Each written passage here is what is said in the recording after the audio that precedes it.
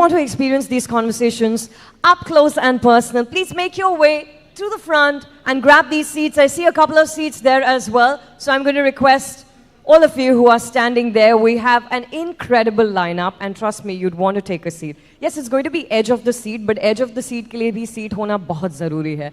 So please take the next couple of seconds, grab a chair, put your cell phones on the silent mode,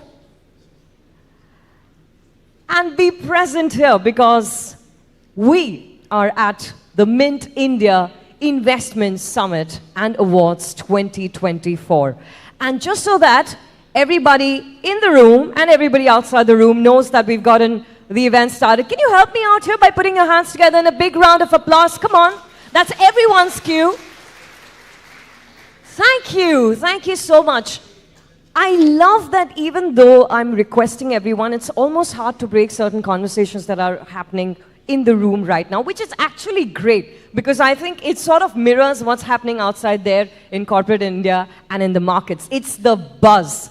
Thank you for bringing the buzz to this summit. I can assure you that you are seated here to witness an evening of similarly incredible conversations. So today we're coming together, ladies and gentlemen, amidst a backdrop of some unprecedented achievements and of course resilience in the face of global uncertainty. You'll agree with me when I say that businesses have defied the odds to achieve the seemingly impossible.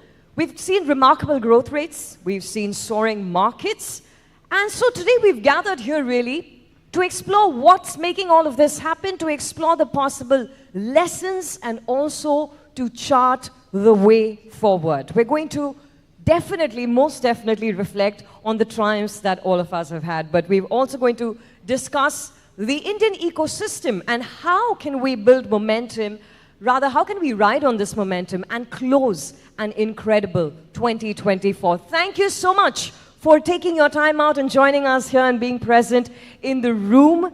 And you'll agree with me that events like these are possible because of some incredible partners that we have on board. So I'm going to take this moment to thank our partners. But before that, I want to invite you, while I did ask you to put your cell phones on the silent mode, keep them in your hands because I'd really like to invite you to take the conversations from this room onto your social media platforms. That's where the rest of the community is waiting to know what is happening at the Mint India Investment Summit. So please don't hesitate to share your thoughts, your takeaways onto your social media platforms. And when you do that, please use hashtag MintIIS2024, as in Mint India Investment Summit 2024. And don't forget to tag us, whether you're using X or LinkedIn, you can tag us at Live Mint. That is the hashtag that you see right here on the screen. Save it for the rest of the day.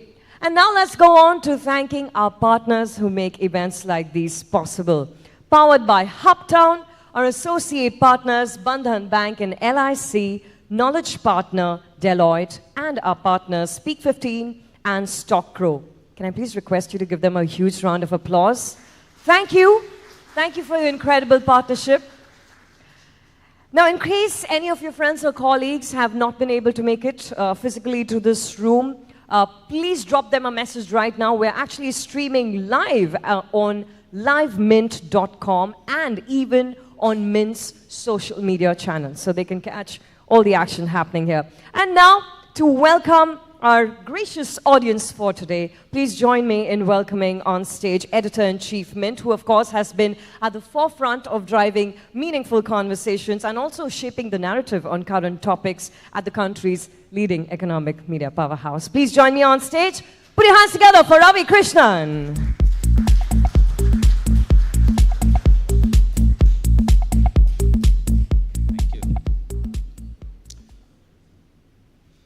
Ladies and gentlemen, a very warm welcome to you all.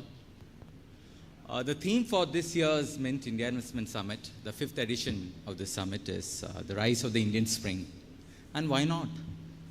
We are the talk of the global town square, from Davos to Tokyo and from New York to Sao Paulo. India is the fastest growing major economy in the world.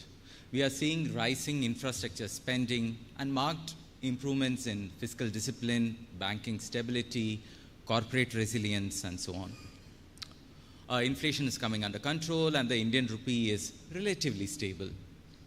More importantly, our entrepreneurship ecosystem is maturing in some places and flourishing in others. This year, we will likely see the end of the so-called funding winter in the startup world. All this has fueled optimism about India's continuing growth trajectory. Now, some are predicting that we are entering another boom era, like the 2003 to 2007 period when investment scored over consumption in fueling economic growth. Morgan Stanley says that the investment to GDP ratio could rise about 36%, which it has not for a long time. Of the 70 million odd businesses across India, just over 8,000 are publicly traded. 1.2 million, comprise private limited companies, again of which only 15,000 have raised external funding from investors. So basically, both in public and private markets, there is a huge headroom for investing. Corporate governance is improving. You can see many resolutions being rejected now. And new laws and regulations envisage, making India a fairer marketplace and investment ecosystem. But amid the prevailing optimism, it is also important to take notes of some ground realities, I would say. Sure, economic fundamentals are robust, no question, but there are certain indicators which should lead us to think a little bit more. They warrant a closer examination. To take one instance, India is under-indexed for many global investors. And they all talk about how India is a viable alternative to China, the famous China plus one strategy. Yet, few seem to be walking this talk. Foreign direct investment inflows have come down in recent times. Moreover, one of the key drivers of economic growth has been the government's push for capital expenditure that may well have peaked now. So we need to figure out what will be the next growth driver. The stagnation in goods exports, now that underscores the need for diversification and enhanced competitiveness in global markets. The slowdown in consumption requires scrutiny. The income growth of a good portion of the country is now lagging behind and consumption demand is weak. So these are some of the questions which we need to think about. Another sobering matter, in these heady times is the impact of climate change on our lives and our society. India's large cities are polluted, water resources are stressed, and there are increasing instances of man-animal conflict as more rural areas urbanize. Urban planning and sustainable land use are still in the process of making life better for millions of Indians. These also represent opportunities. And we need to consider these questions when building for India and investing in India. But there is no need for any pessimism. We have the youngest, largest, and arguably one of the most capable populations in the world. India is a thriving basket of talent. Just the potential needs to be unlocked with innovative ideas and investments. This demographic dividend, which we have been talking about for quite some time, is a unique phenomenon in global history. And many of you who are sitting here today, you have the means to shape and influence it. Now, of course, India's place in the global order is well established. It has shifted upwards. We are an important ambassador for a globalized world to keep borders and resources open to people. At Mint, we continue to champion the idea of free markets and free people. And we feel privileged, and I speak for all my colleagues here, we feel privileged to chronicle this, the next chapter of the Indian dream. On behalf of all my colleagues at Mint and the HT Media Group, I wish each of you a meaningful summit. Thank you very much. Thank you so much, Ravi. Funny you ended the note by saying a meaningful summit while I was seated there and wondering what a meaningful welcome note. I'm going to swap that word for thoughtful. Thank you so much for setting the tone for the next 2 days. It is said to be India's decade to shine. So the main question is, what are the opportunities and what are the challenges of building in India? Are businesses in India being built for the world, for the globe, or or are they being built for Bharat? We have just the right person, ladies and gentlemen, to answer these questions. Someone whose life and entrepreneurial journey has seen both tough times and the pinnacle of success. From very humble beginnings as a university dropout to doing odd jobs and to now founding the revolutionary Free Charge and now the groundbreaking platform Cred. He has, of course, redefined the investment landscape with his visionary approach and innovative strategies to doing business. And he's here to talk to us about all of it and more. Please join me in welcoming him on stage. Before that, I'm going to invite Ravi back on stage because you are going to be in conversation. And please put your hands together, ladies and gentlemen, for Kunal Shah, founder Cred. Welcome, Kunal. Over to you, Ravi.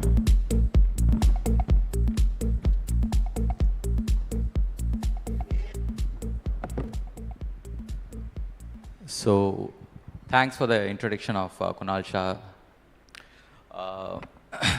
Thank you, Kunal, for being here. Kunal, of course, apart from what the MC said, I mean, we know that he's that rare person in the startup world who's not a tech bro. He comes from a different background. He's actually a philosophy graduate. And how has that influenced his thinking? How does he settle on ideas? And more importantly, I want to ask him, even from a media point of view, how do you make people pay for products and services in India?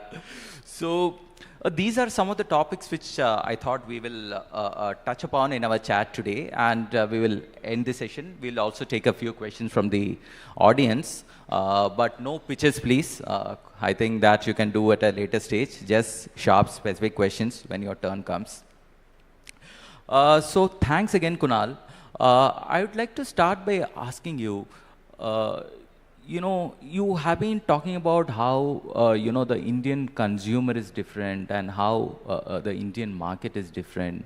So what will be your advice to somebody who's like starting out in this market, on their entrepreneurial journey? How should they think about that?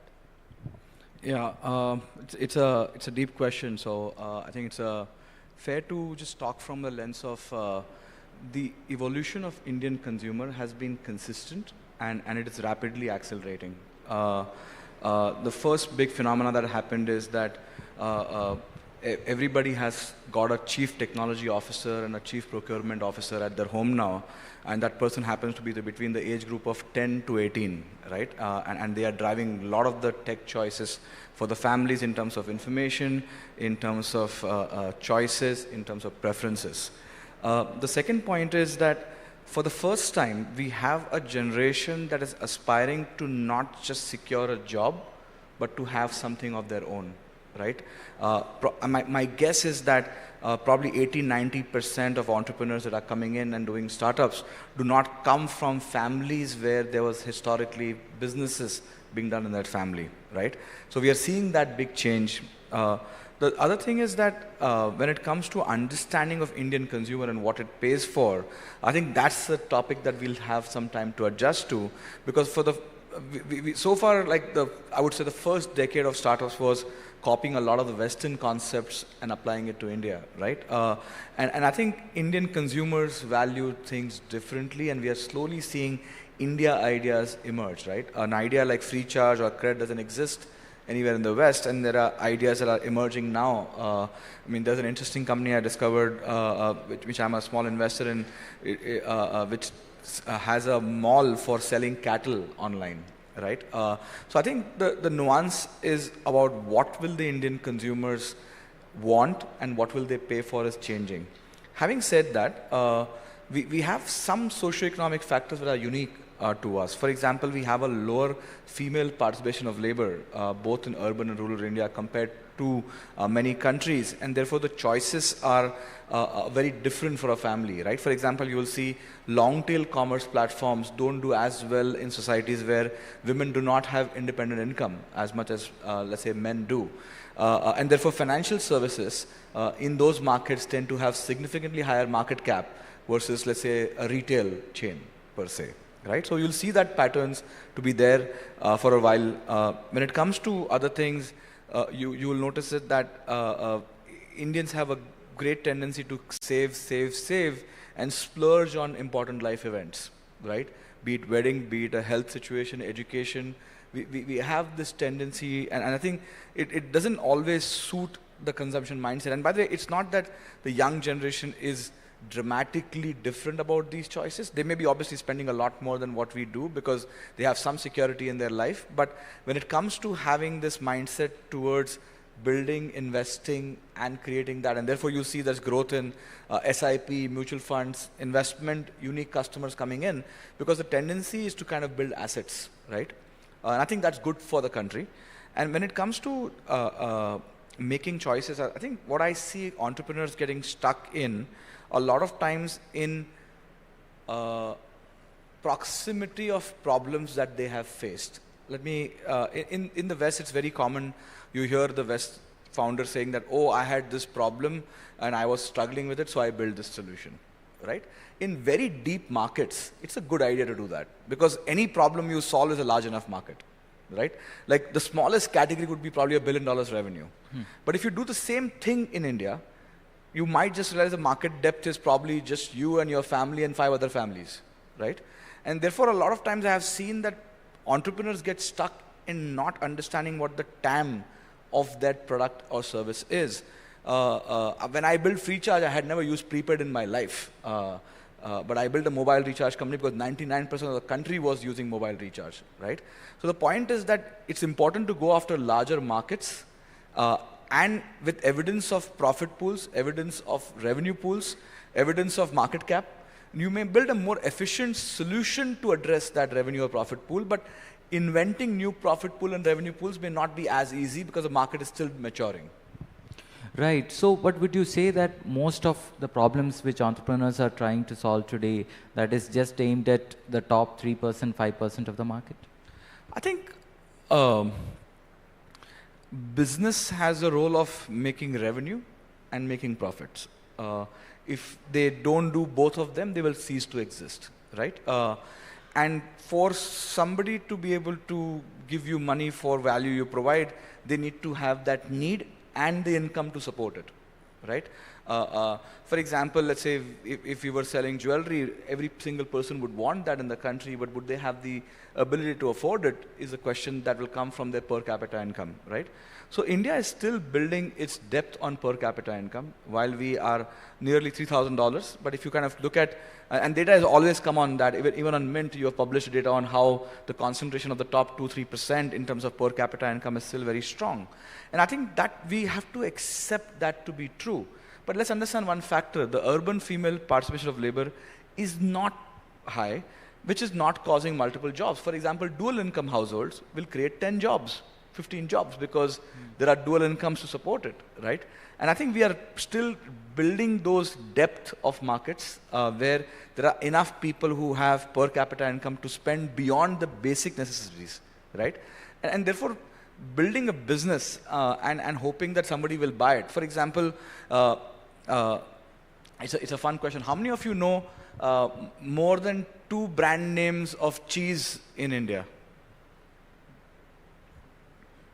Okay, around 15% in this group. So the SKU depth that needs to get created and understanding of consumption, we have to understand that it's going to take some while before we have more need to create that. We are still in the category creation, category establishment versus category differentiation. And we have to understand that, let's take some other data points. Around 80-85% of all bank deposit or retail deposit would be probably with 35 to 50 million customers, right?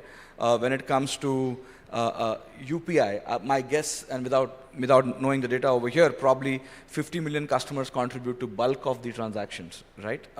When it comes to fashion spends, e-commerce, my guess is that the total number of unique customers that buy every month online would be probably in the 15 to 20 million range, right?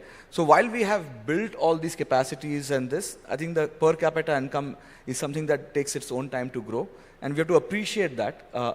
It will not change by the virtue of doing that. Now, when it comes to building for the masses, there is need for skill, there is need for connectivity, there is need for mobility, there are lots of solutions being built. I mean, you see a company like Meesho kind of coming completely later in the game and building an absolutely fantastic solution for the mass India, for a very low AOV, addressing the needs of a tier 2, tier 3, tier 4, and you will see more and more companies coming in that direction. So what would be the markers for maturity in such kind of startups? In the sense, you know, how is your business sustainable? Have they got the product market fit correctly? I mean, when somebody makes a pitch to you, how do you assess that? Yeah, I think first it's important to accept that 90 to 95% of all funded startups may not exist, even after getting funding. And accepting and celebrating failure culturally is extremely important. Unless we do that, we will have a lot of shame in the ecosystem for failing, and we'll drop multiple batches of entrepreneurs who should be coming and doing well after that. The net outcome is everybody who has become an entrepreneur before and comes back to the job system, they're actually significantly better because they have managed to see the world at an accelerated rate by taking all the risks that they have done. So I think as a country, we need to appreciate and celebrate risk takers and understand that there is always going to be a 90-95% failure rate in funded startups. I'm not even talking about non-funded startups. Probably it's even going to be even higher. And I think the sign of maturity is a function of, okay, what scale of revenue you have managed to get. For example, in a startup world, it is fair to say that if you get to $100 million of revenue run rate, you have some version of product market fit, but there is no guarantee that you will have the same kind of compounding that, let's say, a mature company gives in public markets, because they are still building the earliness of that. And I think the curse of startup ecosystem, that I feel that you meet a 5-year-old company, like, okay, abhi profit kab karega? And when are you going to do this? And I think it's a fair expectation, but I have noticed that it gets asked a lot more by social media versus the board members who are actually investing behind building, let's say, distribution or creating a unique offering and so on and so forth. So I think we are getting to that stage. We are entering the phases of that. When it comes to assessing startups, I think 2-3 frameworks that always work. First is what is the large market they are going after. Right? The mathematical odds of success change if you're going for a much larger market than what you're usually addressing normally, right? Number 2 is what has been the historical slope of the person who's building. And slope is an interesting concept. Where did they start? Where are they right now? Most individuals, especially founders, maintain their slope. Right? And I think slope is an interesting concept that is not really understood in, let's say, normal job lens, but I think slope has an interesting concept. Most individuals maintain their slope, right? So the third thing to think about is when it comes to Indian consumers' motivation, would they pay for it? Now, a simple thing that doesn't work in India is, let's say, SaaS doesn't work as well as Western markets. But there is a very simple explanation for that. Value of time as a concept is very different in West and very different in India, right?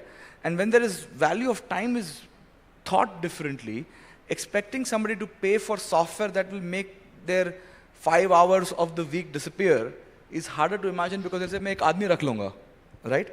And I think that nuance is what we have to understand, and understand what will people pay for. And sometimes it's very easy to answer that question by thinking about your own family. Would they pay for this? Right? And sometimes there's a more clarifying answer versus trying to make PPTs and hope that some of these data points and things. And I think the worst thing to do is take global data and extrapolate that to India, that, oh, this much is the market of this over here and this much is going to be market of that. At one point of time, India had funded 6 dry cleaning startups also. Which will collect something from home and do it, not realizing in the Western market there are other ways to address that need versus Indian market. So a lot of times we just do copy-paste. So then what is the defining factor? Because, see, of course there are a lot of things you said, but in terms of not replicating the West, so then what is the approach then one should take? Yeah, I think the simplest thing to do is how many founders take the effort to understand where are the revenue and profit pools of India? And the data is public, right? There is enough reports, there is enough public market data available right now.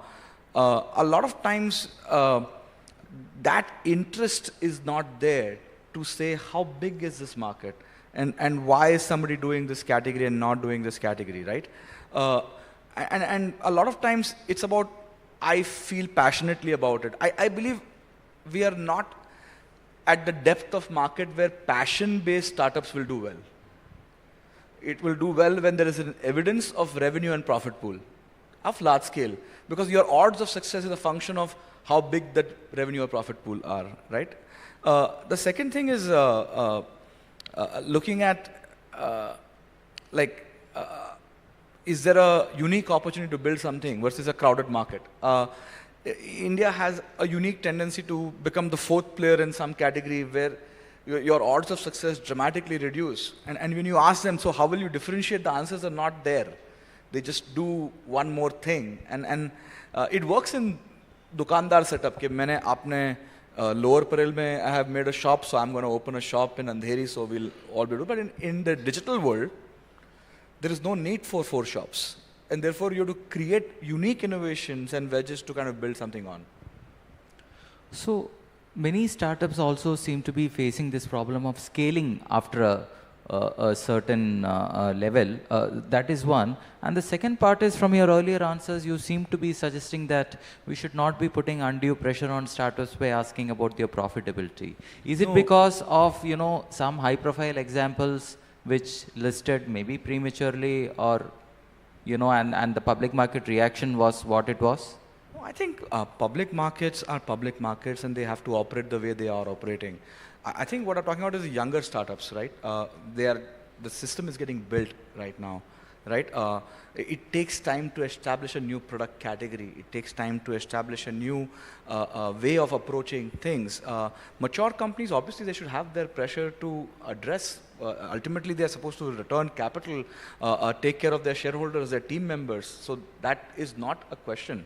I think the undue pressure is more about, if we make it extremely hard for the younger generation to now, for the first time we saw super highly educated people choosing to do startup versus kind of taking a job abroad. Do we want to kill that trend by kind of over penalizing failures, or we want to accept failures as a mathematical fact about startups? And that's my limited point on that. When it comes to, I missed the first part of your question. About facing a bump, not being able to scale up. Scale is a good thing. Companies fail to scale up, in my view, on a few points. First is the TAM truly doesn't exist. You might just want to sell a nice D2C brand or whatever that you have created, or a startup that is addressing a very unique need, but the total unique customers who have interest in that may be a few 100,000, right? The second thing is that team members themselves don't scale, right? You need to, when you build an org from 30 people to 500 people, you need to have extraordinary processes to be able to manage talent. A lot of times companies struggle because they just keep operating like the startup days and not realizing that now you are running a fully functional setup where people have their career ambitions. People want to grow in the system. People want to understand what is your 5-year view to life, and so on and so forth.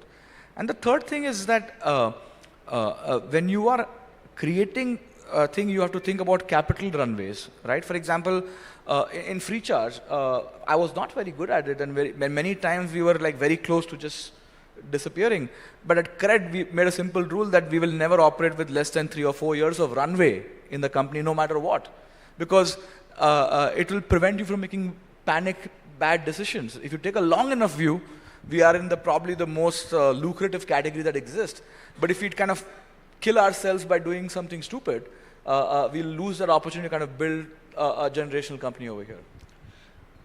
Another related question on this around scaling is that where companies also lose track of governance? Because we have seen some governance issues, and these tend to get highlighted in when it comes to startups. I think this probably is my 4th company technically. I have built other companies, and I think understand the basics of governance are very simple. You are absolutely honest, having high integrity and transparency at all points of time for all the stakeholders, which is your team members, your investors, your co-founders, right? A lot of times what happens is that we kind of find ways to kind of not take these things quite seriously. And that every now and then there'll be some systemic issues where a few companies will have that issue and will correct themselves, right? But I think if we take that approach and say that, hey, the startup ecosystem has this problem, then again we are doing the same penalty clause on the whole system, right? There are enough high quality team members, and otherwise, I mean, technically no VC should be interested in investing in India if they generally felt that we are kind of people with low governance. I think there will be, every now and then there will be few cases, but that happens in large companies, that happens in public companies, that happens in startups, right? And I think we'll overcome that. I think what is happening is the system is maturing quite quickly, and governance is becoming a very serious topic for everybody, because ultimately the value systems that you put in place is going to get reflected in every level of the team, right? It's not governance only for the CEO, but every single individual has responsibility to maintain that high integrity culture. Right.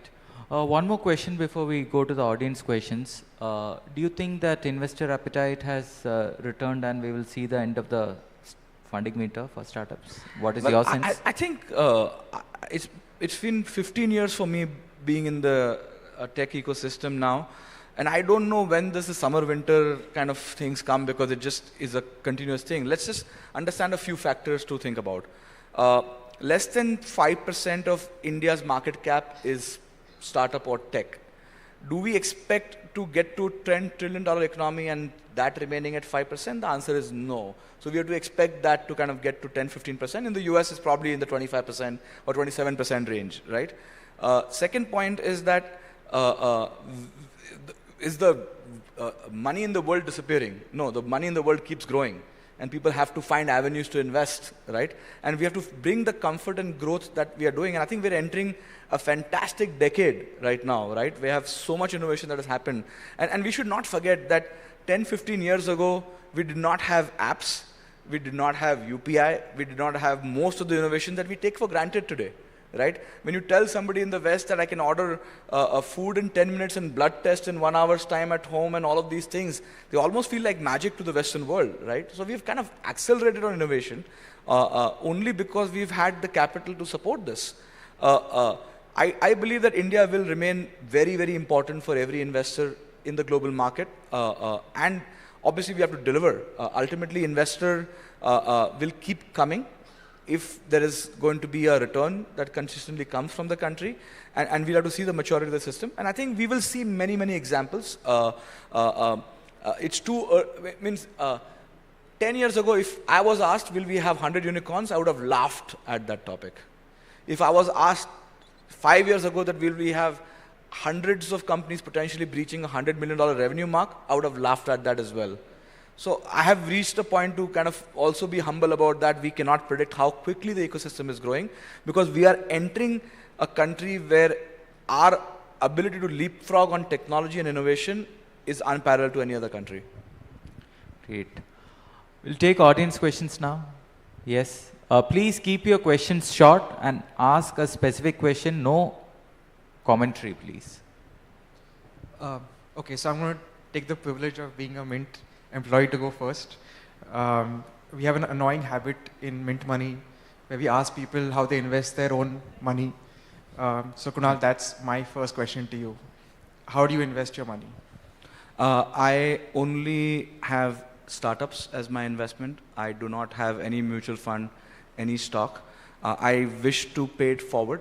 I believe that all the success that I've got is from the ecosystem, and I would love to kind of do that paying forward. It may not be the best investment strategy. I would not advise that to people. It's a very high risk category. I talked about 95% failure rate anyways, but I believe that if I am contributing towards the ecosystem, it will set more examples and more people will want to do that, because ultimately we need more people to support the startup system versus kind of just be critique of it.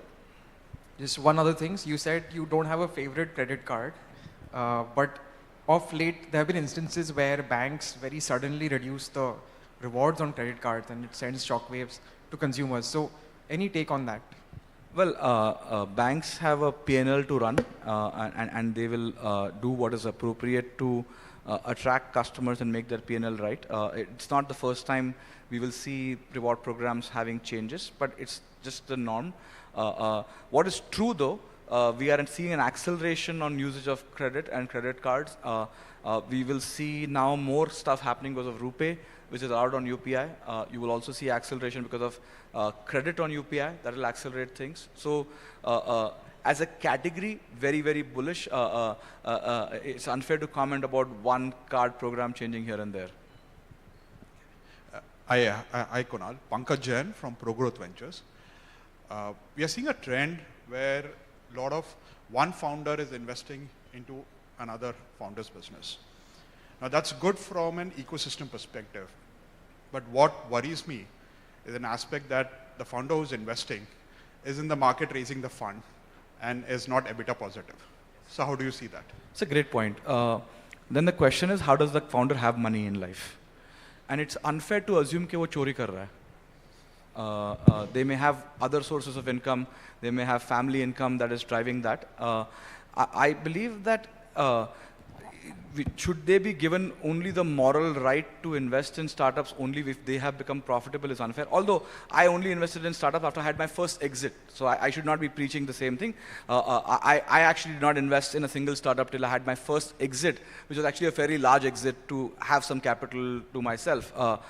Personally speaking, at Freecharge, I had borrowed money from my employees to take care of my income because I had very little salary in Freecharge.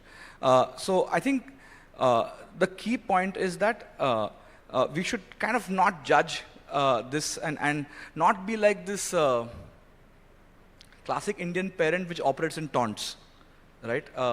It's not a fair thing, right? There are people doing what is required. It is better than people investing in some crazy things that have happened in India otherwise and avoiding some of those risky assets. Can I ask? Hi, Kunal. This is Chetan Khanna. You made an interesting point on managing talent when you grow from a few to 500 people. And being an HR professional, I can completely relate to that as to what it means. The question I would have is that what would it take for a SME or a startup founder to really understand that what brought them here will not take them where they want to go? I think that realization is happening at a very rapid pace. Scaling is a very different art form versus creating, right? Creating is somewhat of a high success, high failure rate, but once you found a product market fit, scaling is a very different ball game, right? It requires a lot of rigor, a lot of discipline, a lot of planning on talent and so on and so forth. And I think startups are realizing it quite quickly. To create that acceleration is hard unless we have enough failures in the ecosystem where people actually genuinely realize that I failed, not because the opportunity was bad or the capital market was bad, I just badly executed with my team. And I have seen 90% of failures happen because of fires inside the building versus outside the building, right? And I think that is just a matter of time that people will realize. But expecting them to also follow processes like a big company will also kill them. I get asked this question that when does a startup become a big company? My answer is very simple. When the ratio of risk-taking people in the company depletes dramatically. Thanks. Thank you so much.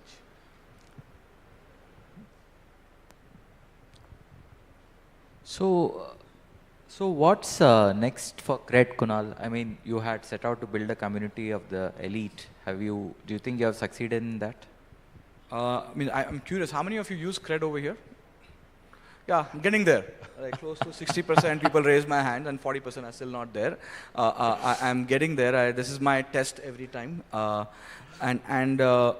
are very early in our journey. We should remind everybody that we are a 5.5-year-old company that has been at it and constantly innovating.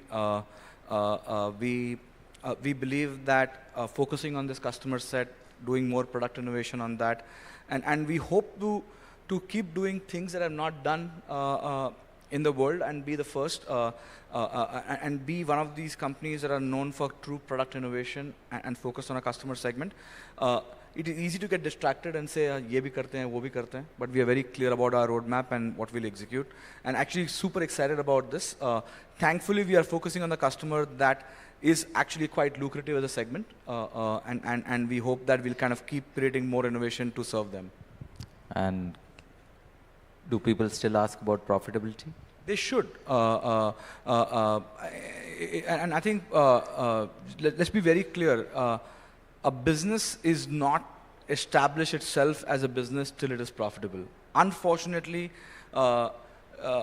thanks to all the capital that startups raised, we have celebrated founders who have not been profitable way too much.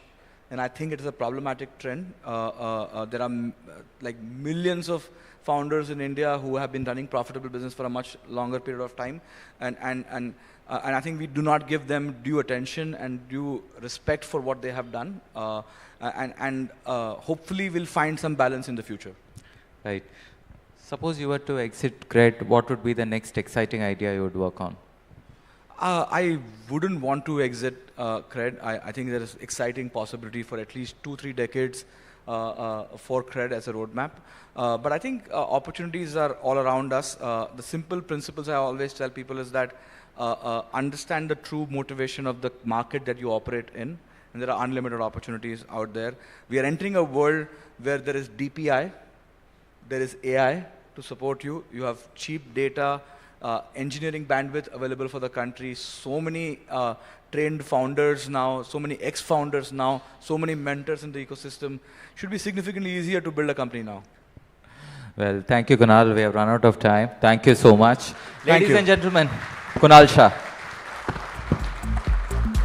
Ravi, on behalf of all of us, I'm going to request you to please present a token of our extreme gratitude to Kunal. Kunal, thank you so much for those incredible insights and for sharing your journey with us. Can we have a huge round of applause once again, ladies and gentlemen? It's Kunal Shah, founder Cred.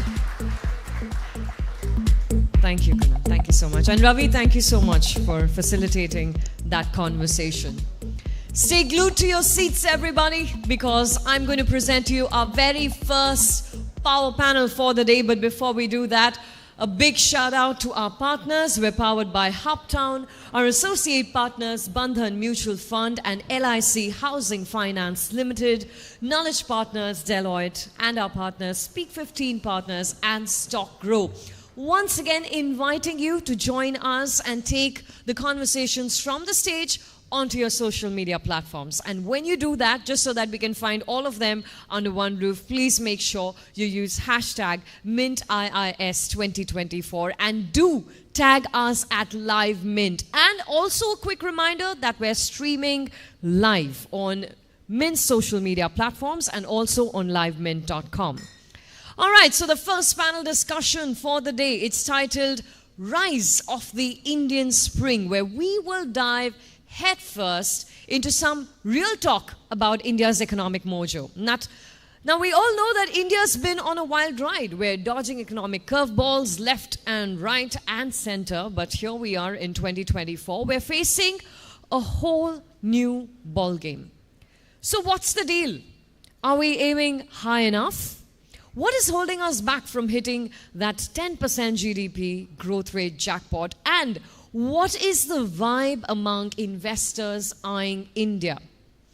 Some of the questions that our next panel is going to address. We've got a stellar lineup of panelists ready to spill the beans. They're going to dish out some fresh insights.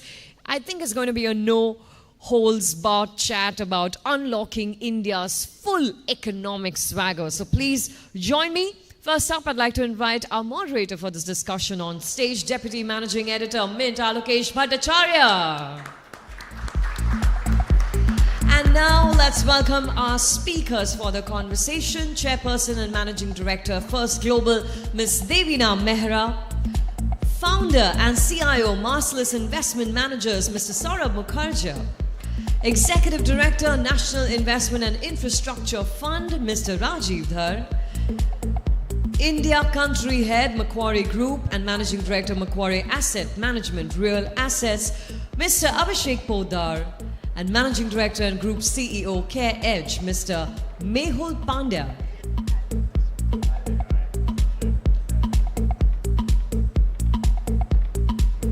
A very warm welcome to all of our panelists on stage.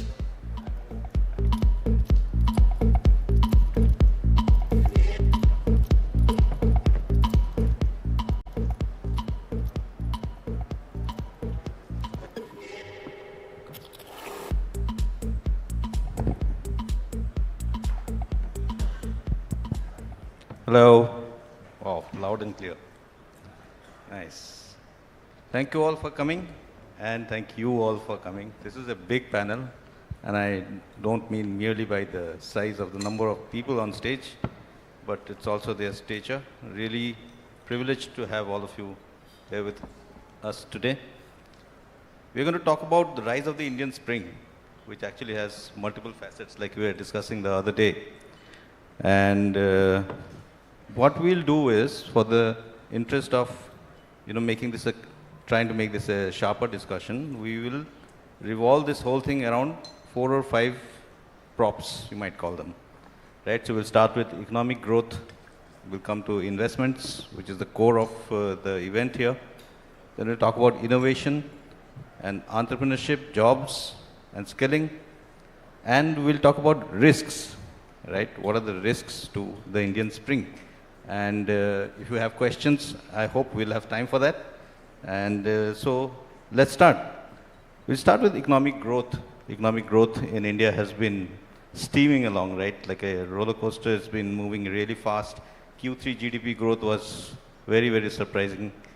A lot of people said that, okay, 8.4% in Q3 sounds good, looks good, but, GVA was 6.5, so you really should be looking at GVA and not GDP. And also the predictions for FY25 have been slightly on the lower side from all agencies concerned, right? So we'll start with Mehul Pandya, Care Edge. Mehul, you'd like to talk to us about what you think about this whole issue of GDP versus GVA and where are we headed in terms of economic growth? Yeah, good afternoon all of you. First of all, it's wonderful to be amongst all of you today and discussing on this very important point of deliberation. You are right, there is a disconnect between the GDP and the GVA numbers, but to a significant extent, the GVA numbers were on expected lines. Yes, GDP numbers, they came as a positive surprise. Right? But all in all, what we feel is that for FY24, our own view would be, we will be staying to around 7.6, slightly upwards on that, right? Okay. And with that kind of a backdrop, we could be thinking in terms of around 7% for FY25. Okay. We do feel that some of the aspects that shall play out very crucially for this to happen.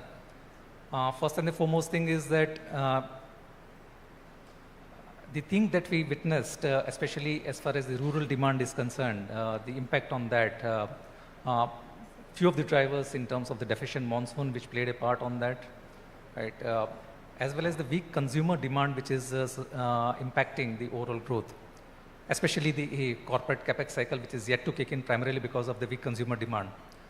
If these aspects are then taken care of, and if we could be witnessing, as is the prognosis for fairly normal monsoon in FY25, which could potentially be helping the rural demand. In that case, the 7% prognosis that we are having for FY25, that can potentially be bettered. But putting the entire thing in the context, we are absolutely confident about the trajectory which shall remain upwards. We are also confident that the potential headwinds which could be there, we will not be remaining immune to that in totality, especially from the geopolitical side. But nevertheless, I think we should be in a position to a significant extent, mitigate that and sustain the 7% growth for the future. Awesome. And of course, you said 7.6, which is what the government of India has also said. And the RBI governor has said 8, closer to 8, right? And somebody else also said, yeah, maybe closer to 8. Devina Mehra, what's your view on this whole GDP, GVA and 7.6 versus 8 debate? it is just a matter of which side you're looking at it. So as you said, the number was far ahead of what was expected, no doubt. And also, if I ask people in this room, you would say things are looking very good. My friends are buying new homes, so when I go to order a new luxury SUV, there is a waiting list. So that's one part of the story. The other part, of course, is that 80 crore Indians need free ration, which shows you what's happening in the bulk of the economy. There was that inequality report recently, which of course showed that 65% of the wealth in the country is with the top 10%. 20 years ago, it was 40%. And at that time, the next 40% had also 40%. So now it is like the top 10% has 65, then the next 40 has something like, maybe 22, and the bottom 50% has something like 13%. So the inequity is increasing. Consumption is my major kind of concern area, because consumption growth is sub 3%. Last time it was this low was 2002-03. So after 20 odd years. So GDP has been running on effectively a single engine, which is the government spending and on infrastructure and otherwise. So we need to broaden that. And some other things like manufacturing, if you look at, again, manufacturing is now 13.5% of the GDP. Last time it was this low was 1969. So, the consumption will grow if employment does well, and some of these indicators, not that great growth in manufacturing, exports, etc., also point towards why employment opportunities are not there. And what also worried me was that the employment figures, if you look at, it is showing higher employment in agriculture. And as page 1 of any economics textbook tells you, that is disguised unemployment, because countries progress when people move from out of agriculture, not into agriculture. So those would be, as I said, the top line is what the top headlines look very good, but if you parse it out, those are the areas you need to work on as a country, and I hope we do work on it and have growth which is sustainable. That's the important part.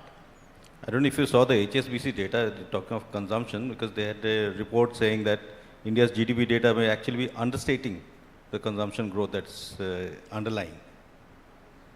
You're asking me? Yeah. I haven't seen that. I mean, maybe it's a hangover from my sell-side days that I don't look at other people's reports for this kind of thing. You should. And I mean, because often there are agendas.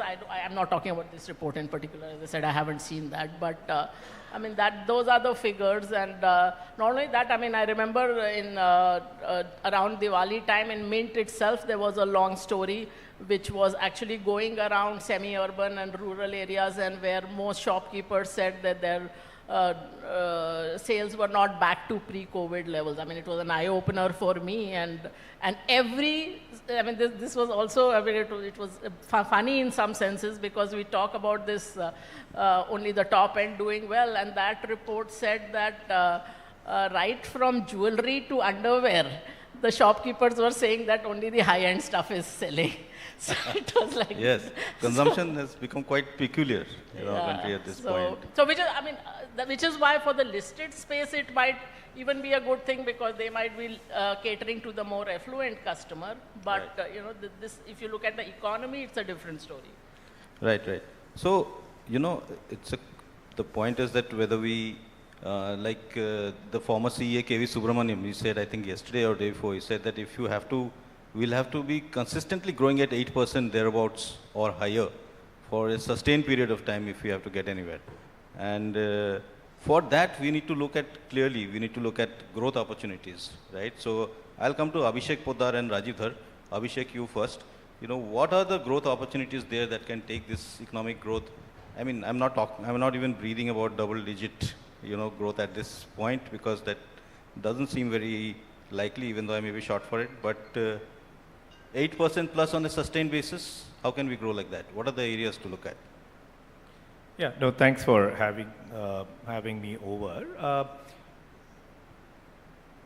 in terms of the opportunities, the way we look at from an investor's perspective, I think we find several green shoots coming out and lots of new interesting opportunities. Obviously, a very, very large investors in infrastructure, and infrastructure has been at the forefront of investment, both by the government and hopefully coming in from the private sector as well. So that continues to grow, and India continues to be a significantly underinvested, right? There's a study I was reading which said we need $1.5 trillion of investments by 2030 in pure infrastructure itself. Right? In just infrastructure? In just road infrastructure. Roads, airports, ports, right. Urban infrastructure, a broad range, but that itself will just be good enough to see the kind of 7-8% growth that we are talking about, right? Leave aside the developed economy. The other set that we are getting very excited about, and we continue to be very excited, is about the entire investment in the decarbonization, whether it's renewables, whether it's the new energy like electric vehicles, battery storage, and likes of those. Primarily because as the economy grows, we will continue to consume a lot of energy, but that energy cannot be consumed the way and cannot be used the way other economies develop, which is by burning carbon. It needs to be done through a clean energy mode, right? And that's where, to be fair, this government has been at the forefront of driving some of these agenda on the green energy side, and that's how we as Macquarie, we've taken a lot of positions. And I can also speak from a broader investor set globally as well, continue to look at those opportunities as well.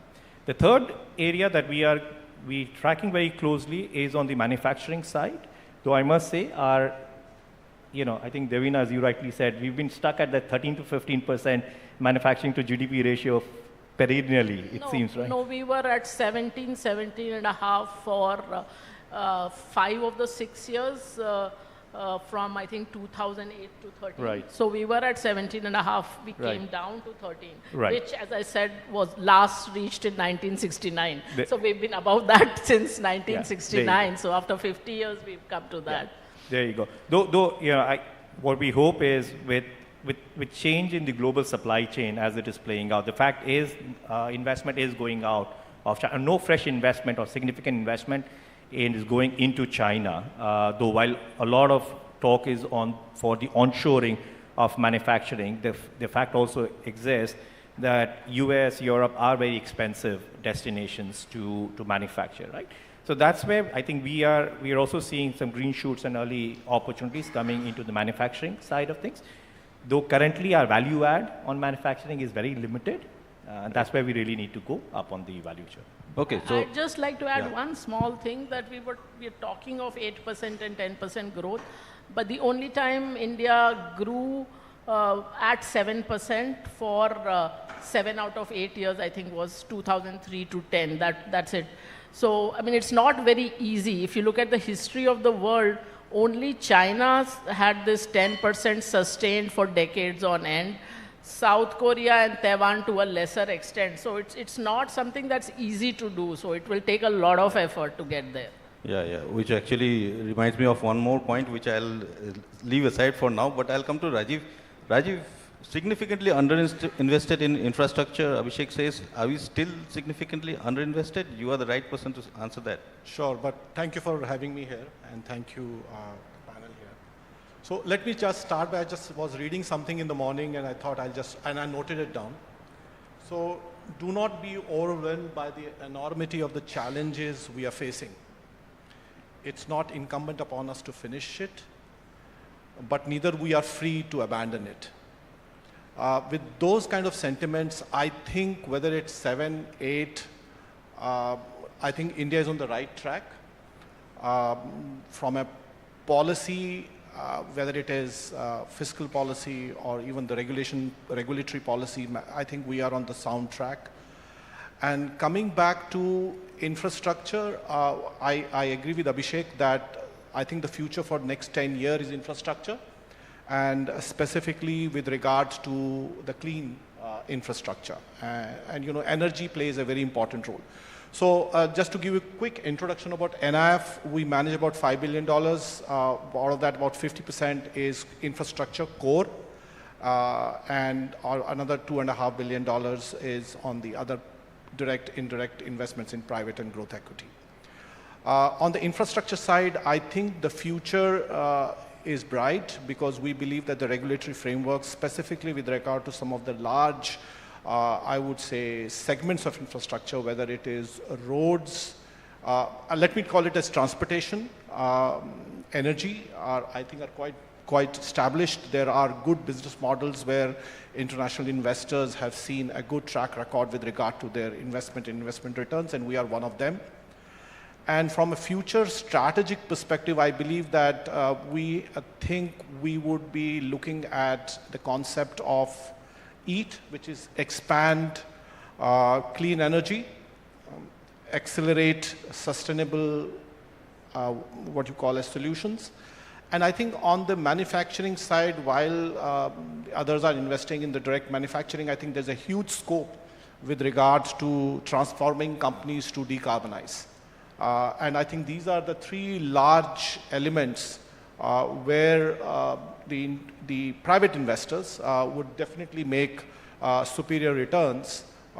And from this three-pronged strategy, I think there are four emerging kind of markets within India which are coming up, which is energy transition, industrial decarbonization, sustainable living, and climate technologies. And I think as investors, and many of our international investors are really focusing on these. And I think I'll just end up by just saying that I think the success story is how do we catalyze public capital, which is government money, and with the private investments, and give it a color of making sure that it is backed by sound economic models and returns.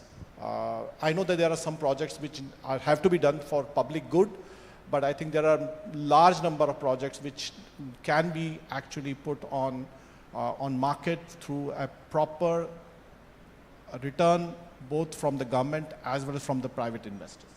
Okay, short answer to a very short counter question, which is when you're saying that we are, in fact, you're agreeing with Abhishek that we are underinvested in infrastructure. That means you expect more of the public capex to come in as we go ahead, or do you? Yes, I do believe so, but I think government has also become quite smart. I think they have understood the catalytical impact their equity and their money can play. So I think, so I'll give you our example. Our infrastructure project, fund, which is a $2.5 billion fund, government has invested about 50%, about 1.1. We have catalyzed projects to the extent of approximately about 1 lakh crore. So 8,000, approximately 10,000 crores of money which the government put in through us, the catalyzation impact at this stage for those infrastructure projects about 1 lakh crore. And I think there are many other models which the public, the government and its arms can actually catalyze and fast track investments. And obviously we need to also make sure that the money is being invested judiciously, the capacity and capability of implementing those projects are properly done, and there's a good governance around them, and making sure that then the returns to both the government and the private investors through PPP model, and there are many other models. Those models are kind of robust, and then adequate returns are being provided. Okay, awesome. Point noted. Now, Saurav, of course, is one of India's foremost equity strategists, and if you guys want to make money, you should catch him after this panel discussion gets over, right? But before I ask you about markets and investment in markets and how the markets have changed and how they are going to change further, a generic question before that, I was speaking about K.V. Subramaniam and his point, right, that he made that we have to grow at 8% on a sustained basis to be able to create jobs and reduce poverty. Of course, there has been a lot of discussion about multi-dimensional poverty, which is a different thing. I don't think KV was referring to that. But what is your feeling about this whole thing? Because even from a market perspective, if you look at it, right, you are looking at all sorts of industries and all sorts of activity going on around you. 8% on a sustained basis to create jobs, is it easier said than done? So, Lokesh, the way I'll attack that question is, I don't think the number being 7 or 8 or 9 is going to shed much light on the issue of where we are heading, right? The reason I'm a bit skeptical of aggregates is, if I tell you my body temperature is say 37 degrees Celsius, but if my head is on fire and my legs are in ice, it hardly tells you anything useful about me, right? So I think the 7 or 8, 9, I think these are almost useless numbers at one level. From what we can see in the government data, and the government is putting out tons of very useful data, folks. I mean, a lot of credit to the folks in Delhi. This data is available freely on government websites. There are 3 mega transitions happening in India today. 3 massive transitions which go to the heart of both the issue you and the erstwhile CEA is raising about the poor, and I think it also addresses the point Davina is making about super rich consumption. First transition is, in the last 3 years, SME profitability has gone through the roof. So the government puts out, basically from the income tax department, you can see for every strata of corporate profits, how quickly are they growing. So 0 to 5 crore ka profit category mein, what is profit growth? 5 to 10 crores profit category mein, what is profit growth? So on and so forth. You can slice up the entirety of corporate India year by year into various profit buckets, right? What you can see is that basically up to FY20, SME profitability was absolutely getting plastered. Last 3 years, SME profitability has taken off, right? Now, why has it taken off is probably a different panel and a different discussion. But I think one of the first things we should be very optimistic about is chota businesses, laghu udyog, right? 50 crore, 100 crore, usse bhi niche, right? Small businesses are earning bumper profits. We haven't seen this before in India for a long time. Why they're doing so well in the last 3 years can be a subject for a broader discussion. One of the reasons I think high-end consumption is doing very well is I think the owners of these businesses are living it up. And why shouldn't they? Right? They had a torrid time for many years. And last 3 years, small business profitability has shot up. And the owners of these businesses are choosing to buy nice SUVs and jewelry and so on and so forth. And we in the stock market can perhaps make a little bit of money from that. The second transition is coastal India or peninsular India. Peninsular India's economic growth has taken off, right? So many of the states in southern India, many of the cities in southern India, GDP is doubling every 6 to 7 years. These are the fastest growing cities in the world. These are the fastest growing regions in the world. 6-7 saal mein economy double ho rahi hai. And this is in our country. This is not some Japan or South Korea or Taiwan, right? In our own country, big swathes of peninsular India, growth has absolutely gone through the roof. A lot of the investment within India is going to these clusters, places like Hosur, the Pune, Nashik triangle, the Chennai area, Hyderabad, Telangana, Gujarat. So wherever you have well-developed peninsular markets, good infrastructure connectivity, good law and order, you're seeing growth take off, right? So this is the second big transition. And the third transition, perhaps the transition which should give all of us the greatest cheer. Data from the Reserve Bank of India for the first time suggests in urban areas, women have more money in their accounts than men for the first time. FY23, first time RBI data is showing us that in urban areas, women have more money in their bank accounts than men. And by the way, women also have more bank accounts than men. So not only do they have more money in the bank than men, they also have more bank accounts than men. And that translates that sort of correlates very nicely with the educational data that we are getting. At every level of the educational system now, from kindergarten through to university, more girls are studying than boys, and the pass rates for women are through the roof compared to the boys, right? So who would you ideally want to be in the future, right? Ideally, you should be a woman entrepreneur, woman SME owner living in peninsular India. Life is sorted for you. You'll do really well.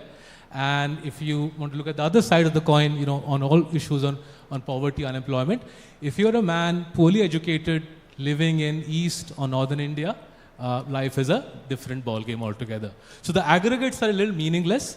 There are huge swathes of our country, the SME community, the SME ecosystem, peninsular India and women on the ascent, doing very well, powerful forces. These bode well for the country, but there are also obviously big pockets of concern. So women have more money in their bank account. Big cheer for all the women in this room and the country. Thank you. That's very, very encouraging. But, as a journalist, my skeptic, devil Naomi is asking, is it because the men are necessarily having less money, or is it because they are putting all their money into stocks? rather than saving. I used to also hold these sorts of, chauvinistic views, right? I'll also give Mint credit here. 10 years ago, I remember this. 10 years ago, it was a Mint headline. I remember that day vividly. Mint headline 10 years ago, more girls in primary school than boys, right? So, and I felt that day the country was changing. Right? It was a Mint headline, and you guys do a wonderful job of covering the educational piece. But coming back to the core subject, no, I don't think, a lot of men like me sometimes feel that women have more money because we are doing all the kharcha. I'm not sure that's actually borne out by any realistic data. The data is showing women are earning more. There are IT industry surveys now show that women earn more in the IT industry than men.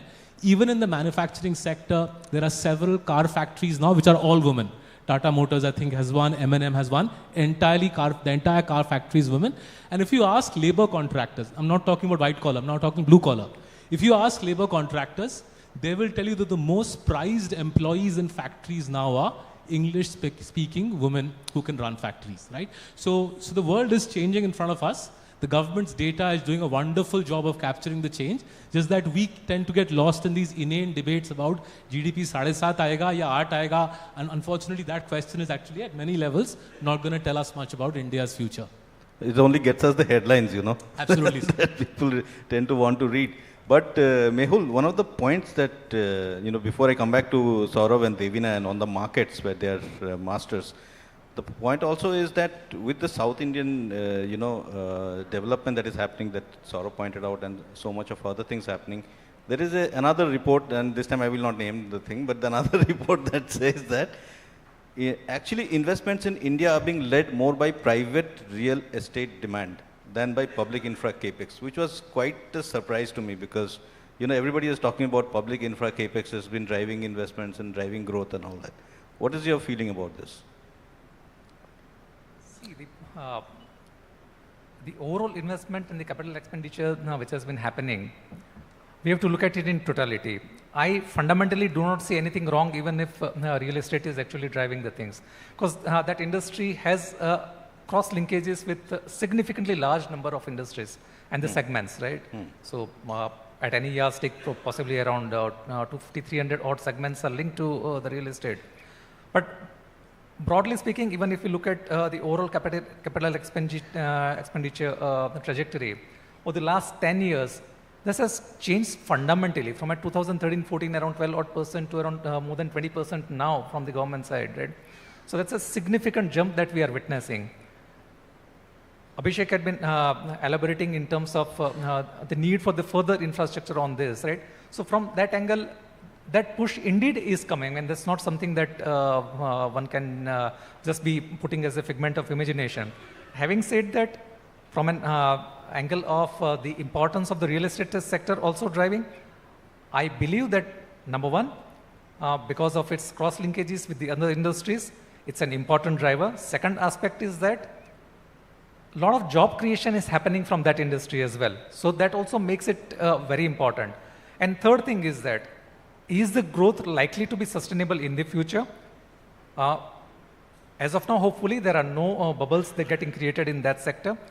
Looking at it from the other side, the constant push from the government on the affordable housing, as also the demographic, I would say, the pattern that is emerging and is usually being analyzed, and many reports state that the housing investment in India, I mean, people tend to invest it at, in the late 30s as compared to what happens in the other developed economies. So from that angle, I mean, two-thirds of the population is potentially going into investment in the housing. So that can spur the demand. And if it is coming from that sector, I don't see anything wrong in that. No, nothing wrong in that. Absolutely. It's great to know. And should have more of it, which brings me to back to Abhishek before I come back to the markets again. But private capex, I've been hearing some nice things now. Really, are we seeing animal spirits out there? What's your take? You could need to go back to history to understand today, right? But a decade and a half, huge amount of capex cycle was done by private sector. Yeah. Lot of that, and that went into sectors like cement, steel, thermal, power, and a whole sort of things. Many of those, for various reasons, did not make money. Then we had a situation where the banking crisis happened and the capital wasn't available. So the real animal spirit that India is so known for, etc., really took a beating when it came down to the period of 2008-10 to 2020. And trust me, as investors, memories last long. When you lose money, memories last forever. And many investors, private sector investors, including foreign investors, have lost money. So don't blame them when once burned, twice shy, and that's the situation for the history. Having said that, I think the broader narrative about the future India being on a trajectory which is broadly positive has been well established. Hence, I think the number of announcements. In fact, I was reading a news article which was saying that in last year, the number of private sector projects that have been announced is more than the cumulative of last 5 years in total, right? So people have started to take steps. The good news is our banking sector is unclogged, so there's credit available. There's enough foreign capital which is looking at coming into India. I was just sharing with the panelists before this. In last 2 months, I have personally, there have been 4 fund managers or pension funds from Australia who've come and met me just to understand what's happening on the ground, right? And similarly happening from many of the other investors. So there is significant amount of capital which is looking to get deployed. And I have no doubt as the utilization of the invested capital or invested capacity goes up, we will have more and more of private capex coming. Wonderful. Let's move to stock market investments. And really, it's the small cap, mid cap story that has caught everybody's imagination, good or bad, and good and bad, right? Both ways. But Devina, your organization has, has the sort of, what should I say? I'm missing the word for it. But, it has put out a lot of bubbles. Many of the bubbles that have happened, you have actually burst them, right? What about this bubble? Madhavi Puri book has been saying about froth in the markets. Saurav is saying small companies are going like anybody's business. Their profits are shooting. So if the profits are shooting up, you should be investing in them, right? So what's happening really?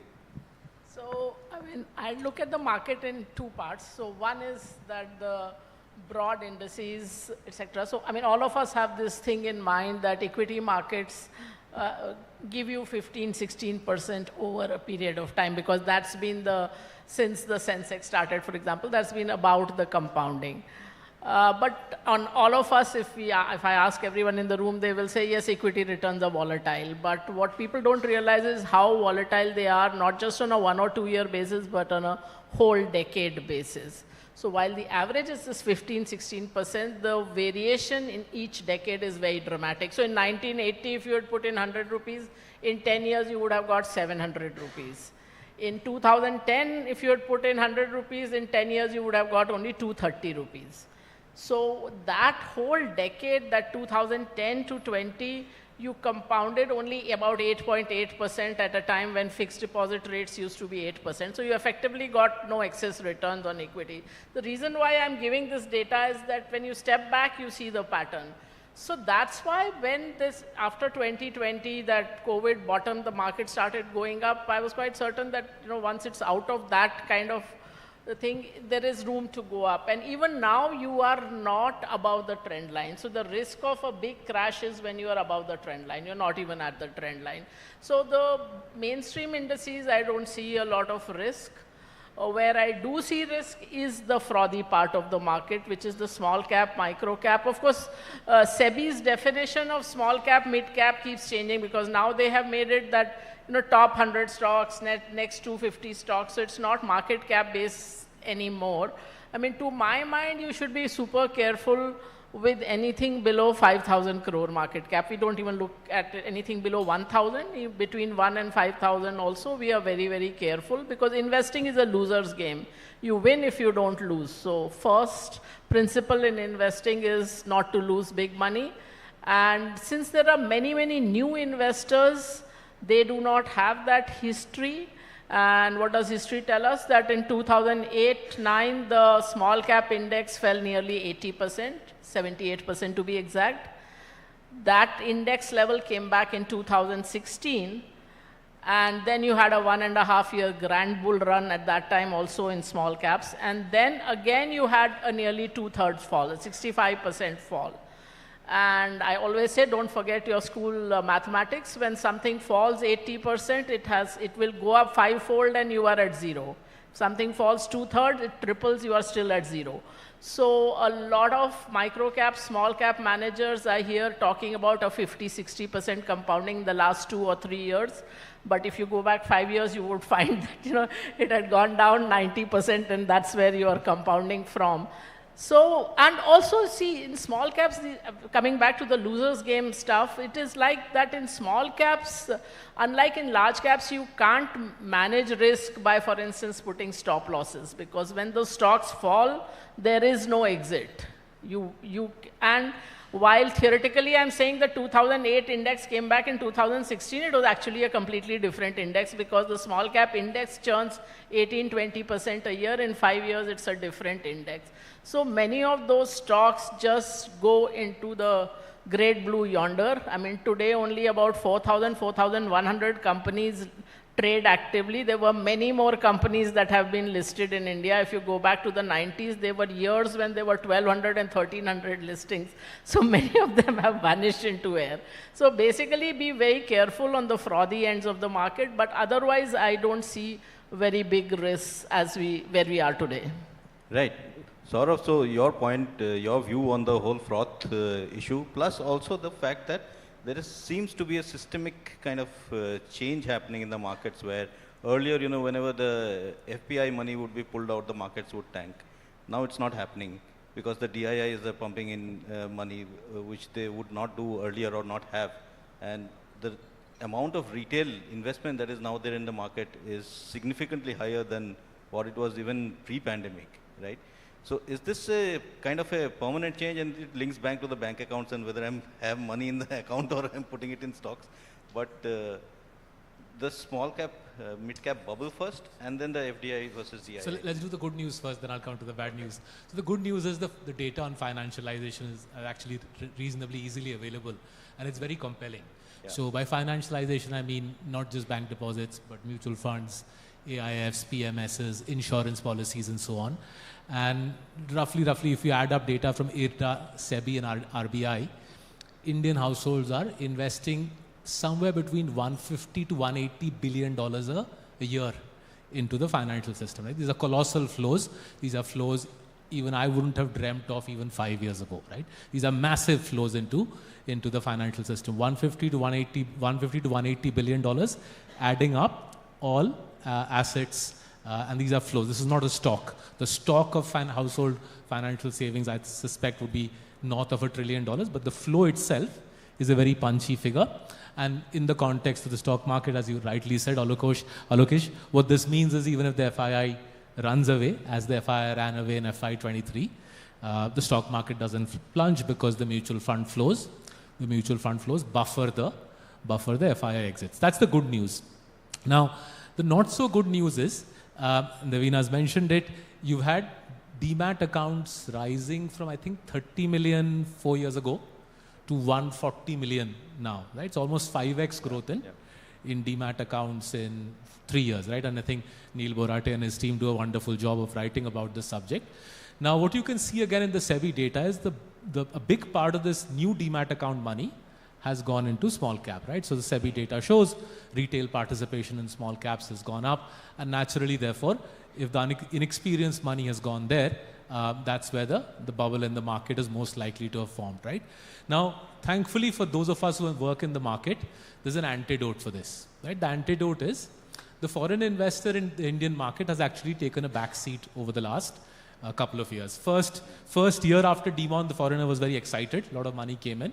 But FY23, the foreigner went away. I think there were outflows of 15 to 20 billion. FY24, there have been inflows, but nothing like what you'd expect to see. Now, I think there's room for optimism here. Foreigners have invested $3.5 trillion in the Chinese market, Chinese stock market. Foreign investment is $3.5 trillion. The Chinese stock market's 10-year dollar CAGR is 4%. Right? 4% dollar CAGR, 10 saal ka, on $3.5 trillion of foreign money. Foreigners have invested in India $500 billion. Their 10-year CAGR is 14%. I don't think it takes wild stretch of imagination to say, even if $500 billion of the 3.5 that the foreigner has put in China Even if $500 billion of that comes towards India, that would be a sensible reallocation by the foreigner. I'm being conservative here. If they put $1 trillion here in India, I don't know what we'll do. So I'm saying let's conservatively assume of the $3.5 trillion that foreigners have put into China, they redirect $500 billion into India, thus doubling their investment in the Indian market. Let's further assume they do this very gradually over 10 years. Right? Zyada jaldi nahi, 10 saal mein. So they put $500 billion into India over 10 years. That would be $50 billion a year from the foreign investor. And that I think then brings back large caps to a situation where they get some sort of valuation parity with small caps. Because the large cap to small cap valuation difference now, or put it like this, large caps are the cheapest they've been on price to free cash flow in 20 years relative to small caps. We have never seen this in India, this sort of situation, valuation gap between large caps and small caps, where small caps have been inflated to high heaven on the back of retail investor inflows. I think the foreigner will come in and take that arbitrage away. And as the foreigner runs away from China, you should see a recovery in large cap. Hopefully the retail investor will not get too burnt. Hopefully the regulators' warning on froth would have acted as some sort of signal to retail investors to calm down their enthusiasm for small caps. Can I just add something to this, which is that, you know, in most interviews I'm asked that, how do you think the FPI flows will be? And I was there at the beginning. In fact, I resigned from Citibank because the Indian market was open to foreign institutions. So 1993, Dr. Manmohan Singh's budget. But what I found was, and at that time there was not much of domestic institutional money. There was only UTI, LIC, etc. And this was a huge new inflow of money. But 1994 is when the inflow started, this like huge amount of money coming in. And 94 to 2003 is the only 9-year period in the Indian index history which gave zero returns. Even on a month-to-month basis in the beginning, we used to track, and we found there was no correlation between the FII flows and the market direction. In fact, the first month, the FII flows turned negative, the market went up. Now I don't even track it except from the balance of payment perspective. So every time anyone asks me this question, well, how will FII flows be or FPI flows be? And I say that, have you seen whether there's even a correlation, let alone a causation of market moves with that? There is none. I mean, you actually do the data. In fact, if you look at FDI data, since you relate to it, and I'll take this question to Rajiv and Mehul. You know, FDI in India according to an RBI report, I think there is FDI in April to Jan this year has shrunk by 38% net. Right? This is largely, this FDI data is largely PE and VC flows, right? So a lot of people reference it. Don't take it too seriously. This is basically the same funding winter that was being referenced in Ravi's discussion with Kunal. So when the PE VC flows return, that FDI data will show positive. That doesn't mean much. The only thing is that in the 2014 to 2023 period, FDI inflow has doubled, right? Whereas last year it fell quite a bit, which means that the growth in the previous years must have been much higher, right? When the boom, so-called, the boom that we saw in startup funding and all was happening. Where do you see the FDI situation now? You know, we have almost run out of complete time. So Rajiv and Mehul, Abhishek, just jump in.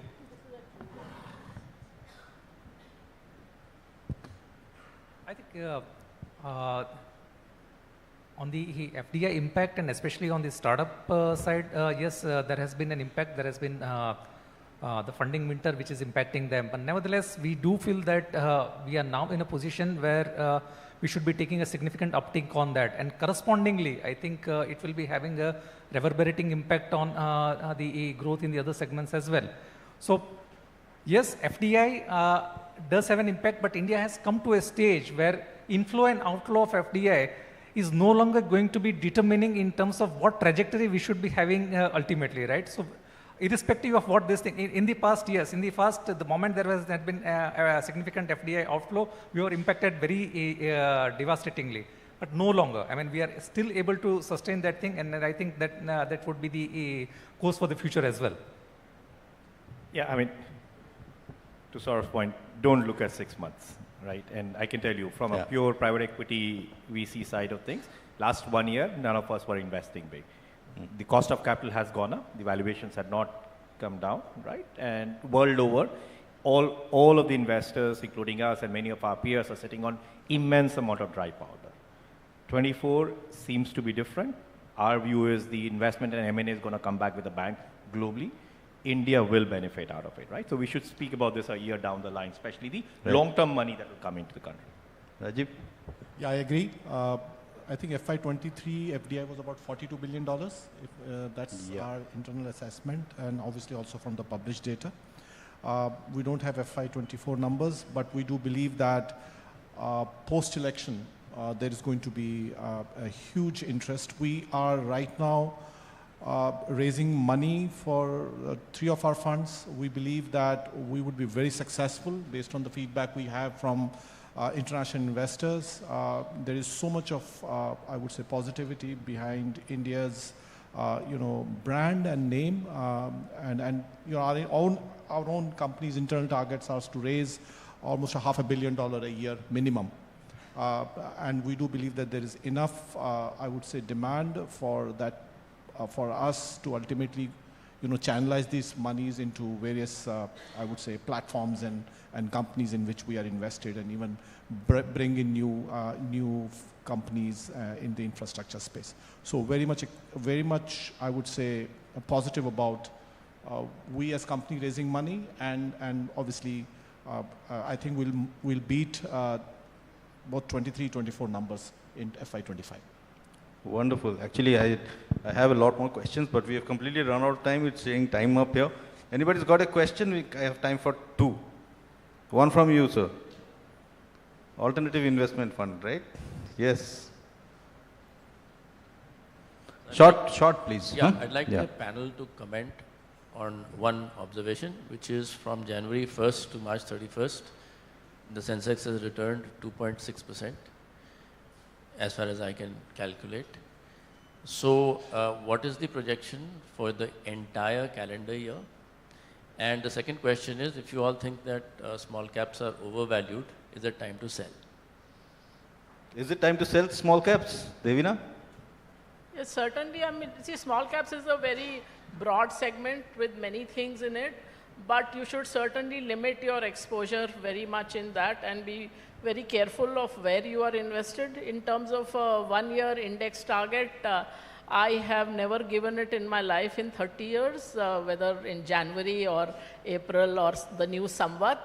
And I got the right word for it only last year in Daniel Kahneman's Noise. He says that this comes under the category of objective ignorance, not just something you don't know, but it is something you can't know. So anybody who gives you an index target, ask them last 10 years what were their projections and what was the reality. Then you will have an answer. Okay, Saurav, I know you have figured by now that you don't like big headline numbers, but he's asked a pointed question. What is the Sensex going to be by the end of this calendar year? So look, again, I think the targets I won't give, but I'll give my own experience of investing over the last 12 months. So my savings, much like Kunal, all of my 90% of my savings are in Marcellus's products. So our large cap product 1-year return is 25%. Thankfully, that's where the bulk of our savings are. My wife would have killed me otherwise, right? So that's given 25%. Our small cap product, our 1-year return is, I think, close to 0, right? And our mid cap product, our 1-year return is, I think, 14%. So I think you can see my point, right? Everybody out there, the Indian stock market will do well. The country is in good place. The stock market, remember, will suck out the best of India and make it available to you on a platter. Look for large, well-capitalized, well-managed companies for the bulk of your savings. Have a small portion of your savings in small and mid caps. Don't get too carried away when small and mid cap is rising and your neighbor says, boss, mera portfolio double ho gaya hai. Let the neighbor say that. Stay focused on having a small part of your portfolio in small and mid caps, 20, maybe 30% most. Make the core of your portfolio high quality, large cap Indian companies, and you'll do well as the country does well. So, we unfortunately don't have time for any more questions. Any more questions you have, you can take offline with the panelists. They are here only. One expert on mutual funds, I'll not name him, had once told me that the best thing you can do, anybody who wants to invest in a mutual fund, just go for an index fund and don't think about anything else, right? So on that note, we'll conclude this. Please give a whole huge round of applause for our panelists. Thank you. Thank you, Alokesh. I'm going to request you to kindly present a token of our gratitude to our panelists. Wow. I was there taking my notes. I'm sure you did too. Stay glued to your seats, ladies and gentlemen. We're moving from one interesting conversation to another.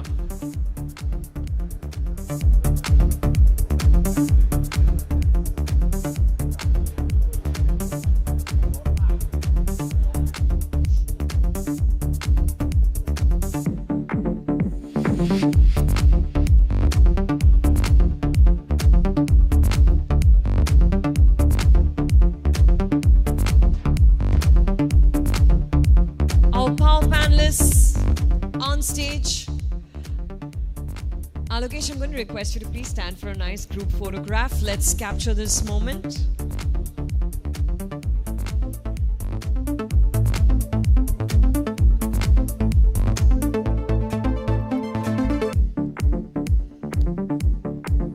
And we have got our best shot. Thank you. Thank you so much. Let's have a huge round of applause for our panelists once again. We've promised you incredible insights, and that's exactly what we are delivering here at the Mint India Investment Summit 2024. Now, if you've been keeping an eye on the global investment scene, you'll know that India's gone from being a just nice to have in your portfolio to an absolute must have. And guess what? The domestic investor cohort is jumping on board too. But let's get real for the second. The question is, where's the real investment hiding in India? What are the smart money moves being made? We've got someone with us today who is leading the investment drive into India. She's here to break it all down for us today. The strategy, the outlook, and everything in between. So let's dive deep into the world of Indian investments in just 10 seconds from now. We've almost turned the stage around. And because of the wealth of knowledge and insights that's being shared on this stage, I'm going to once again remind you, please share your takeaways, please share your thoughts, your observations about all the conversations happening here on your social media platforms, and use hashtag MintIIS2024 and tag us at LiveMint. Okay, it appears that we are good to go. Sir, tayar hai? ठीक है. Done. All right, let's put our hands together for Managing Director and CEO Invest India, Ms. Nivriti Rai, who will be in conversation with Ranjini Raghavan, Senior Editor, Mint. Ladies and gentlemen, round of applause. Come on. Welcome, ladies. Ranjini, over to you. Thank you, Zenia. Hello, everyone. Thank you for being here. And thank you so much, Nivriti, for agreeing to come here on a long weekend. We're really delighted to have you here. So Invest India doesn't really require an introduction, but just for clarity, the organization helps advance investments into India, and it's also a repository of all sorts of information for any company or investor looking to set up shop in India. And Nivriti, before Invest in India, she headed Intel for 7 years in India. So, maybe we can start with that. How was the experience, moving from private sector to a government agency and heading an organization like Invest India? Thank you very much, Ranjini. So just wanted to add some more numbers to the 7 years that Ranjini called out. I have worked with Intel for 30 years. And 15 out of US and the last 15 out of India. And of the last 15, 8-9 years, I was heading Intel India as its president, but I also was double hatting for engineering. So if you think of any company that can influence your DNA, it's Intel for me, because that's the only company I worked for. And about 6 months ago, I joined Invest India. Big change. From working in a multinational hardcore technology company into coming into Invest India, which is part public, part private. And the goal is threefold. One, bring investment improve trade, and drive R&D. This was what was asked of me. And I said, you know, let me change a little bit of what is asked of me. Let me make investment as a goal, but a bigger goal is work on the return of investment. Because for me, the brand ambassadors are the one who get good returns, who get a good experience. So I don't need to market myself or my company.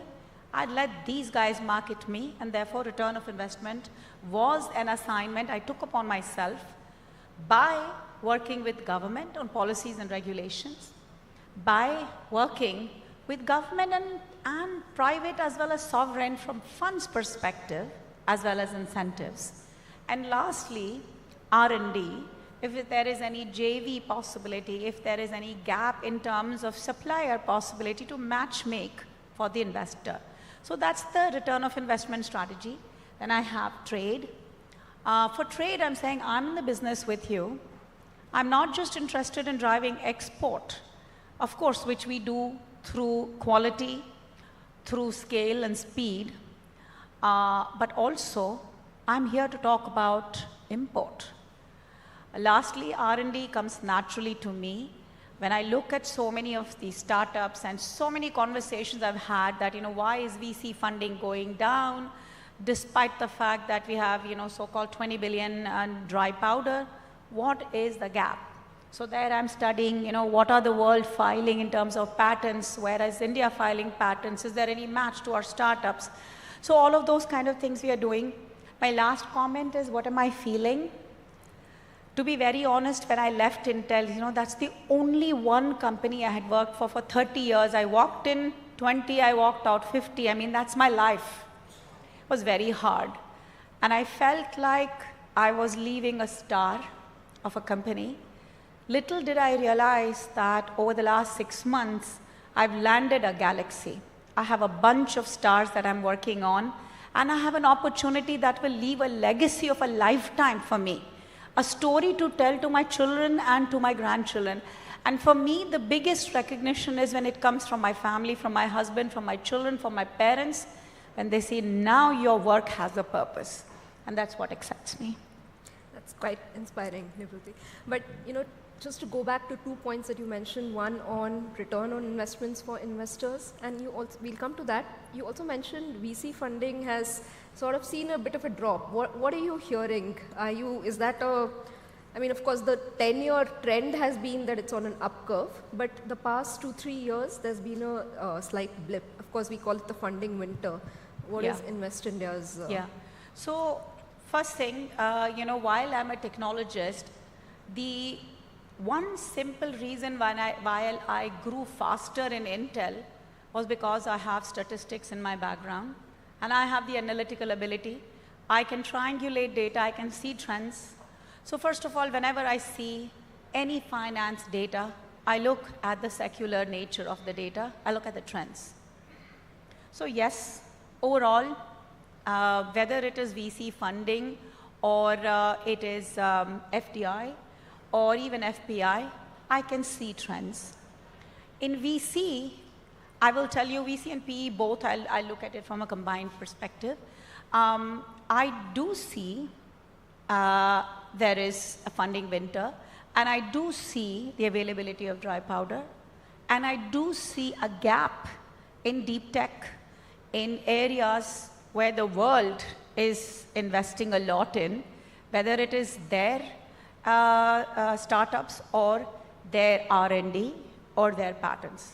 So I really feel the onus is on us, and I'm saying you and me, to look at how do we drive more of those startups that the world is hungry for.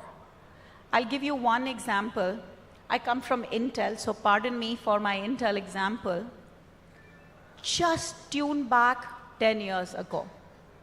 The year is 2014, and this has no connotation to any political agenda, but still I want you to rewind to 2014. Intel was 120-ish billion market cap. There was a company called NVIDIA, 10 billion.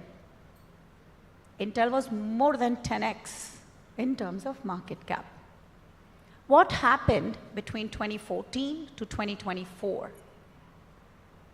Innovation was happening. Multiple patents were being filed in computer technology. Battery was getting better and better.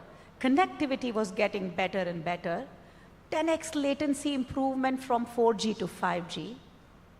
What it did to NVIDIA is the need for parallel compute. Whether it was for graphics media or it was for AI. Look how the tables turned. May I tell you what the market cap of NVIDIA and Intel is today? Intel did fairly well, from 120 billion to 180 billion today market cap. Guess what happened to NVIDIA? It went from 10 billion to almost 2 trillion. Now NVIDIA is more than 10x of Intel. That is what the need can do. The need is leverage compute, leverage connectivity, leverage battery, and leverage storage for the use cases that generate economics and quality of life. Every growth that I look at, I have just 2 levers that I'll exercise. One is look at economic growth, but look at how it translates into quality of life. So when I look at that, AI and connectivity has transformed lives of people to such an extent that in this very Mumbai, last time, and very long answer. No, please continue. I don't know the neighborhoods, but one of the neighborhoods, I wanted to have street vendor chai, because I feel the more expensive the chai is, the poorer the quality is. It's like power. Higher the power, you don't like it. So this was a guy from Bihar, and if I was showing a presentation, I would love to show you the picture. 16-year-old boy from Bihar, very skinny, and selling tea. And my colleague, who is going to join Invest India very soon, he said, this tea is very good. So I asked him, कितने की चाय है? He said, 15 रुपए की. चाय कहाँ से आती है? मेरी माँ बिहार से भेजती है, साथ में मसाला भेजती है, जिसकी वजह से my chai is the best of best. आपको ताज में नहीं मिलेगी ऐसी चाय. I said, okay, let me just have it. I had the chai, and lo and behold, everybody has QR code. So I pay, leveraging my phone. So yeah, fantastic device.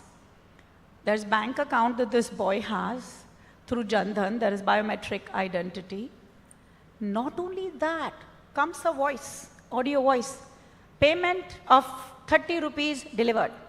Saying, oh wow, there is a confirmation, it's full circle. I paid. He received, he acknowledged. And he gave me the chai in Kullad. I'm saying, my gosh, this is the grassroots level innovation jam that has enabled this business. The supplier is sitting in Bihar, and the tea and the masala comes in the train. And this boy, he says, Bihar mein 3 rupees ki chai bechunga, yahan 15 ki bech raha hu. So I'm saying, technology has changed the lives of people and the dreams. And that's why when the Prime Minister says, time is now, it is because convergence of technology is happening. There is a momentum. There is something running inside each of our hearts. If we stop, we lose. So I'm so excited about jumping into this ship called Invest India, because I feel the onus is on you, and the onus is as much on me to climb on this train which is running. I want to finish with 3, vectors. First, India has tasted success. From this boy in Bihar to our, solar Lagrangian Aditya mission and moon mission, to hosting G20, to winning so many golds in Olympics, we have tasted success. Second thing, there is momentum. Momentum, when I look at myself and I look at my team in West India, I realize, man, that is India. India is youth. India is 25-year-old median age. India has very few dependents on these people. India has 500 million workforce with 5 million software. That's what India is. 1.4 billion data producing factories, which is the raw material for AI. The momentum is there. The velocity is there. The promise is acceleration, which is what all of us, I met many of you who have your own funds, who are VC, PE guys, who are investment bankers. We have to drive the acceleration. Government is an enabler. I really feel we have to pitch our case and get the government to support with the policy and regulations. And I'll give you one example. I'm still very much a private sector person. Very recently, I went to US. I had a company who was saying, oh, this particular policy is causing me so much loss and so much opportunity loss for India. I need this policy change. Honestly, I made one call to our commerce minister, and he gave me an ETA of 36 hours, and we got it done. But Nibruti, I mean, here, if I... What are you hearing from investors in terms of too many policy changes? Is that also a concern? I will be very honest. Policy stability is the #1 requirement. Policy transparency is the #2 requirement. Now, having said that, the reason I jumped into the government is I want to drive change from within, with the understanding of private sector. So I want to tell you, at one point of time, I felt, and this is only my belief, India was working for one India. Driving, ration cards, kerosene lines, so many such things where all of India could see the benefit. Then India said, oh, if we look at summation India needs, I'm missing out on those technological advancements. So government got very interested in, okay, 2G we were very late, 3G we were late, 4G we were, okay, 5G we are ahead. The realization came that overall India can only benefit if they stand on the shoulder of technology. I'll come to your question. So that was the change. Overall India, primarily consumer, primarily agriculture, to let's look at agriculture plus technology. Let's invest in these areas. We have to learn. There's almost like a bimodal focus, cutting edge technology and overall India. To now, I'll tell you, the third axis has gotten added, which is India for the globe. Because we tasted the success, because we have the momentum, and we are working toward the acceleration, now we have to do India for the globe. And looking at India for the globe, we have to build our policies in partnership, in understanding with the globe. I'll tell you, there's one country name that I did not want to say, but China was not a China without America. So, every country that I have studied, all the way from World War, firstly, government plays a big role. Secondly, immigrants were very critical to driving, innovation and partnership, alliances. Intel would have not been Intel had it not been for Intel plus Microsoft. So I'm just saying there are alliances we have to work because our dream is the world now. So guys, the playing field has changed. The whole canvas has changed. So yes, policy we have to work, and there's a learning which we will. Right.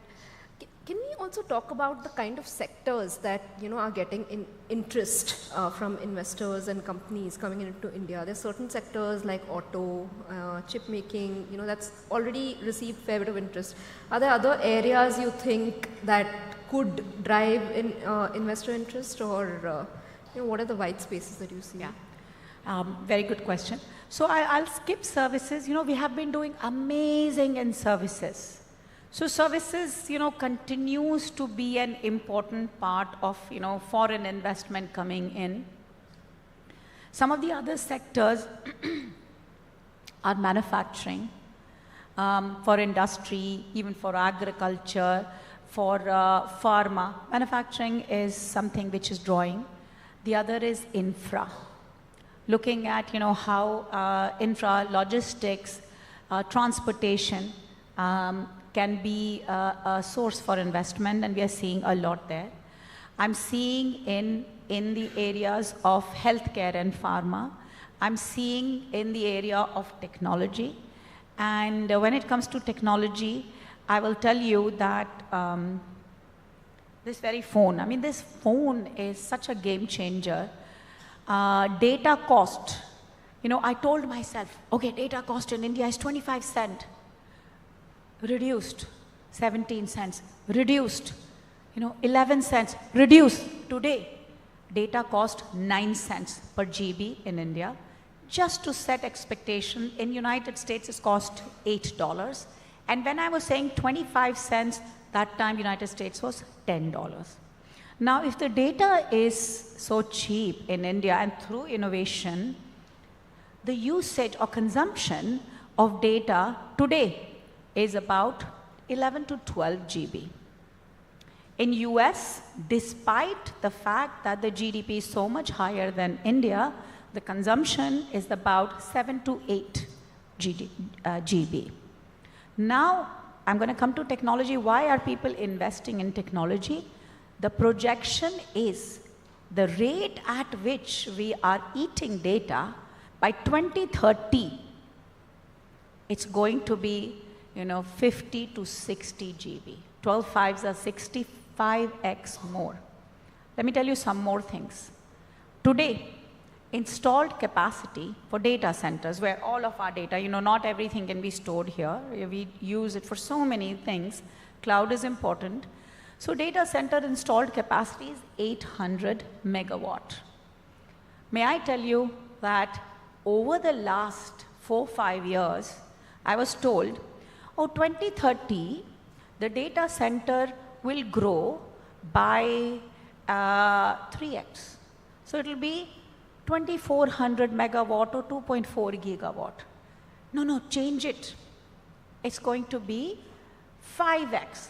Oh, okay, so today is 800, so 4000 GB, and it's going to be 8x. Did I make a mistake? 8. But more data, more essentially. Data. Yeah. Latest information is data center is going to change today from 800 megawatt to 8,000 megawatt, which is 8 gigawatt, which is 10x. So with the change from 3x to 10x, we have to be prepared to enable investment into data centers. So when Ranjini, you were asking what are the areas? Data center. Yeah. So many people, globally, locally are interested in data centers. Some, just as a real estate, as a colo, I'll get the water, I'll get the power, I'll have the shell, put your data center, put your services. Some to completely manage. So data centers is one, and I gave you the reasons from phone to the need for, 800 megawatt to 8,000 megawatt by 2030, and the range. Semiconductor, let me tell you one more thing. Today, people believe semiconductor market in India is $35 to $40 billion. By the way, the world is 600 billion. And the belief is by 2030, India would become 200 billion. And, the world is 1.23 trillion. With the increase in the data centers and the phone, I assure you, the increase in semiconductor is going to be huge. That is why government is looking at incentives. Government is working very hard to draw semiconductor because there is a need, there is a market. Middle class in India for consumer-driven economy is growing at the rate of entire Australia and entire New Zealand each year. That's how the number of middle class increases. Yeah. So those are the areas. Yeah. We have some time for audience questions. If there are any audience questions, we can take them for Nivruti Rai. Yes, please.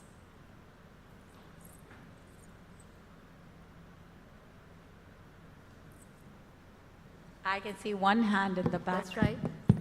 Can someone get a mic there?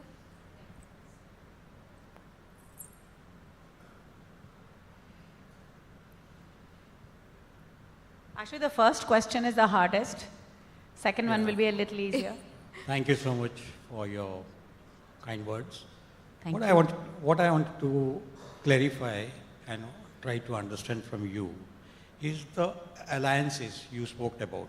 Now, India as a demographic country and the consumption story over here, how we can partner with a country like US and how we can create a win-win situation How we for can our create a- demography on the data centers as well as the full the economic growth story together as a part. Because you mentioned about the partnership, the alliances when we can have and Excellent create a question. strategy.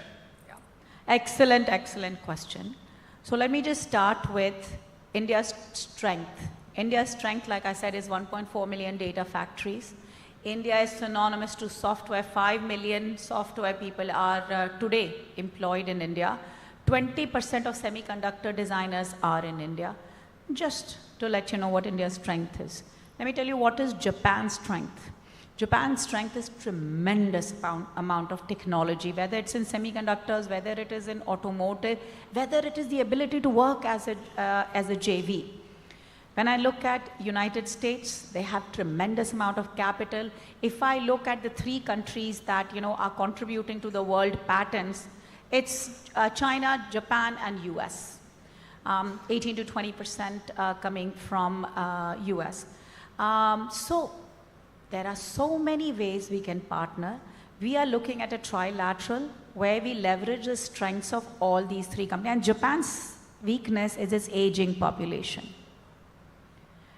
There was a time, if you thought of memory, you thought of Japan. Now when you think of memory chips, you think South Korea. However, they have the technology. So there's partnership that we are working on, trilateral. We are also working on bilateral. Just to give you an example, between US and India, we are looking at what is called ISET, critical and emerging technologies that include things like RAN, radio access network, especially open. We are looking at, AI, of course. We are looking at secure corridor such that data exchanges can happen. And just one example for many of you who may not know, and by the way, I just learned very recently, did you know that HCL is working with Department of Defense in United States, building software, selling software to them?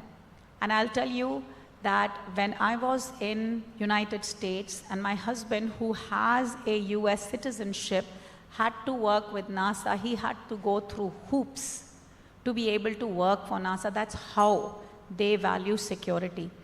So HCL is already working. We already have ISET. With Japan, we signed an India-Japan alliance. I'm also working with Taiwan. I'll just give you one last story on Taiwan. I was talking to them, and Taiwan is this little country, or like a country. I mean, some people will feel bad if I say that. But has TSMC is just 70% of the world semiconductors. Has so many other areas that they focus on. Batteries, of course, for cell they import from South Korea. They have lithium ion ability. So I was saying, can you work with us and help us build the silicon for solar? Or can you help us with building EV batteries, or leverage the cells that can be for EV as well as solar? And the one thing that I was able to create in them in fear of missing out, by saying, these are not very complicated technologies. Coming from Intel, and I have been in pharma industry, I have seen biologics and biosimilars, I know the precision. It's not that India cannot do it, but India needs time, India needs money, and India needs focus. So I said, can you partner Taiwan with us? Because if you don't, we will do it anyway, over time. With partnership with you, we can do it faster. But if we do it faster, you benefit from us. So I was able to create this fear of missing out because the opportunity is real. However, we cannot do it alone. I fully agree with you that those are the alliances we have to work on. Yeah, yeah. Yes, please. I have there. Yeah. Before that, do you think we have enough skilled talent to, take on some of these challenges? Sure. Skill is directly proportional to the jobs available. So for the jobs available, yes. For the jobs predicted, no. For the jobs predicted, we have to work now. So as we were growing up in our schools, my dad never got a chance to work on building a VLSI curriculum in his engineering like the way I did. Now when I look at my children's curriculum, my daughter is doing human-machine interaction for AI. So as world evolves, the skills need to be upgraded. So today, absolutely not. But tomorrow, we have to work on it. And the urge is to many companies, many of you here, academicians, government, to look at what are the jobs coming in the future which are based on these new technology. The name of the game is going to be phygital. I really believe AI plus human intelligence is the name of the game. And for phygital, all the technologies, whether it is computer, whether it's AI, whether it's health, everything that technology will impact in terms of quality of life will be the jobs that will be created, and we have to work towards it. Yes, please. Hi, Rishabh here. Hi, Rishabh. Yeah. So I will take it from where you left. I think one of the examples you gave was biotechnology.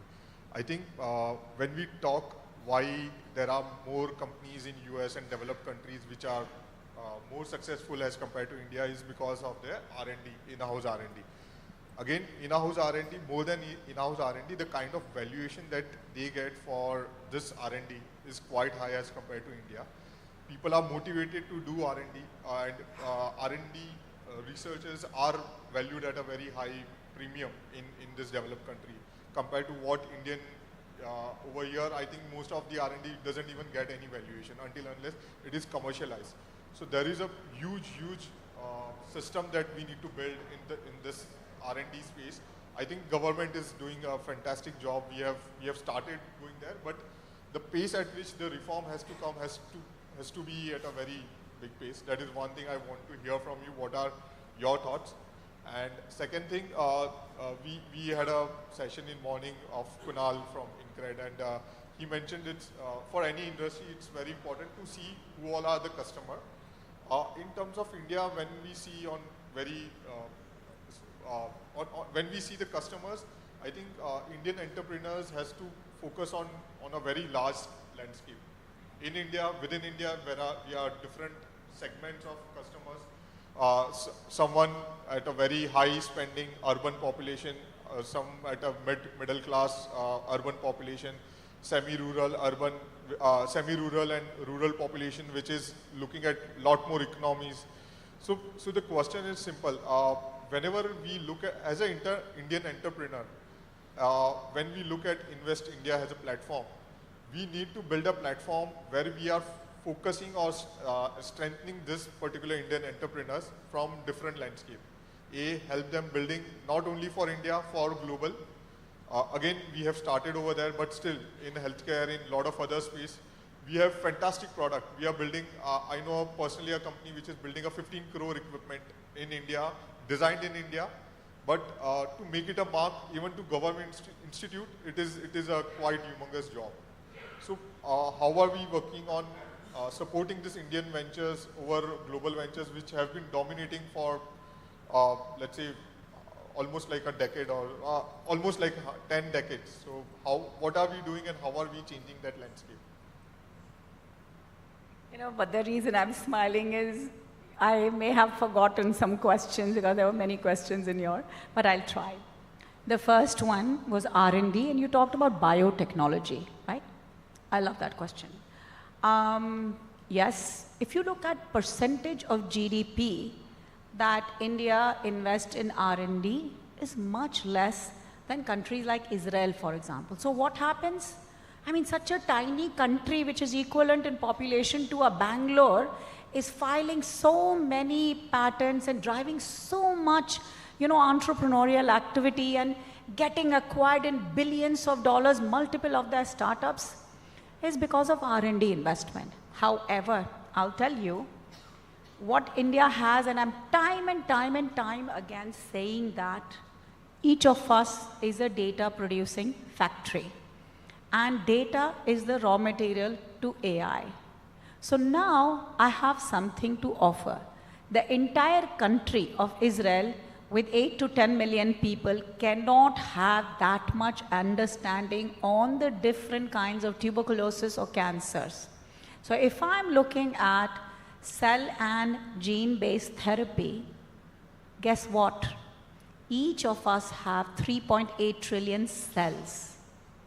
And each of us is a very different environment. If you have to look at even a, forget about cancer therapy, if you have to look at a vaccine, how one environment works versus another environment, nobody is better than us. Having said that, with all of this data protection that we talked about, technology comes to the rescue again.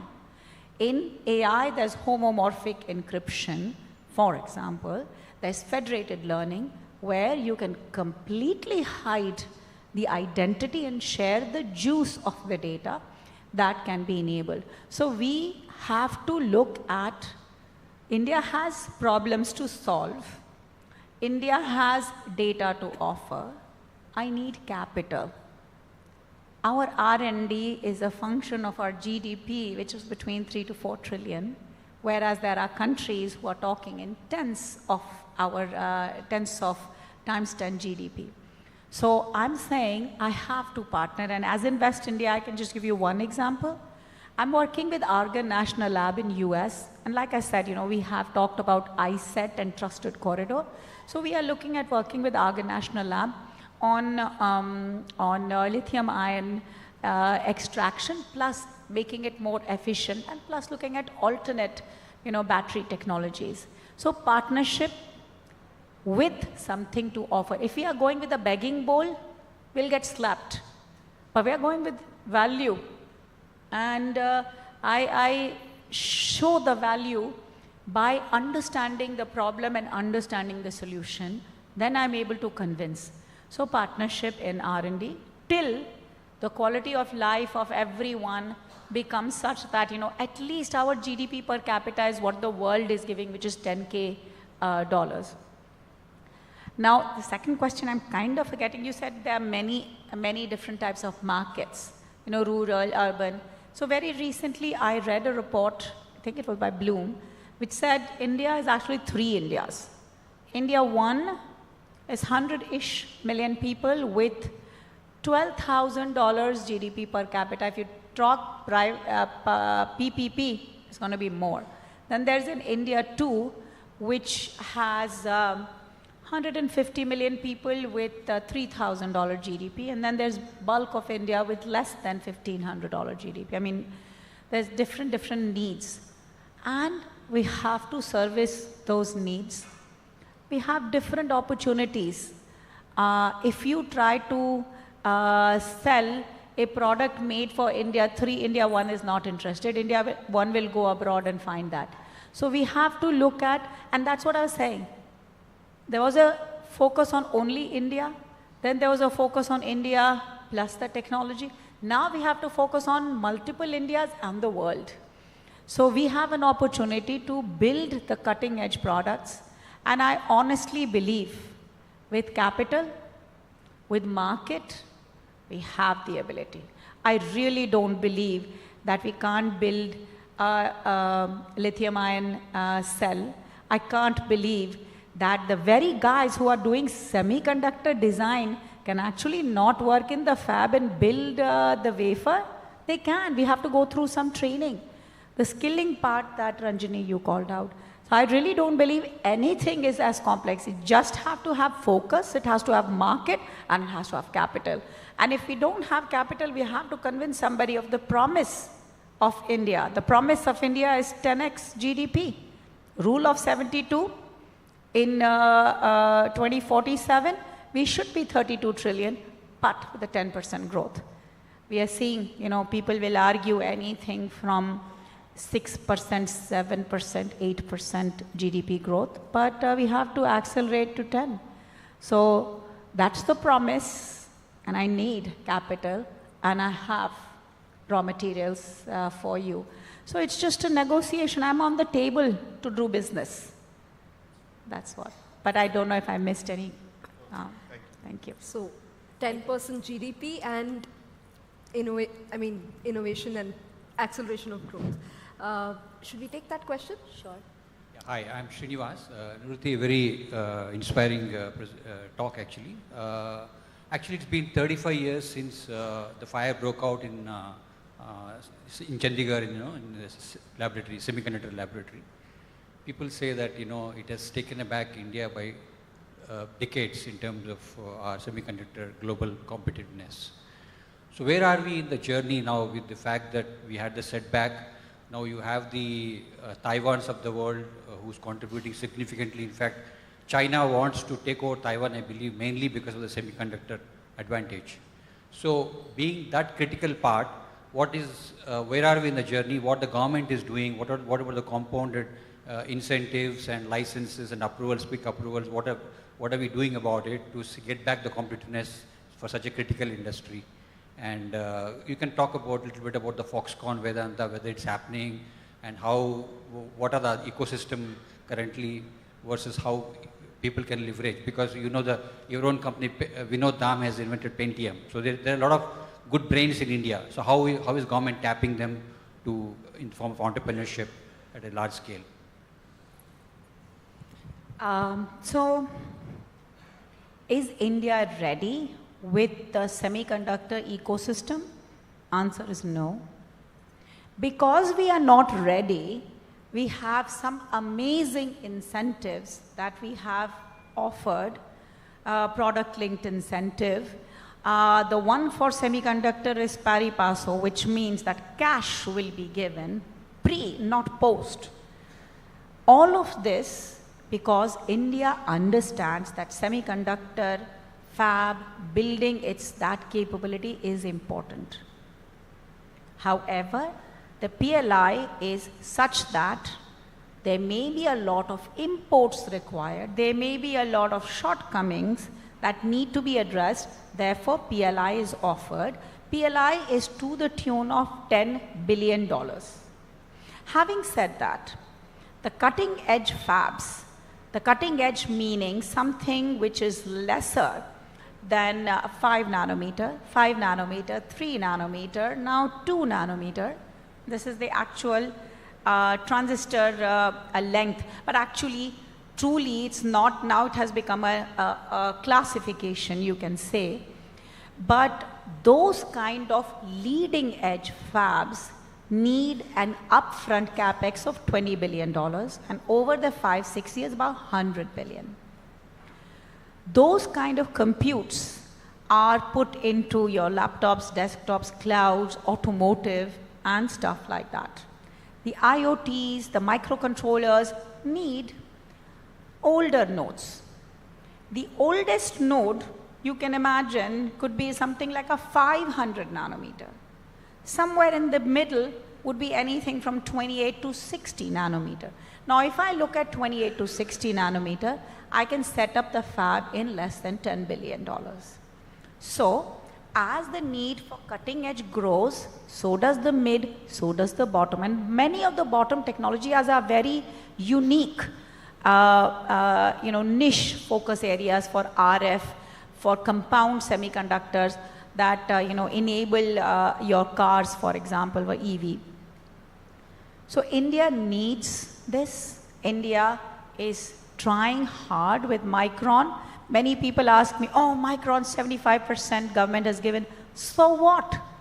It is important for India, and India better land a Micron and many Microns. It's just the beginning. With what you're hearing from Tata, Tata setting up an OSAT, so packaging. When you think of semiconductor, the crawl, walk, run is, let's do package, let's do mature technology node, let's do leading technology node. And India will get a fab. India has embarked its journey with local and global investors, and we will continue to do that. Having said that, Windham and many of the designers, yes, if we can design a microprocessor, we can leverage the transistors that get printed in the fab on the wafer, we can definitely be trained to be fab engineers. It's not rocket science. Even if it was a rocket science, we could do it.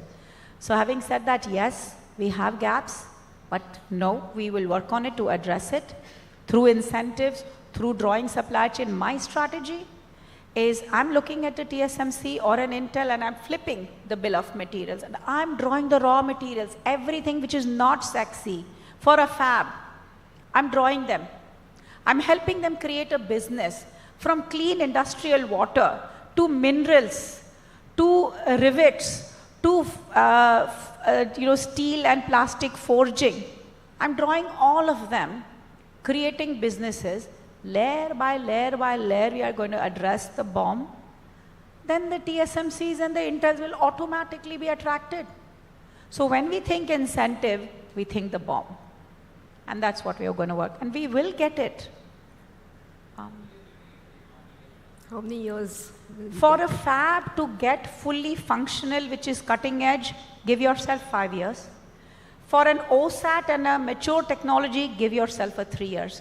So Srinivas, in 3 years, we will have package, we will have older nodes.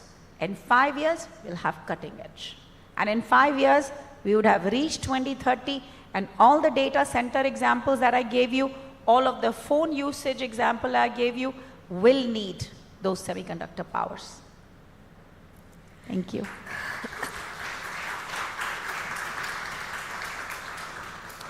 Thank you so much, Nivruti. With that, we have to unfortunately conclude this session, but I invite our delegates to, speak to her offline. She'll be here for some time, I hope.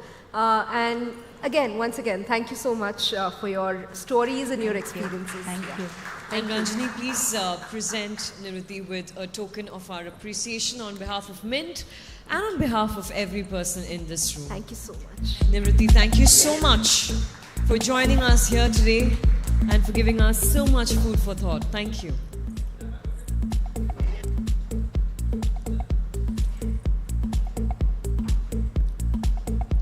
Thank you very much, ladies. Thank you. In the 2024 India, where the investment landscape is riddled with challenges and uncertainties, it's imperative for us to strategize, to innovate, to look at the next challenge straight in the eye, and to strike growth-oriented deals that also drive sustainable success. Our next speaker is here to identify the headwinds facing the investment community and how to take them head-on. How to rather face those challenges that may include regulatory changes, geopolitical tensions, and even market volatility, among others. Please join me in welcoming on stage partner and leader corporate finance advisory, financial advisory, Deloitte India, Chirag Agarwal.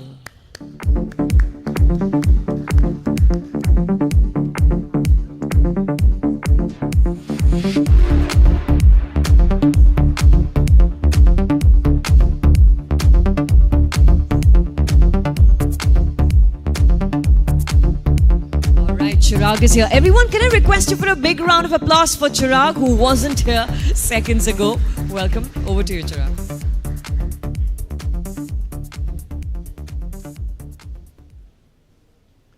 Hello, everyone. Thank you for time.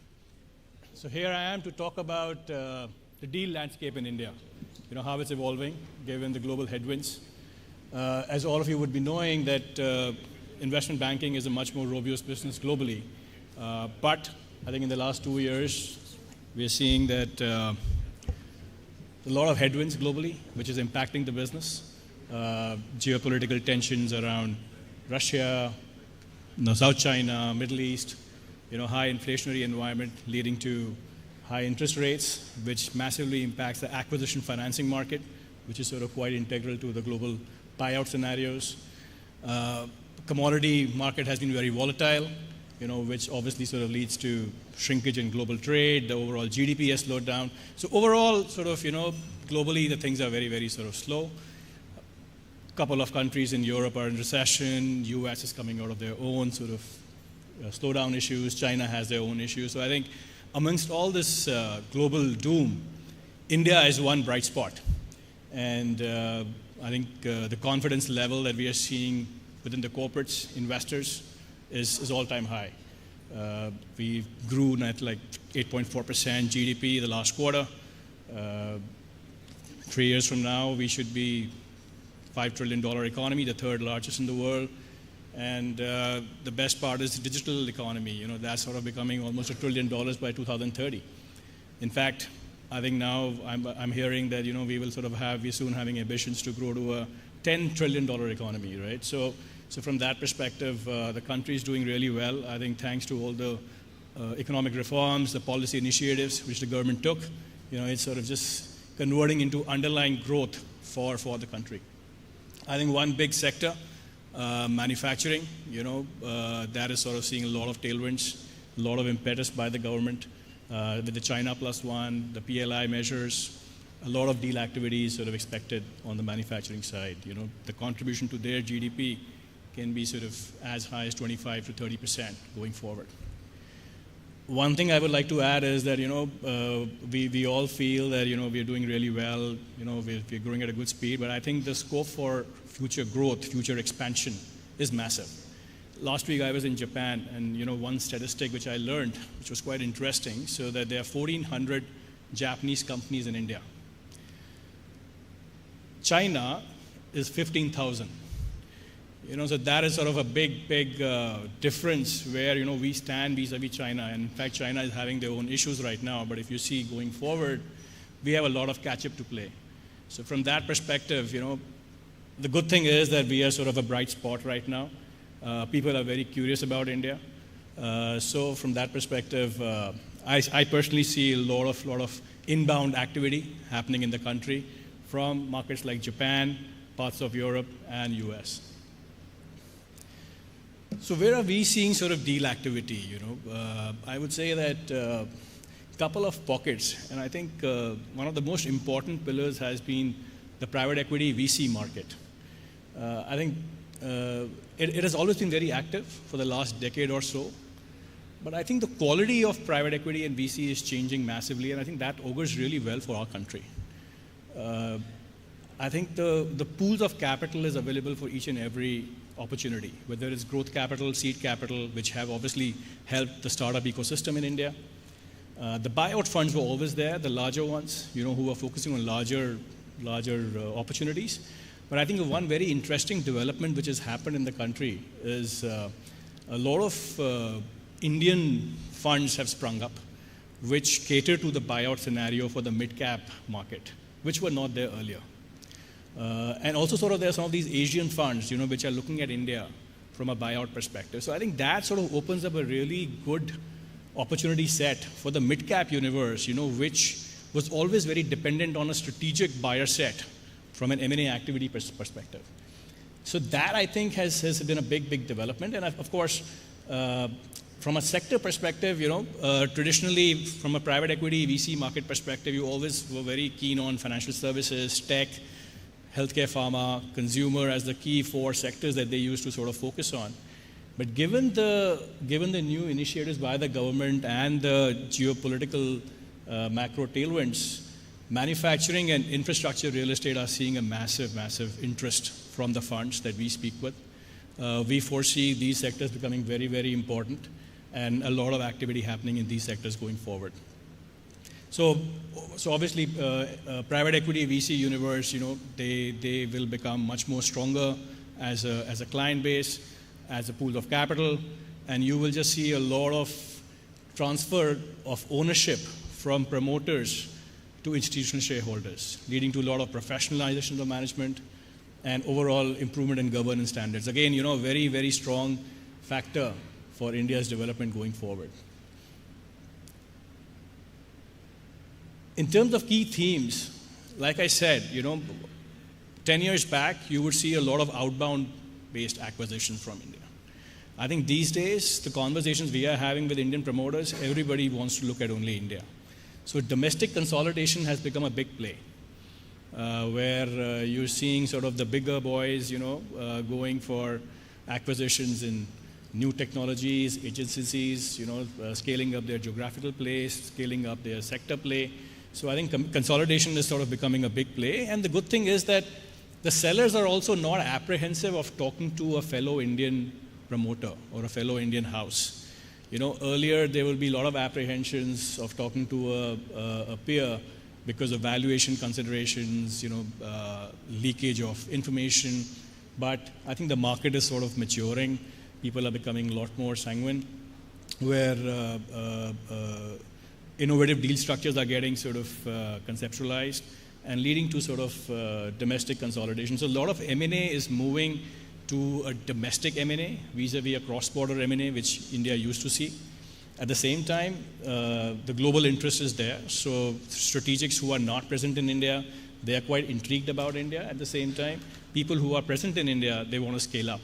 And of course, within all this strategic universe is the private capital, because like I said, the new funds which have come up, so that sort of is actually sort of, putting a lot of peer pressure on the strategics. And that exactly is helping push the valuations up from a seller's perspective. So over and above basically the consolidation, it also sort of acts as a good optionality for the seller to sort of continue, with an upside going forward, not sell full stake, sell a majority stake, and continue with upside. And of course, the last important part is the IPO markets. The vibrancy of Indian capital markets is returning in a big way. That provides, and the good thing is that our capital markets have been sort of very self-sustaining in nature, not very dependent on the Western markets like they used to be.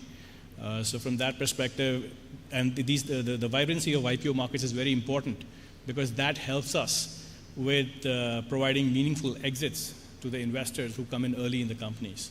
So there's a good churn of capital which keeps on happening, and that sort of keeps the M&A and the fundraise market also pretty vibrant. I think on the strategic M&A side, I think these some of the points which we wanted to highlight was in terms of the consolidation play we are seeing. But I think one good data point is that the average deal size in the country is increasing. So you see more, in terms of the $1 billion plus transactions, you just see that the volume is increasing on that side. The average M&A deal size in India now is around $100 million. So which again sort of talks about the sophistication in the market. Larger players are not shy of going for aggressive acquisitions. Earlier, if you would talk to any of these large houses, they would always sort of talk about build versus buy. The general comfort was more on the build vis-a-vis buy, but there's a big change again in that side, where you're seeing sort of a lot of these large houses being very acquisitive. Some of the statistics mentioned over here, people like Reliance, they've actually done more than 40 transactions, and Reliance always used to be a very house of engineers, so more on the build side always. So I think this is a very, very important trend which is happening in the country where the larger houses are very, very acquisitive and they are being very thoughtful about the acquisitions. And, they are sort of going in terms of new areas, new technology. And again, the good trend which is changing in the last 3 or 4 years when tech was more restricted to consumer tech or fintech. I think a lot of focus now we are seeing on new emerging sectors, like space tech. AI, ML, of course, is one of the hottest buzzwords, health tech, sustainability, clean energy. And people are really hungry for good ideas, good technologies, good opportunities in these side, and we are seeing sort of good traction on that side.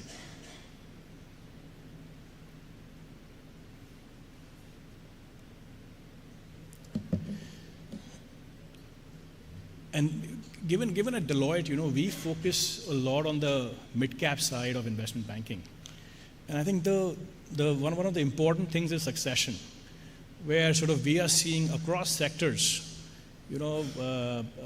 promoters are now very, very open and very pragmatic about catering to to the next generation, where sort of wherever the main guy is having a sense that, the next generation is not very keen on his business, or they might not be able to delve into the highly competitive market which India is becoming, they actually are taking very, very proactive steps. And we are in conversations with a lot of these kind of corporates across sectors where they are being very proactive while the businesses are doing well. They can fetch good valuations. So no longer it's a taboo word.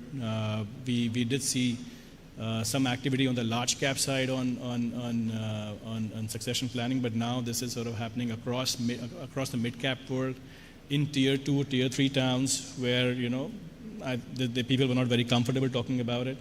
So that itself is sort of leading to a lot of M&A. The buyer market for this is again some of these large international strategics or the domestic strategics. Private equity, like I mentioned, the smaller funds are looking at it, but at the same time, the important theme is platform play, where sort of you acquire a couple of players in the same segment and create a platform, and then sort of make it larger for a listing or a potential exit. I think a good example of this is something like a Sona Comstar, which Blackstone did, where they acquired Sona, acquired Comstar, merged them, created massive value out of that platform and had a blockbuster IPO. So this is sort of a great trend. And again, AI is becoming a big focus area for, I think, every corporate and every person in this room as well. And tech companies, of course, in India, they're already sort of doing good amount of work on the AI side, but at the same time, larger corporates are also very focused on it. I think in terms of the deep tech startup ecosystem, again, it's fascinating the kind of work which is happening in India. And this deep tech, I will include even things like space tech, defense, drones, clean, sustainability, apart from AI, ML. So, there are almost like 300 new startups which came in 2023, and the kind of capital that they're raising is mind-boggling and very impressive. So this was sort of a brief on, what we are seeing, given the time, and in terms of, how we at Deloitte, we can help out. One, we are a team of about 80 investment banking professionals with experience over 150 transactions, $50 billion in M&A and fundraise transactions.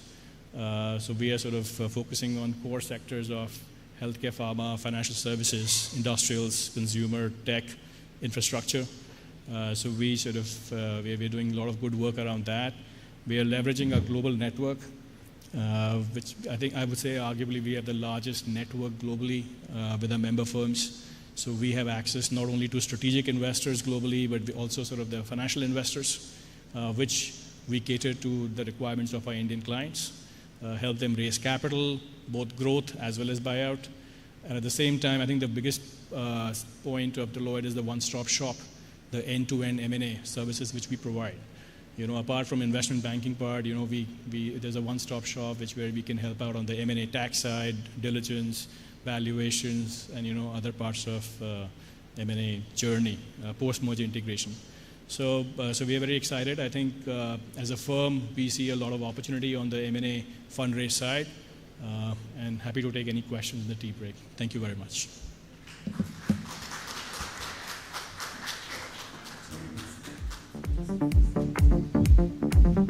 Thank you so much, Chirag, for taking us through that presentation. Now, Lokesh, I'm going to request you to please join us on stage.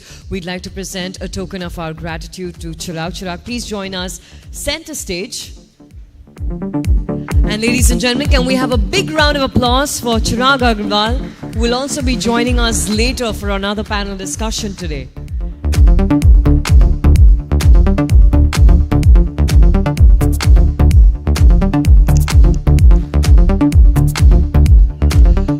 We're talking about the rise of the Indian Spring at the Mint India Investment Summit, and I think it is time for us to re-energize, because segment 2 brings to us another set of power-packed discussions. So ladies and gentlemen, please go ahead, grab your shot of chai and coffee, be back in your seats at 6 p.m. sharp. That's when we'll kick off with the next conversation. See you on the other side of the break.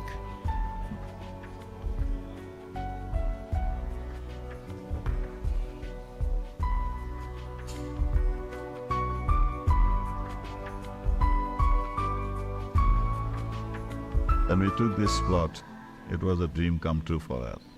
The objective was to have a stable structure with good quality light, with good quality spaces, which is durable, long-lasting, and follows the exact IS codes.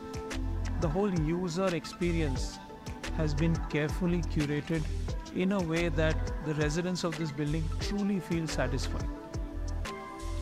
For 25 South, 100% of the material has been imported from our facilities in Europe and Middle East. So the quality control parameters set by 25 South and Access Facade is so stringent that the result is a home with a lifetime value for a customer. I think the best thing to do was to, delve deeper into light, height and air. And you realize that you get a simple master plan.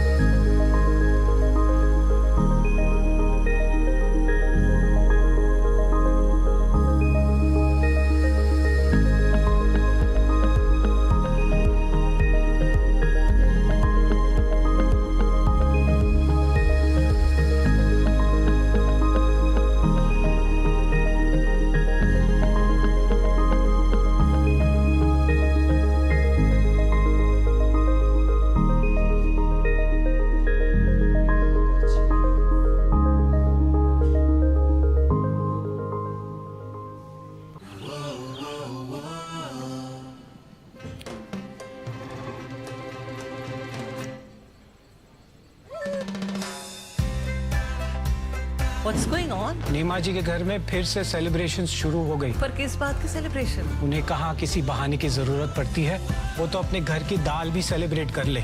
जो financially secure होते हैं, उनकी जिंदगी के मजे कुछ और ही होते हैं। तो खुशियां बढ़ाते रहो, इन्वेस्ट करते रहो। बंधन म्यूचुअल फंड, बढ़ते रहो। म्यूचुअल फंड निवेश बाजार जोखिमों के अधीन है। योजना से संबंधित सभी दस्तावेजों को ध्यान से पढ़ें।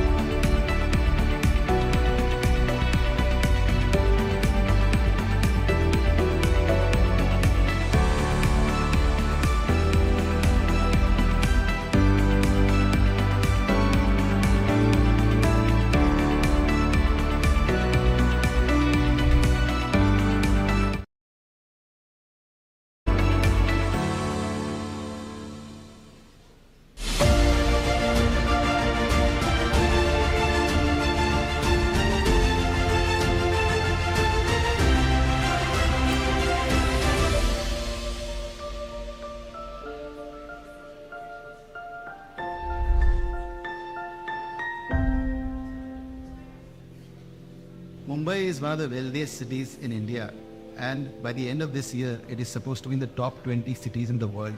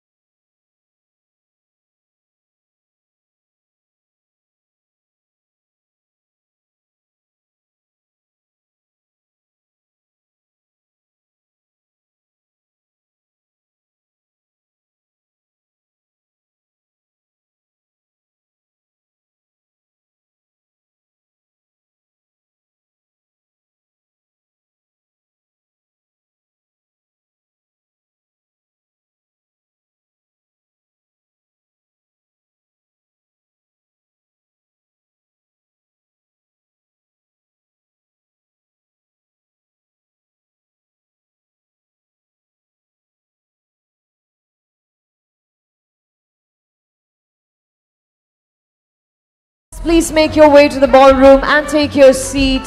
Let's get started with the next segment.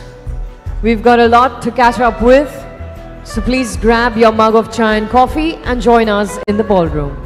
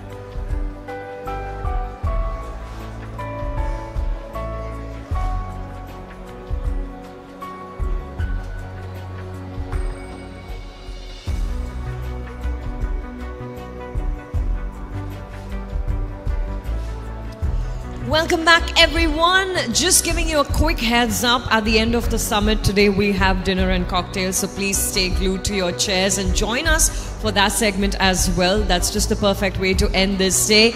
Also inviting you once again onto our social media platforms. Please drop us your comments, your thoughts, your observations, insights, or some key takeaways from all that's happening on the stage today. And when you do that, don't forget to use hashtag MintIIS2024 and tag us at LiveMint.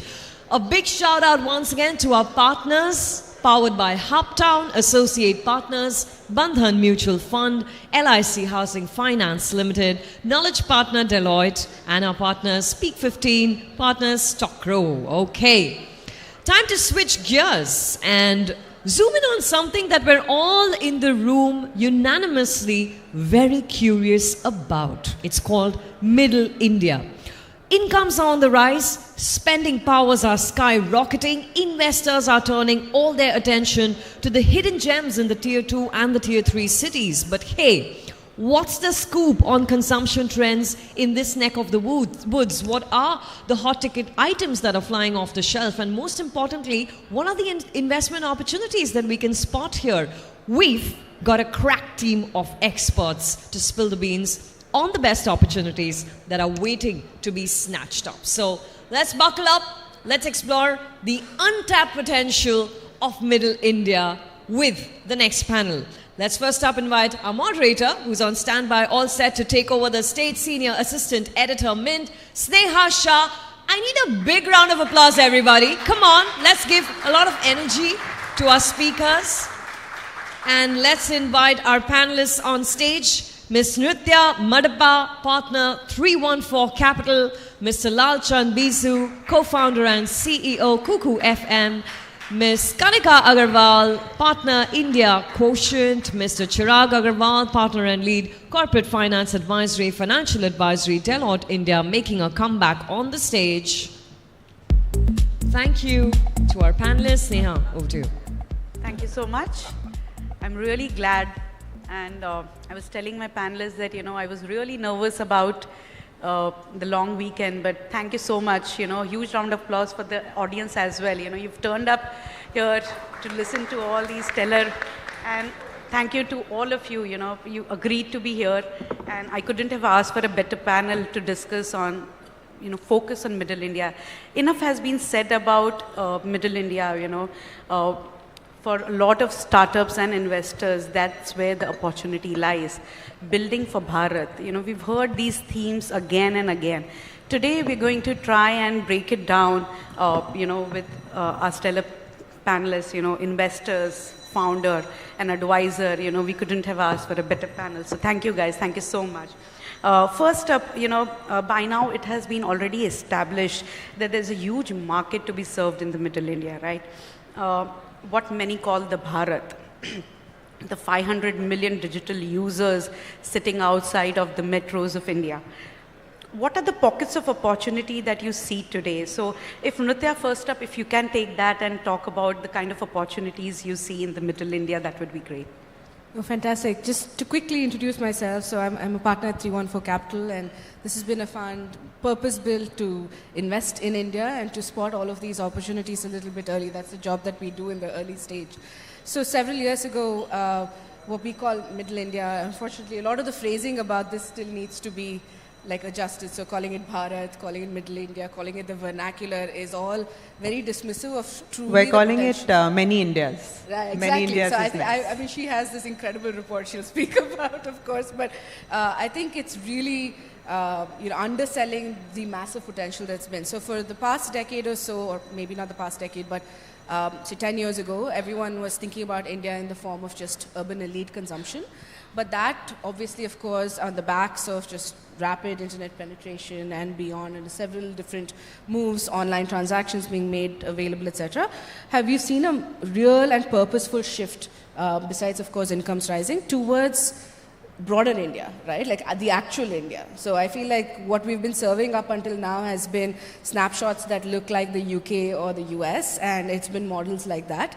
And what we're really, really excited about, and we spent even the last 7 years of our existing investing in, is what does purpose-built models for this entire consumer look like? So across content, across consumption, brands, or even distribution plays, who are building like the infrastructure to even be able to reach these customers. For example, in Middle India, as you call it, your branch-based banking does not work, does not scale, right? Like you're not able to sort of offer these people the kinds of financial products that they want. Neither are these customers easily accessible on the internet, right? You can't just keep throwing money at social media in order to onboard them. That's a very, very poor way to acquire them, and I'm sure Bisu is like the expert on the panel on this. He'll tell you more about it.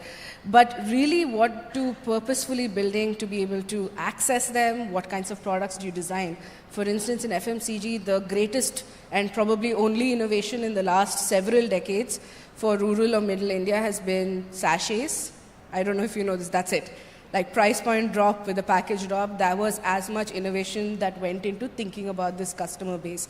But now 60% of Nykaa's purchases are outside of tier 1. Like that is reflected, at least 30 to 40% of any e-commerce brand, etc. We're seeing a lot of their sales come from beyond the tier 1 urban elite cities.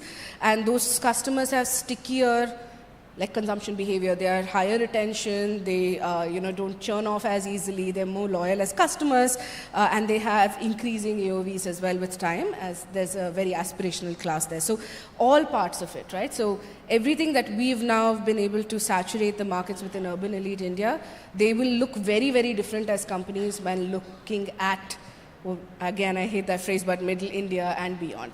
So yeah, that's my answer. Yeah, I have a lot to add to that. You called it many India. Yes, exactly. I think that generally what you need to start thinking about is outside of the metros, let's assume that's one persona, how many other personas of buyers exist, right? And that's why we call them many Indias. So example, all of these earlier from Bihar, UP, people used to come here as maids and drivers. Their kids are now going to English medium schools. They're not going to come as maids and drivers. They all want Infosys jobs. That shows up in maid inflation versus IT salary inflation, right? It's very, very different. I think maid inflation is 8% CAGR over the last 20 years. IT salaries is 2%. There's another persona of guys who are, farmers' kids, who now don't want to go and till the soil. That means there is a lot more farm automation. There are YouTube channels where farmers are watching how to do a better job. There's a third persona of kids coming into cities to be Urban Clap, Zomato, Swiggy, etc. And frankly, making that 20-25,000 that the IT fresher is also making. So the whole point is all of them consume differently. All of them have different needs. But Nitya pointed to sachets. I think a very large theme we're seeing on digital services there is that there is a sachet concept in digital services called microtransactions that works very well. And again, I'm going to throw that to Bisu to talk about some more, but we've had a lot of sort of success in our portfolio with that. At IQ, we've been very, very large proponents of investing in different Indias. So right from ShareChat, we did Friend, which is dating in tier 2, tier 3 cities. We've done Local, which does regional content. Of course, Bisu was nice enough to add us to his cap table, at Cuckoo. So I think we've spent a lot of time and have figured out that it is not one middle India. There are different personas, horses for courses. You will need a different type of founder to invest behind, and you will need a different type of lens as you view them. And lastly, you need to think about those TAMs 10 years out. Today, they will all look small. Both of them already spoke about tailored solutions, but it would be interesting if, Bisu, you could really tell us your experience at Pocket FM, Cuckoo FM. I'm so sorry.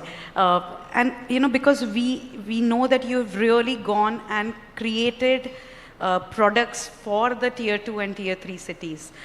You have, what we used to call earlier, a chota recharge kind of, products that you've brought in, but there are these smaller subscriptions that you've brought. If you could, tell the audience about your experience and how did that idea come about?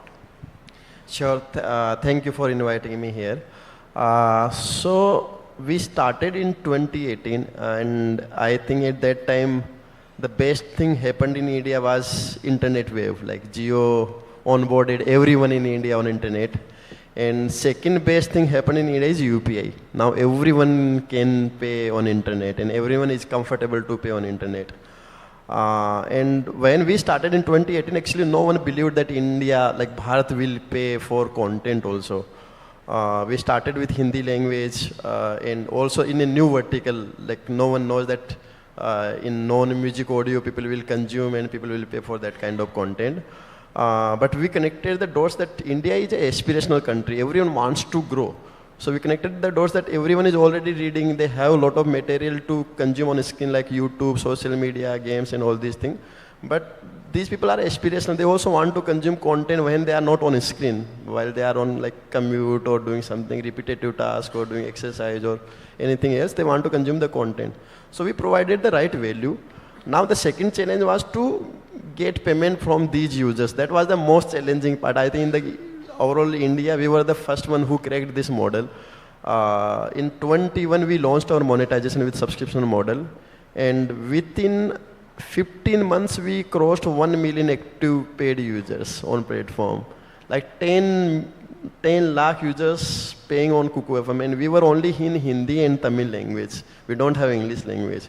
And most of the users are from tier 2 and beyond cities. And these users realize the value. These users are comfortable to pay. Now you have to think like the ideas and right value for these users. And like now I can see there are a lot of opportunities. Like now you have like, so everything from top down, like whatever we had in developed countries now, like from last 10, 20 years, these metro cities users were consuming. Now everything will go down also.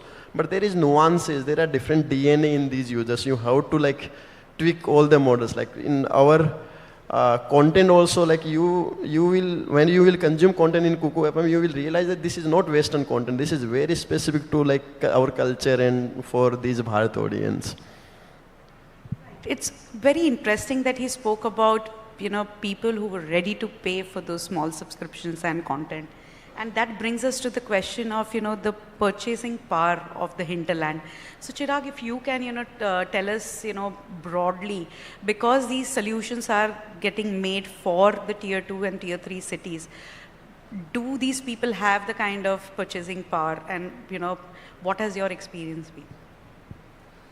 No, certainly. If you actually see, most of the large consumer houses, bulk of their revenue or sales are getting generated from tier 2, 3 towns, Bharat, as you may call it.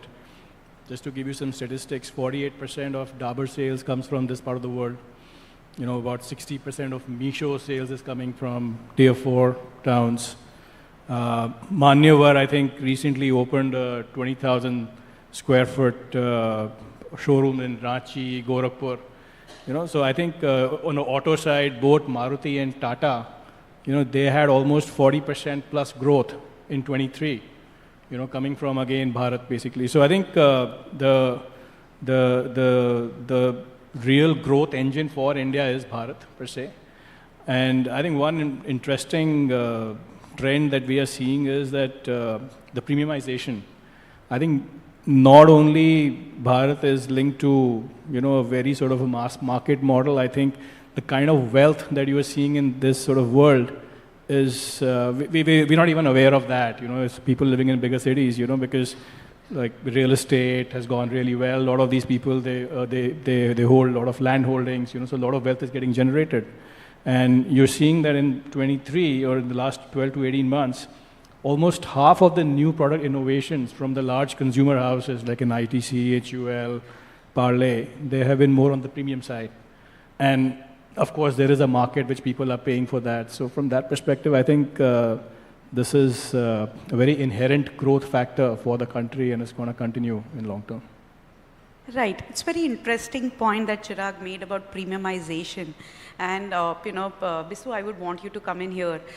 A lot of founders say that acquiring new customer is not my success. Retaining customer and trying to see how much more I can squeeze out of that customer. So how are you, seeing, are people ready to re-engage?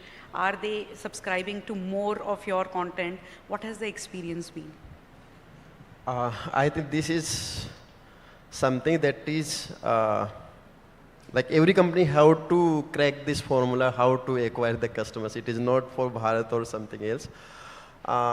And what we experience in our early journey, like that these users, Bharat users are consuming a lot of content. And YouTube is the biggest platform in India, even bigger than WhatsApp. And somehow we cracked that DNA that we are giving content in audio. And same content is available in video also. That is on a screen and we are non-screen product. So people are consuming on screen on YouTube, but they want to consume content while they are commuting and all these things. So we cracked this influencer marketing very well. We started like working with these YouTubers and we started like mapping our content with these YouTubers. At one point, we were doing around 1,000 campaigns every month and we were generating around more than 200 million views every month. So you can like get the idea that how big is the scale. So I think everyone have to figure out some growth channels and that should not be like traditional channel. Like when email started, people exploited email. Now you can't like do growth on emails. Then people started using SMS. Then people started using these Google, Facebook performance campaigns. I think whenever you are creating a product and building something, you have to spend same amount of resources to figure out a growth channel also. And there are unique channels and you will surprised when you find that channel and sometimes it is very effective also. That's interesting. Nritya, if you can talk about, we've seen in the last 1 decade the kind of businesses that were built. But if we have to crystal ball gaze into, what would another 5 to 10 years look like? What are the ideas that excite you as an investor today? There's several, and I think no investor worth their salt will tell you that they can look 5 years out. This is a country where consumption patterns, how people, we were talking about this on the way over, but how they consume, where they consume changes, like the earth beneath you shifts every 6 months. So you have to keep your ear plugged to the ground as founders, as investors, etc., on how this entire sort of population is coming onto the internet very, very differently from, say, the US's journey or Korea's journey or even China's journey into the internet, right? So, for instance, there's a ton of leapfrogging that we see. So, traditionally, like India itself has been known to leapfrog, like, credit cards straight to like mobile payments, etc. But here we're seeing consumption behavior where even Cuckoo, take for an example, first transactions on the internet were happening and people were buying audio subscriptions of content. What was the first transaction you made on the internet? It was probably for a physical good, probably it was cash on delivery. Then you maybe went and watched something and bought like an individual piece of content. When did you start paying for subscriptions online? Our journey in urban India is very dramatically different from what the rest of India is going to will continue to move into. So for us, opportunities, like I mentioned, lie everywhere, right? And there are, to the point that we made, new channels and new challenges as well that need to be solved for very, very uniquely. So the first wave of innovation in India was, we see models and products around the world, we'll think about what is relevant for India and bring it here. This generation is, we have nowhere to look. The more and more that I see with a lot of our companies today, I am unable to find comparables anywhere else in the world for the kind of growth or the kinds of exit outcomes they will have, like for the companies that are coming out of India and particularly building for this talent base. So really have to think about this grounds up. We see things everywhere. One example would be in wealth, right? This is going to be en masse the first generation that comes into wealth for the first time. Like Indians have not seen wealth. Like, okay, the people in the room here, maybe we're a couple generations in, but you're going to see en masse people thinking about wealth very differently. I don't know if you've looked at Grow's numbers and their breakdown of the number of customers that they have that have never transacted before, have never invested before, but also are from tier 3, tier 4 and beyond. The vast majority of the users on their platforms, whether it's across the mutual fund and other investing products, or even on the F&O front, come from a user base you would never imagine is so large. So there is active market creation happening on the ground. And our job is to keep our ears open and eyes plugged to the ground and really adapt very quickly to what models will work. So to your point, wealth, right? Like how we approach an entire generation that's coming to wealth for the first time, this is their first piece of wealth. So very, very high trust. Potentially a little bit more omni-channel approach. So not just digital acquisition. They're not going to part with their money just if you bombard them with ads, like maybe urban India will, right? You need to sort of think about how trust networks even exist in a Uttar Pradesh versus a Karnataka versus a Maharashtra, and they're all very different, by the way. How those taste profiles change, like every bit of it. Now you need to start taking India seriously as a series of microcosms that are pulled together and innovate for each of those that uniquely. So broadly across every single sector, we see very deep innovation happening in the futures. Right. That also, it reminds me that when I talk to a lot of founders, there's this often dilemma about whether to go deeper into Indian market or to expand to homogeneous, markets outside of India. So what works for probably the tier 1 and the metros might not work for tier 2. So Kanika, if you could come here and, as an investor, when you're talking to your portfolio, what is it that you brainstorm on? How do you really decide whether to go deeper into the Indian market or explore overseas? Yeah, I think they're quite the exception, because generally our belief is, आप India में रहते हो, आप India समझते हो, India में बनाओ. There is, everyone is coming from outside here looking for our Dauma farms, right? We have enough people you can sell to. We have found that they are all willing to pay for a good product. So generally, as far as consumer goes, we're very, very clear that there are nuances that Indians understand about other Indians, and that is what you should be investing behind. I don't think that we have enough unfair advantage to build a consumer product for the US, right? And the same would be true. Some American came here to build Cuckoo. Where was he going to find the money, right? So that is, of course, one part of it. On the consumer side, when you start thinking about software, we have been very big believers that Indian businesses will also pay for software, but they will not pay $20 a month, which is what US products cost. They will pay $5. We have lots of bets across accounting, payroll, logistics, even construction management on this thesis, and we're actually seeing users pay. None of the software is free. And the sort of double click on that, or phase 2 really is that just like we can't pay $20 a month, most of Global South can't either, right? So can we build software for everything else? You build for Brazil, right? You build for Africa, you build for the rest of Southeast Asia, because they will all pay for software $5 a month. And they will have similar nuances, and of course there will be differences, but but the thought process is like an Indian SME, and can you sort of expand in areas, regions where you think that you have an unfair advantage? And of course, we have the talent pool to be doing all of that building. There aren't enough engineers in these other countries to do all of that building for them. So I think it is, again, dependent on what space you look at, whether you should or should not go out. But to us, it's clear you go where you have unfair advantages, and consumer, clearly you have it in India.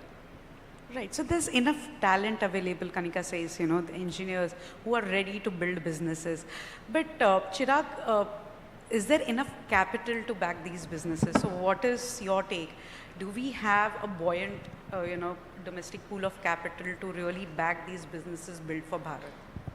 No, definitely, because if you see, I think most of the startups which have sort of come in India, I think the genesis is sort of catering to Bharat. What sort of digital penetration has allowed is, access to consumers which was never available earlier. And if you actually see on the e-commerce side, I think the tier 2, tier 3 cities or the rural India contributes more to their sales vis-a-vis sort of, online channels from the metros per se. So I think capital is abundantly available, and I think it's not only the consumer part. I think for me, Middle India is consumer tech is one, fintech I think is a big theme. Like today morning only, we were speaking with a two-wheeler vehicle finance company, great business model. He is catering to second-hand two-wheelers, so more to the hinterlands, and a very well-run business per se, and I'm sure, if we go to the market with that particular opportunity, it will solicit good investor interest.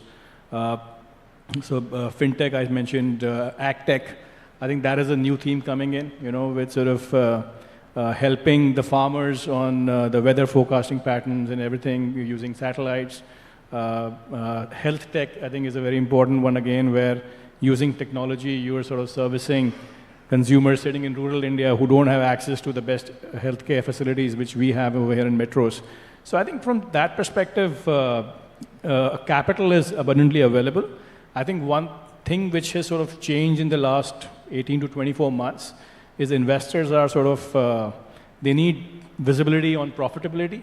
So as long as it's sustainable growth, it's profitable growth, or, path to profitability is established, I think that will sort of attract a lot more capital now vis-a-vis what it used to be earlier. I think one more theme which, I would like to highlight is beyond the digitalization, for Middle India, there's also this big platform play which is emerging. Things like hospitals. You have a lot of these niche hospitals in tier 2, tier 3 towns, and some of these larger investors are using that as a role of play, going and acquiring these assets. Standalone, I don't think there'll be any buyer for these hospitals, but once they become part of a platform, or for that matter, as infrastructure on roads, then it becomes a sizable platform, and then you sort of encash it via InvIT or an IPO, or, you sell it out as a bigger platform. So I think capital is abundant there. I think in terms of, you just need to be a bit sort of cautious in terms of the profitability part. And second thing, I think, which I think generally is a theme across India when any international investor looks at it, is governance. I think that is a very important part, where what we are seeing in the deal-making side is that more and more time is getting spent on diligence. So while there is a lot of interest in India, there's a lot of activity, but the diligence requirements have just increased, from the respective ICs. So it's just taking longer to sort of culminate deals. Right. Chirag touched upon a very important point, profitability. And Bisu, I would want you to come in here, because, the narrative has clearly shifted from speed to market to, stronger unit economics. How, difficult it is to really inch, an early stage company towards profitability, keep your focus, razor focus on, profitability and stronger unit economics. Sure. I think first I want to add for capital wala part. I think this is the first time in India that we have reverse problem. We have more capital, and figuring out a product in Bharat segment, it takes time. Actually, it is not that easy. Like we say that there is a big opportunity. There are 800 million internet users.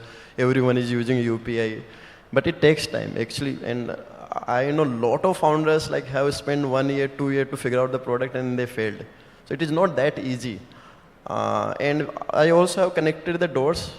Like if you are providing the same product to tier 1 city users, then for example, it takes 10 months to CAC payback, like recover the money of your marketing money to acquire 1 paid users. In tier 2, it will take 12 months. In tier 3, it will take 14 months. In tier 4, it will take 16 months. Like it is literally true for us also. Like we are in Bharat segment, but it is still difficult to like acquire it like good unit economics users. You can acquire a lot of users if you want to increase the DAO MAU. And we did lot of startups did that mistake actually. They raised a lot of money. They also got a lot of users DAO and MAU, but now they are struggling to monetize the users. In last 2 years, we started focusing on monetization, most of the companies. And now we are figuring out that they have paying capacity, but we have to provide the right value. And even after providing the right value, it varies with tiers because these users also take education to spend freely. I will say like in tier 2 users are very comfortable spend less than 100 rupees. They will not think twice to spend less than 100 rupees. But when you increase price more than 100 rupees, then like you will see that conversion is not working and people are not paying more than 100 rupees. And in tier 3, 4, I will say that price range also drops like 80 and 50 rupees. So it is quite difficult. It is not easy. But now, because the dynamics changed in last 2 years, lot of companies are working on the fundamentals, and I know a lot of companies are like at break even, or some of them are burning very less and growing actually fast. So it is changing now, and people are also now comfortable paying for right product. Like initially they were skeptic that should I pay for this product or not. Then they started getting discounts. Now they are paying like full price also. So today, like even Zomato, Swiggy is also not giving discount. We also not giving discount. But people are started paying because now they realize the value of the product also. It is difficult, but it is possible. And in Bharat side, it takes more time than actually your tier 1 cities. So I think Mera Bharat badal raha hai. Yes. On that note, maybe we have just 5 minutes to entertain some audience questions if you have any. Yeah, Shashin.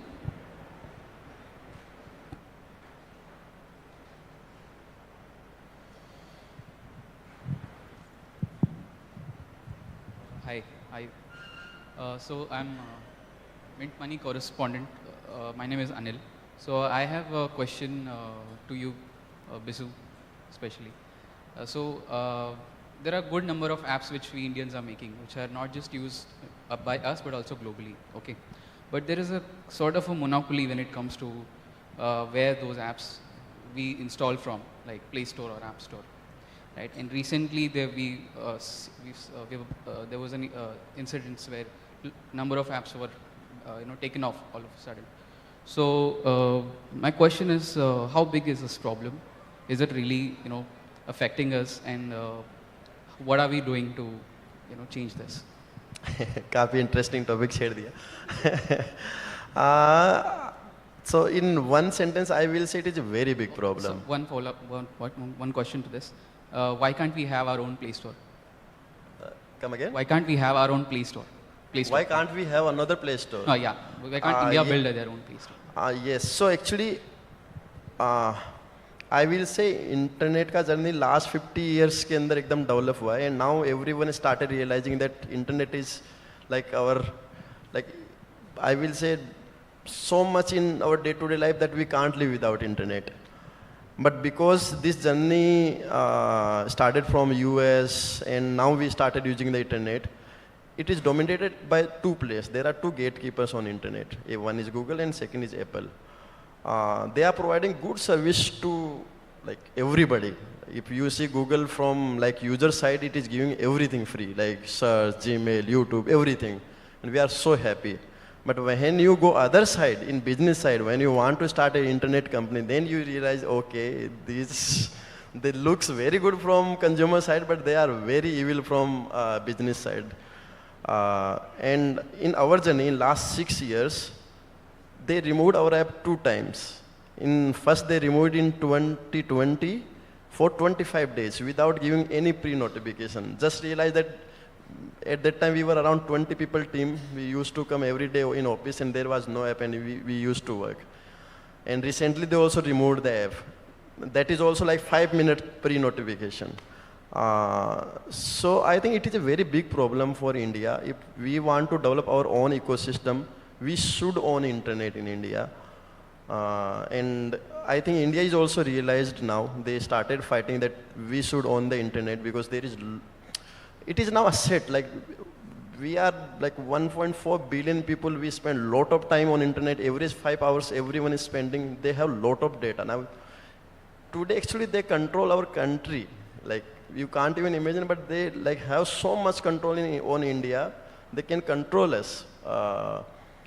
So I think this is a long fight. But because they are so big, they are dominating internet. For example, Google has Android. They have their own Play Store.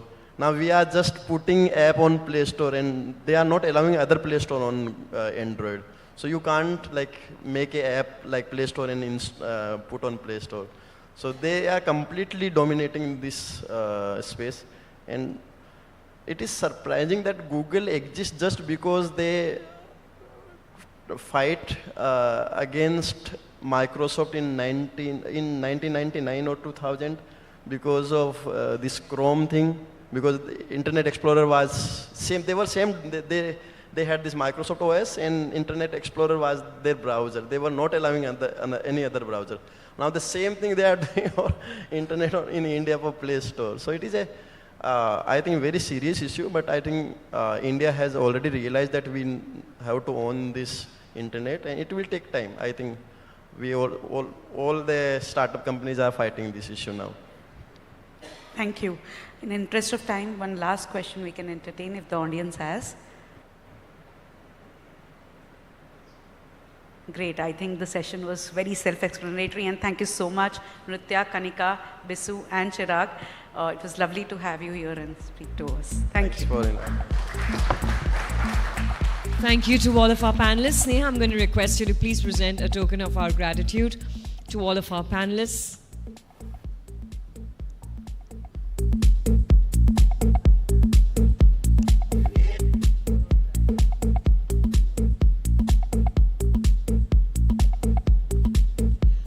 Please come together. Let's capture a nice group photograph.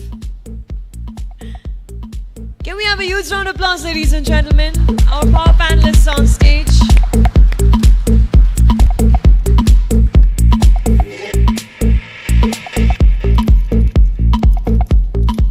Stay glued to your seats and keep those messages on social media coming. Please use hashtag MintIIS2024 and let's talk about AI, which is no longer the buzzword, it is the norm.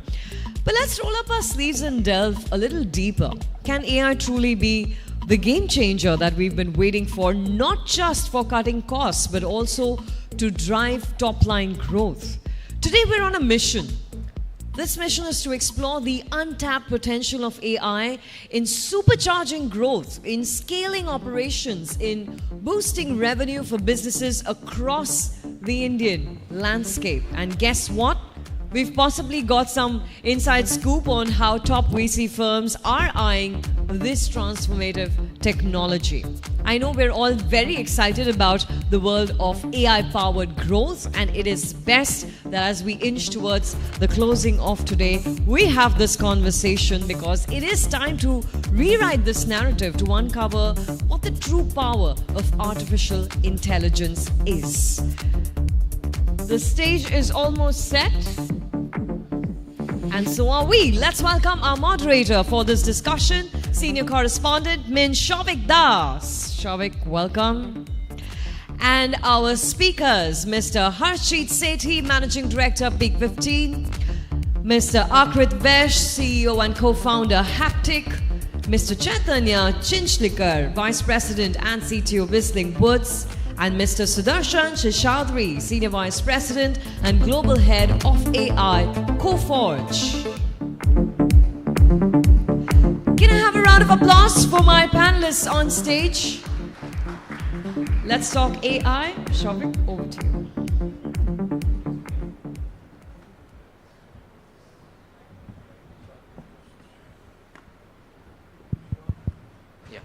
I think this is good now, yes. Thank you, Xenia. Thank you for that. And good evening, ladies and gentlemen. I know we meet you at the very end of our first day, but it's been a very interesting first day. We've had a very diverse range of discussions across various industries. And what's interesting is I'd like to sort of draw back to what Xenia just introduced our panel as. And one thing she mentioned is that AI is no longer a buzzword, which I think all of our panelists, all of you would agree that AI is no longer something that you just do for the keywords on search engine optimization trends and so on. And AI has become very real. AI has become a key part of businesses. Everybody's talking about AI. From news publications to IT services firms to the entertainment sector, cybersecurity, investors. Some of the biggest investors are looking at AI as a very viable field to invest in. And with that, we have a wonderful range of speakers on our panel today. And I'd in fact want to start with Akrit. Akrit, so you run Haptic. Haptic, of course, is a conversational automation platform. And you guys have been in this business for a while. In fact, probably I would say a little just about at the time when AI, the buzzword kind of rose in the industry. So if you could talk us through a little bit on your journey through how you've seen AI evolve in terms of your clients as well as your offerings, to a point where today AI is perhaps growing beyond just being a buzzword into something that can actually help businesses improve their revenue. Yeah, hello. Thanks for having me. I think we started in 2013 and somebody said this very well the other day that one way to summarize my journey would be 10 years too early. We tried to basically build ChatGPT in 2013. Right. Which to some may sound very visionary. To me, it sounds very foolish now. I think that should give you a sense of what's happened since the time, what I say, AI 1.0 happened, which is in the early 2010s when there was enough data for us to build neural nets and natural language understanding systems. To today, where we didn't imagine a world, at least I didn't imagine it so soon, where there'll be the concept of large language models or large action models that can actually reason and complete tasks. I think, again, just thinking about then and now, back then, it genuinely was a buzzword. AI was a buzzword. And buzzword means any consumers or buyers of AI, whether it was investors, your end consumers, or even your corporate customers, treated it like an experiment. Right. So if an average consumer was downloading the Haptic chatbot app, it was a cool thing at the time. It was not a must-have like how ChatGPT might be for many of us today. If an investor was investing in a business, they were playing the roulette. Right? They were thinking that, okay, let's see what happens. We don't really know where this is going to go. Or if our enterprise customer was buying our product, it was out of the innovation budget. That, okay, look, let's see, this is our experiment budget and see where that goes. I mean, today, while we're still running the business, all of that has changed, right? Consumers use various tools every single day, ChatGPT being the most popular.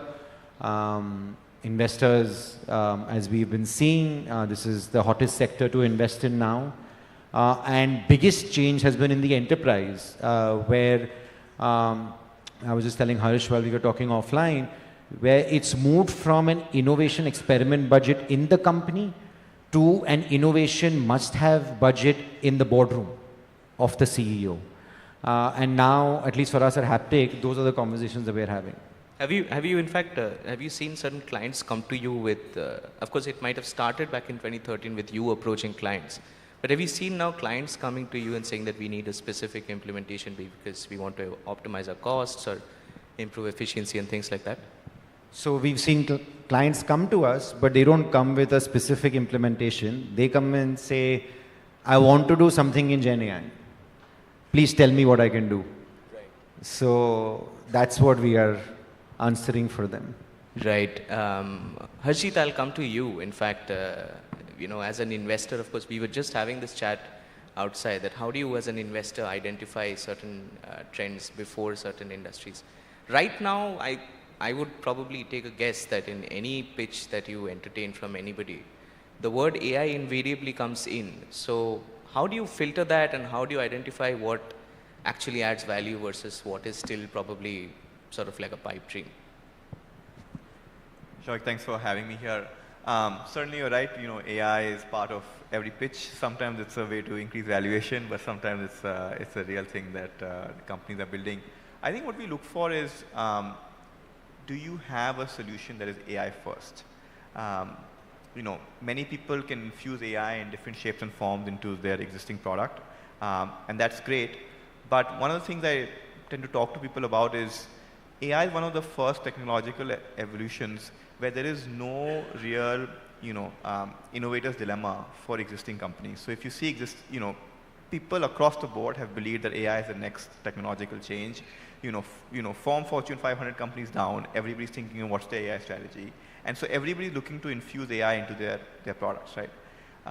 The question that I tend to ask companies is, are you building something that is uniquely possible today that was not possible without the advent of this technology? Or are you just infusing AI as a thin layer on top of something that already exists? And if you can answer that compellingly, saying, I am doing something that is very different from what an incumbent is doing, I am able to solve the same problem, but because I'm using AI, I'm doing it so differently that people will come and buy my solution. I think that's far more interesting than saying, hey, I'm solving in the same way, but now I have a layer of automation, or I have a chatbot, or I have something simple on top, which will make sort of people want to buy a solution.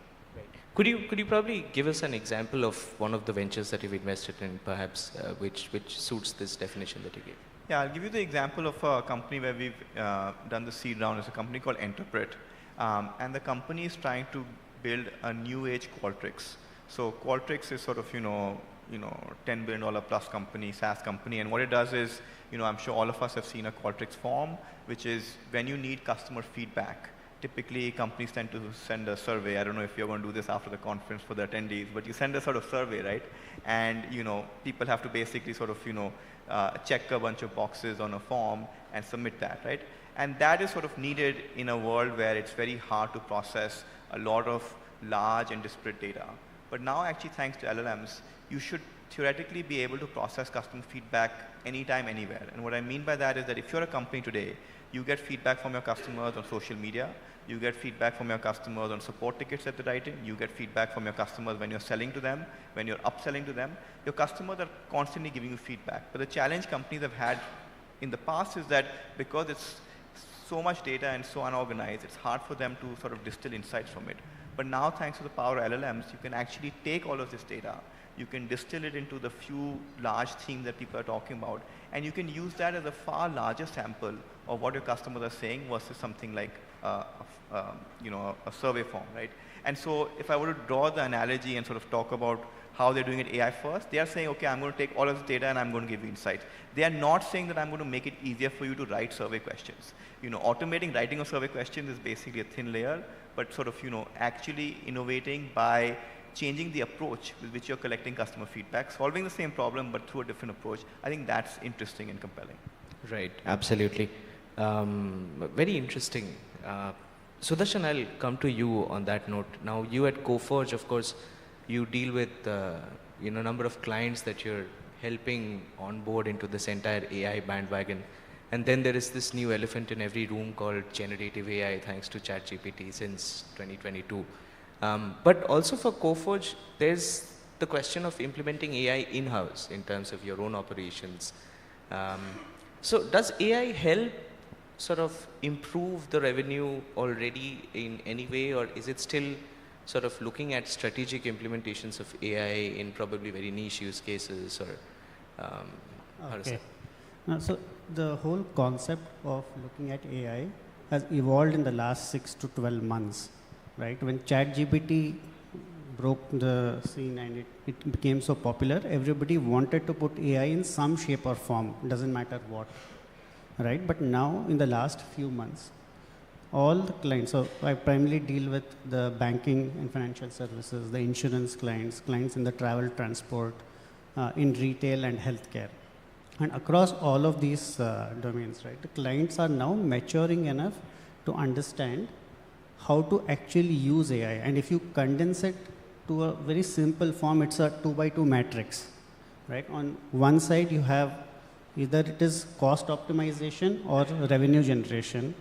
On the other axis, do you have the data? Do you have data now, or do you have data in the future, right? So you can solve for all of these four, but solving for cost optimization with the data that you have now is the easiest thing to do, because you can very tangibly see benefits. For example, in software development in IT, if you use Copilots or any of the other GenAI models, you can see an improvement of 10, 20, 30% that translates to a FTE save for the clients. That's what we do want to pass as well. Now, but for a revenue generating concept, that takes a little bit of more time and bit more value vetting, so to say. But overall in this journey, a key aspect that I would see is the data strategy that comes into place, that having the right data foundation and data strategy is critical for any AI to be ready for the enterprise and enterprise consumption. So the whole data strategy is something that we are now working with our clients to define it in the right way. Once that is set up, I think the whole next wave of AI can actually come in well. Right, absolutely. Chaitanya, now I'd like to come to you. And I remember a couple of months ago, or I think it was a couple of months, when OpenAI Sora sort of hit all the headlines and people were like, oh my God, generative AI can do this and that. I remember you and I had this chat where you said, it's not, like, people need to relax. It's not that moment where AI is gonna sort of completely undo and redo the entertainment industry. On that note, I think you'd also have a slide which I'd request for them to put up. So how do you look at AI in the entertainment industry? Is it something, I would assume that in the entertainment industry, AI is really not at that stage which contributes to sort of boosting revenues or helping sort of improve incomes and margins. So where are we in that regard? So, thank you for having me. In the M&E industry, if you look at the usage of AI, it is as old as having green screen in a television studio. Computer vision, machine learning, green screen, real-time world replacement is all AI. Right. Right? Because at this point of time, Gen AI is at the peak. If you look at the standard hype cycle, Gen AI is absolute at the peak of inflated expectations. The whole world is running around thinking Gen AI is going to cure cancer or something like that. Right. None of that is going to happen.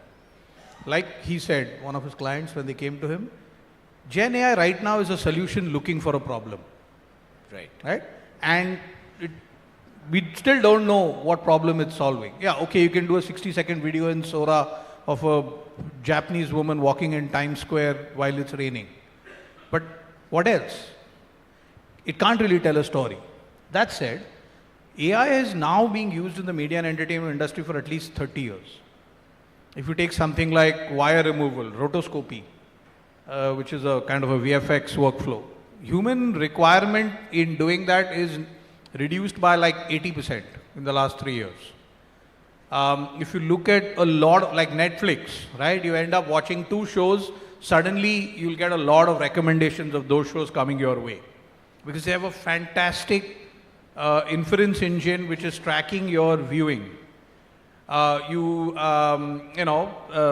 you look at silent listening, whether you look at big data, we have a bunch of friends on Facebook with us. You don't interact with somebody, you don't see their post for a long time, and you happen to bump into him or her at the airport.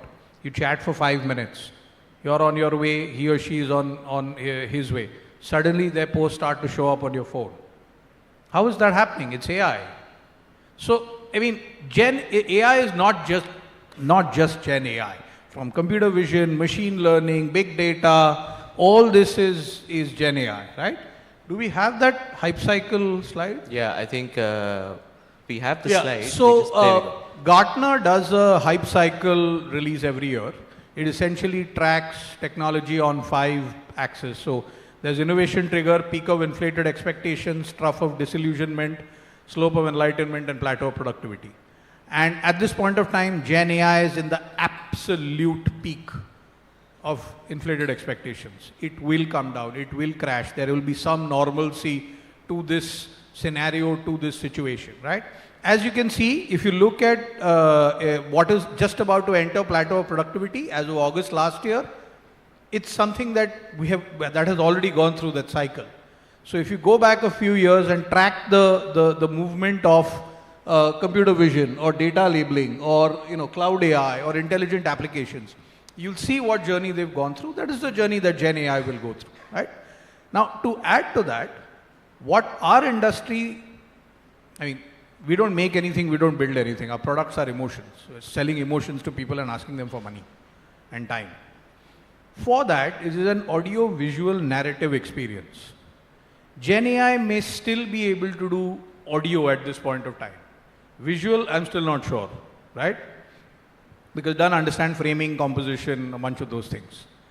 It definitely can't do narrative. Nothing that we create, right, is actually original. It is a confluence of everything we've seen, heard, watched or read, which is then added onto our lived experiences and put through the imagination center of our brain to create something that seems original. AI doesn't have lived experiences and it doesn't have an imagination center. So there's a lot of everybody's worried about that, oh, AI is going to take away my jobs and all that. Yeah, it will. But a person using AI will take a job of a person not using AI. It's not going to do anything. But RPA, repetitive performance activities, intelligent, real-time content creation, AI has been there in our industry for a long time and it's going to continue to be there, right? I mean, Neuralink, which we all saw a demo of, 2 weeks ago, where this paralyzed man was playing chess. There is some AI involved there as well. Something is telling the computer how to interpret the neural impulses. So, I mean, sorry, long answer, but yes, it's been there for a long time. It's been used to make a lot of money and it's being used to make good money.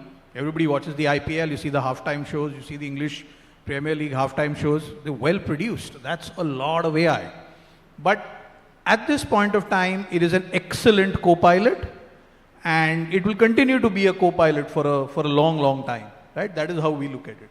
But not a standalone sort of key revenue driver or key income driver. I mean, if I'm paying somebody $7,000 a month to do rotoscopy and I have 5,000 of those people, and in a year or so I don't need 5,000 of them, I just need 500 of them, then I have saved that money. I am able to do that much faster. So anything which is RPA, repetitive performance activities, yes, we do save money. Right, absolutely. You know, the most interesting part of speaking with Chaitanya is you always get a semi-philosophical answer, which is I think pretty common in the space of AI. In fact, Harshit, I'd like to also come to you in this regard, that beyond just philosophy and trying to understand what AI is really trying to solve, there's also the question of regulations, which has recently come to the forefront. And we're discussing what should be allowed in AI, what shouldn't be allowed, the question of responsible AI and explainable AI and so on. Do you as an investor also sort of consider these factors when you look at investing in ventures that dabble in AI? You can remove that. I think on regulation, I think our view is that if companies do the right thing, regulations will sort of enable that. So while AI is a nascent industry, there's sort of been some chatter of how regulation is going to come about in the sector. We've also seen government efforts to actually promote AI and sort of make India an AI hub, right? There's an investment of over 10,000 crores earmarked for setting up data centers in India with GPUs, which are sort of the hottest commodity today, they are the sort of the key ingredient that enables AI innovation in India. And so we're seeing policies that enable that. But of course, you've had the problem of deep fakes. Those have sort of, been exasperated by some of the stuff that's possible with generative AI. And if companies are not careful about sort of, how their products are being used, they certainly can be used to do harm. And you don't want that to happen. So I'd say to the extent that companies self-regulate and think about the impact they're having on society, I think that's going to be a positive. And that's at least what the sense check we use, which is, how are founders thinking about, using AI for good? What are the guardrails they have in their own products that allow them to be used for the right reasons? And if they do that, we think sort of regulations will sort themselves out over time. Right. Akrit, how do you view this entire space around responsible AI and explainable AI as well? These have been factors which many people have been trying to talk about, that AI algorithms have often been a black box, which makes it a bit of a concern for enterprises to use, because you can't always trace it back to the source data and if there are IPs involved in the entire process and so on. So how do you navigate that as a challenge? When you use cloud servers, do you know where the data goes? Which state in America? Where is it residing? Which server? What they are doing with it? And why I'm sharing that example is, as long as there is enough application of technology, my view is these things, between the right regulation and the right behavior of customers and consumers, we figure out along the way.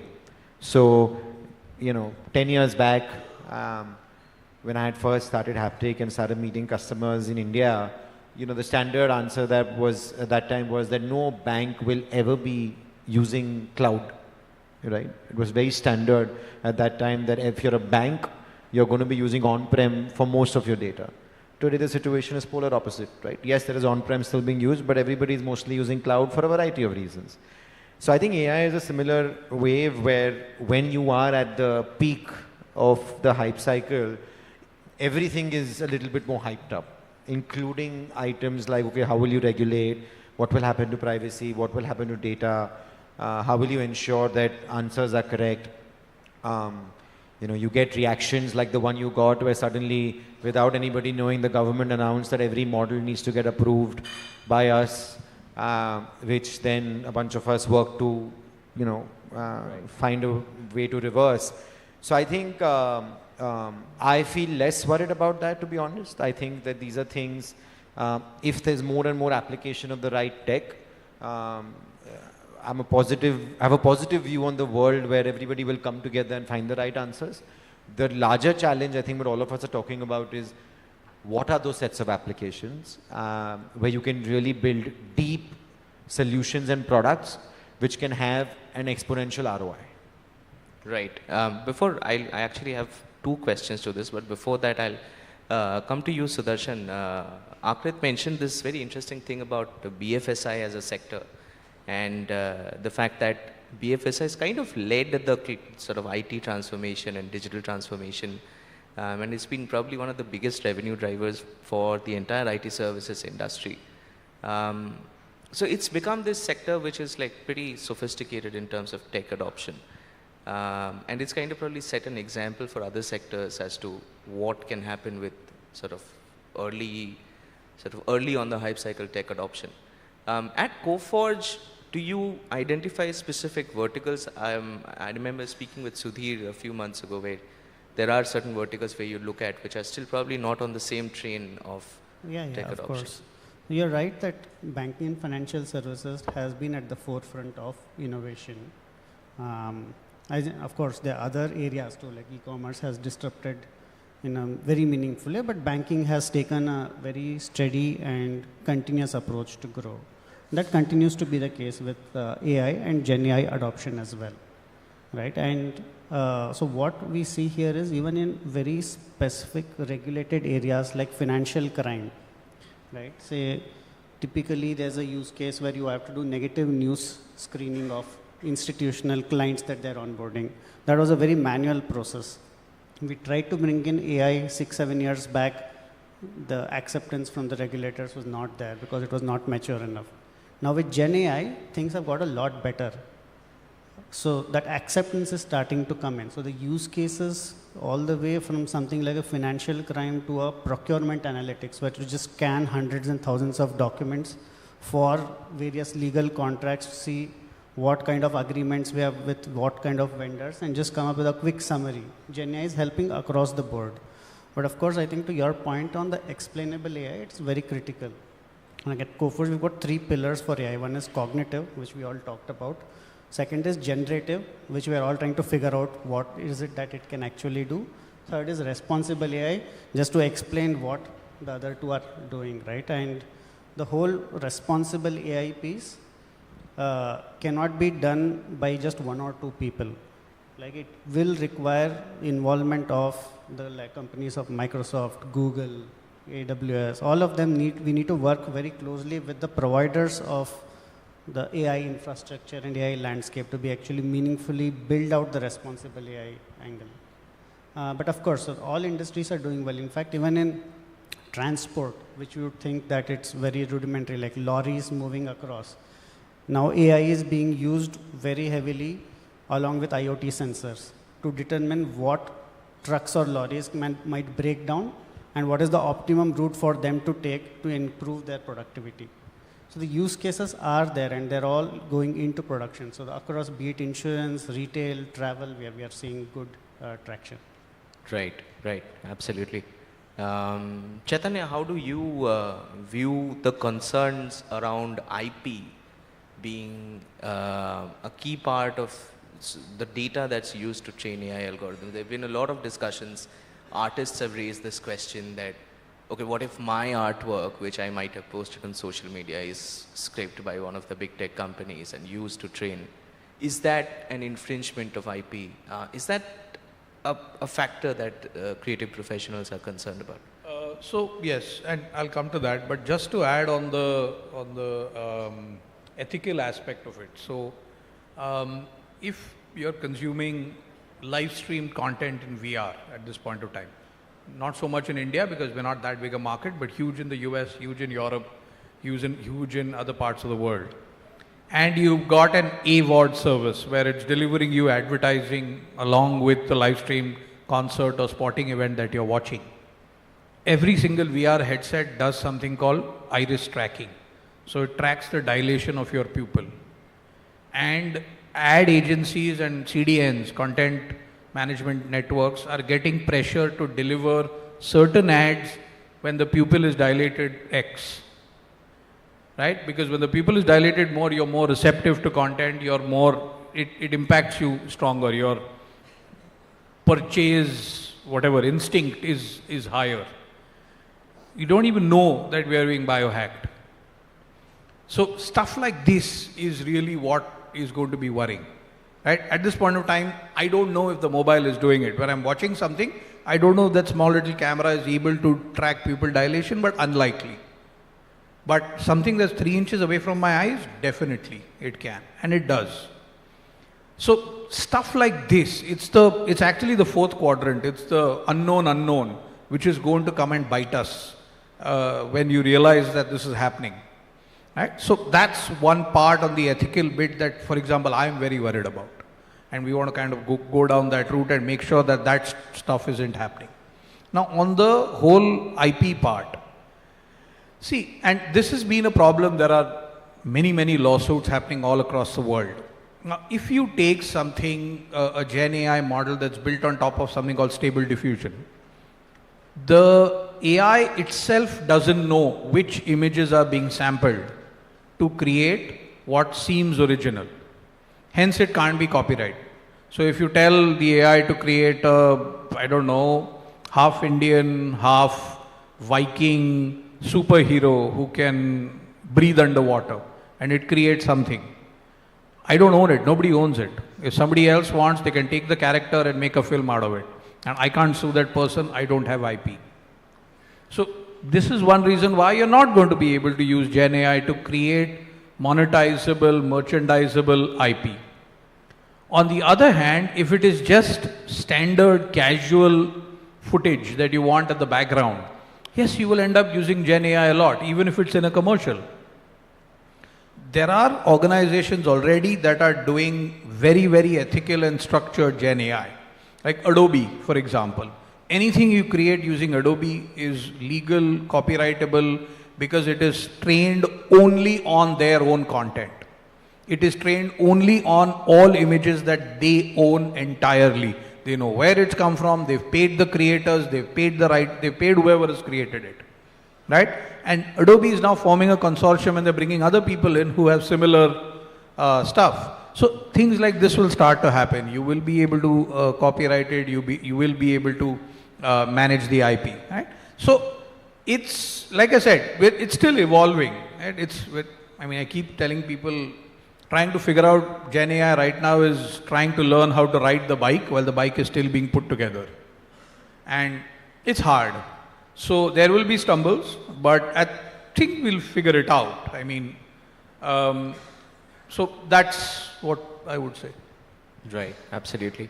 Harjeet, I'll again come to you in terms of, there was also this mention of the work that big tech does on generative AI. And the way it impacts smaller startups, smaller companies looking to, they have an innovative idea, probably based in India or the Southeast Asia region. But there's always a concern that big tech with all its might, it's of course like the biggest companies, they have far more financial might to power or innovate in AI, so to speak. Do you think ventures in India would have that kind of opportunity and capital to work on perhaps a project like the, like for instance, the All You Need Is Attention research paper which led to the transformer model and then ChatGPT? It's taken billions and billions of dollars. Is it possible for a smaller venture to do similar innovation in today's era? I think so. It certainly sort of takes a very special founder who has very special insight.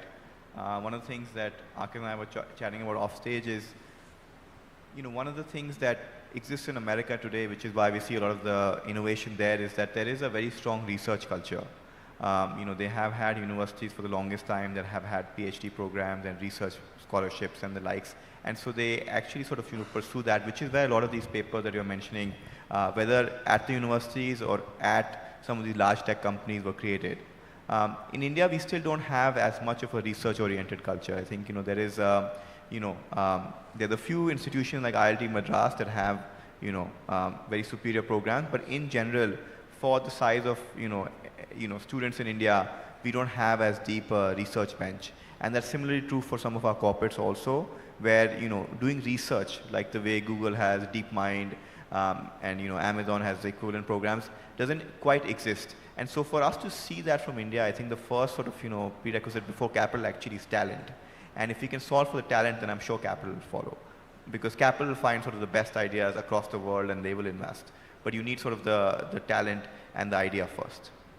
Right. Akrit, in fact, you are one such startup who's had 2013, the product and the idea that you had was one of those very innovative ideas that were at the forefront.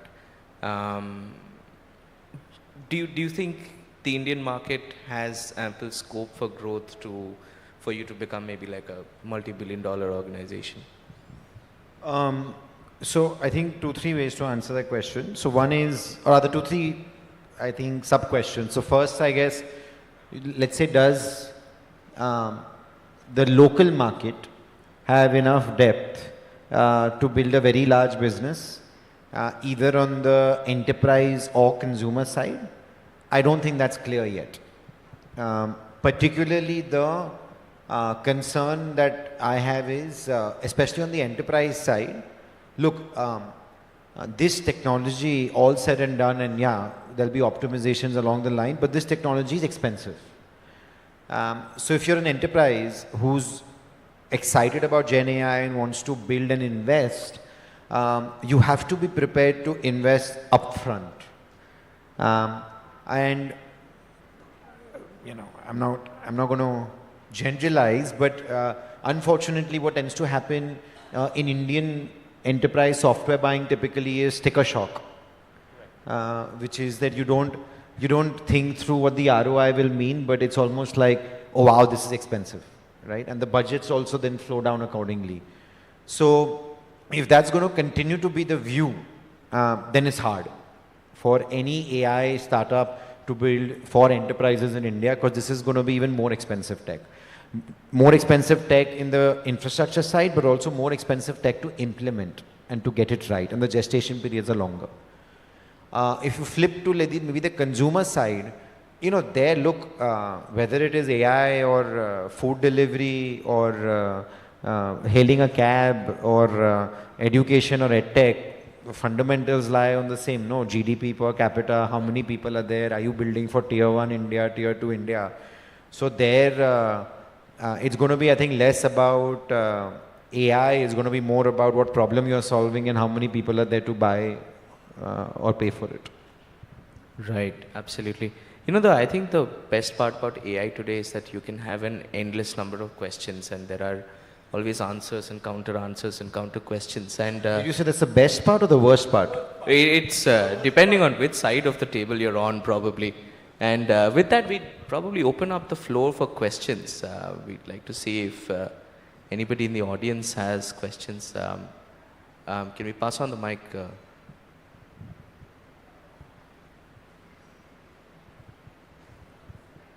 We can't hear. Yeah, I think that's good now. Hi. So my question is more to Akrit and then Harshjeet. So, you know, AI as an industry has moved beyond LLMs, and very recently we've heard of LAMs, large action models, as well in the West. So how soon do you know, see one, is it practical, right? Is it practical to have like a large action model actually play out globally? Two, how soon do we see this being accepted as well? And three, to Harshjeet, as an investor, would you be, you know, looking at taking a bet anytime soon on, you know, a model like that, or, you know, we would probably wait it out? Yeah, so look, LAMs are Silicon Valley's way of productizing LLMs, right? It's basically taking the underlying science of the model and then stitching it really nicely to then build end-to-end agents that can fulfill tasks. If I got your question correctly, I think what you were asking was, how soon can you see LAMs in action and actually fulfilling tasks? Oh, it's happening now. It's actually been, see, LLM agents is basically what LAMs are. So agents have now been happening and in action for what, 12, 18 months, fulfilling tasks. An example I can give you, and I'm talking about more in the US, not so much here. A good example I can give you, you must check out, is a company called Super AGI, which is a completely US-based company. But they actually have a marketplace of agents. Where what you can basically do is you can go and say, I want to hire a creative designer. And that agent who represents a creative designer will then come on board, and you can give it a bunch of tasks that, hey, listen, make this image, make that image. You could do that for a customer support agent. You could do that for, you know, a finance and accounting agent, and so on. So LLM agents have now existed for a while, which we are now calling LAMs. And absolutely, I think they will add a lot of value. We're not seeing so much of it in India, which is a larger problem that we were all talking about. On your question on sort of, you know, would this be something that's an interesting investment opportunity? I'd say the answer is yes. So, you know, one, perhaps the best funded sort of, you know, generative AI company today is a company called Sarvam, which is building Indic language LLMs. The problem that they are trying to solve is twofold.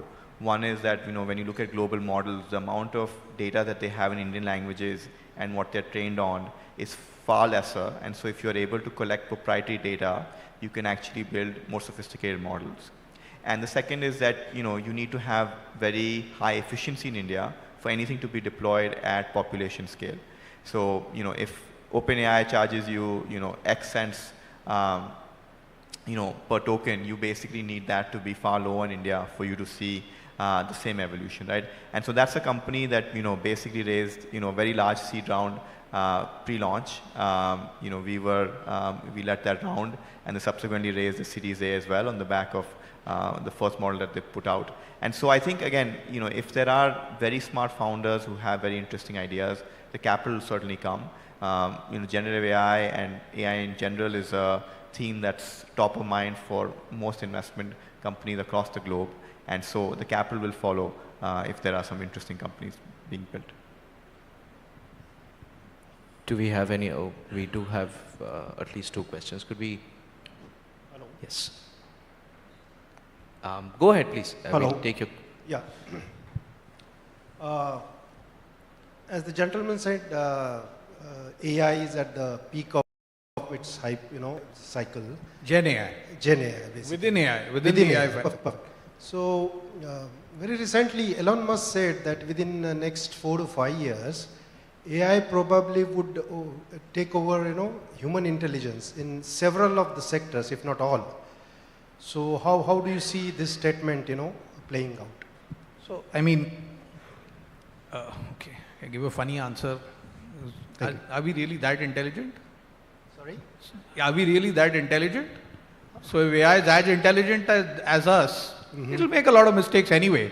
Somebody has to fix those mistakes, right? Absolutely. So वो हम कर लेंगे. Just kidding. But so if you look at intelligence, actually again, sorry to get into philosophy, but if you break that down, right? What is that? When we say intelligent, what are we doing? It's inferring. There's a lot of analysis, organizing, those kind of things, which it's already doing. A lot of your left brain, what you historically would call left brain, is being done by the AI CV ML trio. Correct. So there isn't that much worry about that, right? And Elon especially has a unique way of approaching things, which is good because, I mean, I remember when initially he was talking about Tesla, his approach was that all the other auto manufacturers were trying to make a car smart. He was trying to build a safe computer on wheels, right? So it's also about approaching it. So he approaches it differently, which is fine. But it's already doing a lot of the intelligent stuff, which is okay. The bigger problem for Gen AI will be that it doesn't have opinions as of now. And everything is opinion. Because you approach everything from your point of view. It doesn't have a point of view. It only has a collection of data. Correct. Right? So that gap between information and knowledge, or between knowledge and wisdom, that will always remain. And that is where really we come in. True. And it will always be. So I'm not so worried about that, right?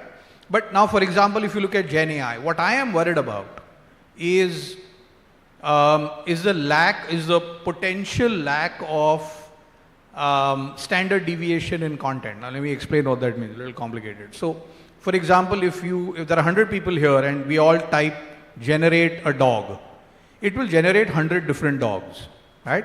Now that goes back into the same data pool that the Gen AI is learning on. Up to this point of time, it's learned on data pool which has been created by real human artists. So it's got much more variety. But as Gen AI starts to be used to create more and more and more images at an exponential scale, the data pool itself will start to get muddied. Because you can't tell it, learn from this, but don't learn from this. So Gen AI created images are going back into the data pool which the learning engine is learning from. And as more and more and more of that happens, you may get the dog created much faster. But the standard deviation of what 100 dogs look like will start to reduce and reduce and reduce and reduce. So the bigger challenge is going to be how do you fix or how do you tweak the training of Gen AI so as to continue to get very diverse results. Now these are problems that are a little ahead of a future down the road, but they are problems. So this is the kind of stuff that we need to start thinking about now. It's a tool, it's a great tool, but we have to use it well. And there is the approach on the two-way approach, right? So how do we use AI to make our life better? But what do we need to do to make AI better? So that second approach also now starts to come into the picture, and there you have ethics and various things that come in, right? So there's something called TRISM in AI, which is trust, risk, and it's like an acronym. So a lot of that will start to come in. Thank you. Could we pass on the mic? Hi, my name is Sudarshan. I work with TCS in AI.cloud.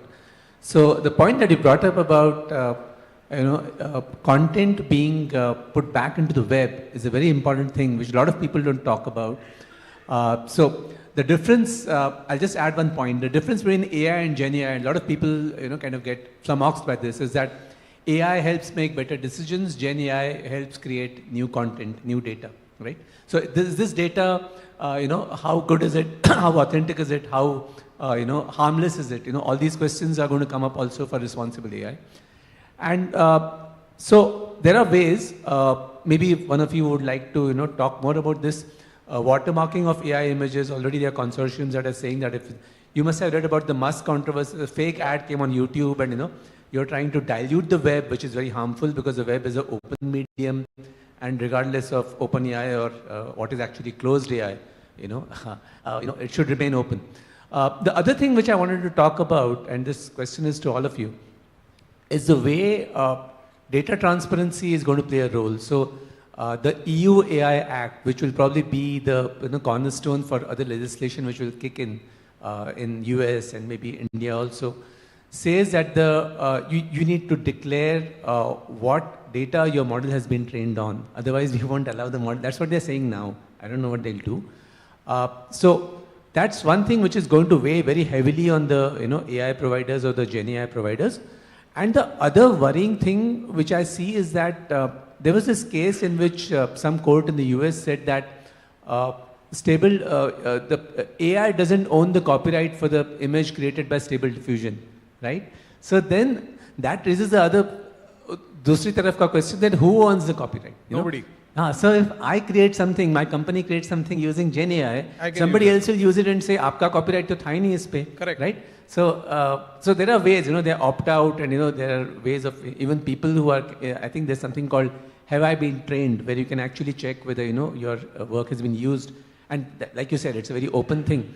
But I just want to hear from some of you or all of you about how you think transparency and authorship is going to play out. Not just in India, because India will follow, what US and Europe is doing. So I think, Sudarshan, maybe you can start. Sure. So I think related topic, right? There was a airline which had given an offer with their chatbot, and Air Canada, yeah, February Air Canada, last exactly. month. Yeah. And then eventually there's a case which is going on, and they need to own up. So these things do happen. I think it's a very nascent market for AI, right? And that will evolve. Eventually the ownership will be allocated. I think that's the need of the hour. Like you said, EU is coming up with the policy. All countries need to come up with the right data policy and AI policy for people to actually streamline, right? But the ownership is very critical, and slowly now it is pointing towards whoever is owning. For example, the models are set up, a company owns it. Similarly, an AI is also a model that the company has. So that ownership is there. Beyond that, again, there's been a lot of work happening with the likes of OpenAI, Microsoft, Google to just make sure that transparency and explainability comes in at the forefront. Because without that, we'll not be able to use models meaningfully for a long time. Right. So explainability on LLMs is one of the things that my team works on. So Anthropic has something. We can talk after the discussion. So they are working on explainability of language models. Because traditional explainability for AI is okay-ish. I mean, it's not fantastic, but it's okay. But for LLMs, it's a different game altogether because it's dealing with language, dealing with tokens, right? So it's a very different, you're not dealing with... Absolutely. We should catch up offline on this. One question also. So if OpenAI, ChatGPT, is going to be a less intelligent version of Wikipedia, We are not really sure whether what's coming is true or no. How long will the trust remain? Like we have 1,000 students on campus. When they join, we tell them, don't use Wikipedia. Half of it is wrong. But still some of them will cheat and use it. And then they get caught because what they're writing is wrong. Right? Given the debacle of Bing, given that hallucinations on ChatGPT are going up and up and up, not down, I don't see this trust factor becoming even close to 100% anytime soon. So I think that's another problem that the AI industry needs to fix. Like banks did, banks started trusting the cloud and they didn't need to do on-prem stuff. The world needs to have that equation with AI content.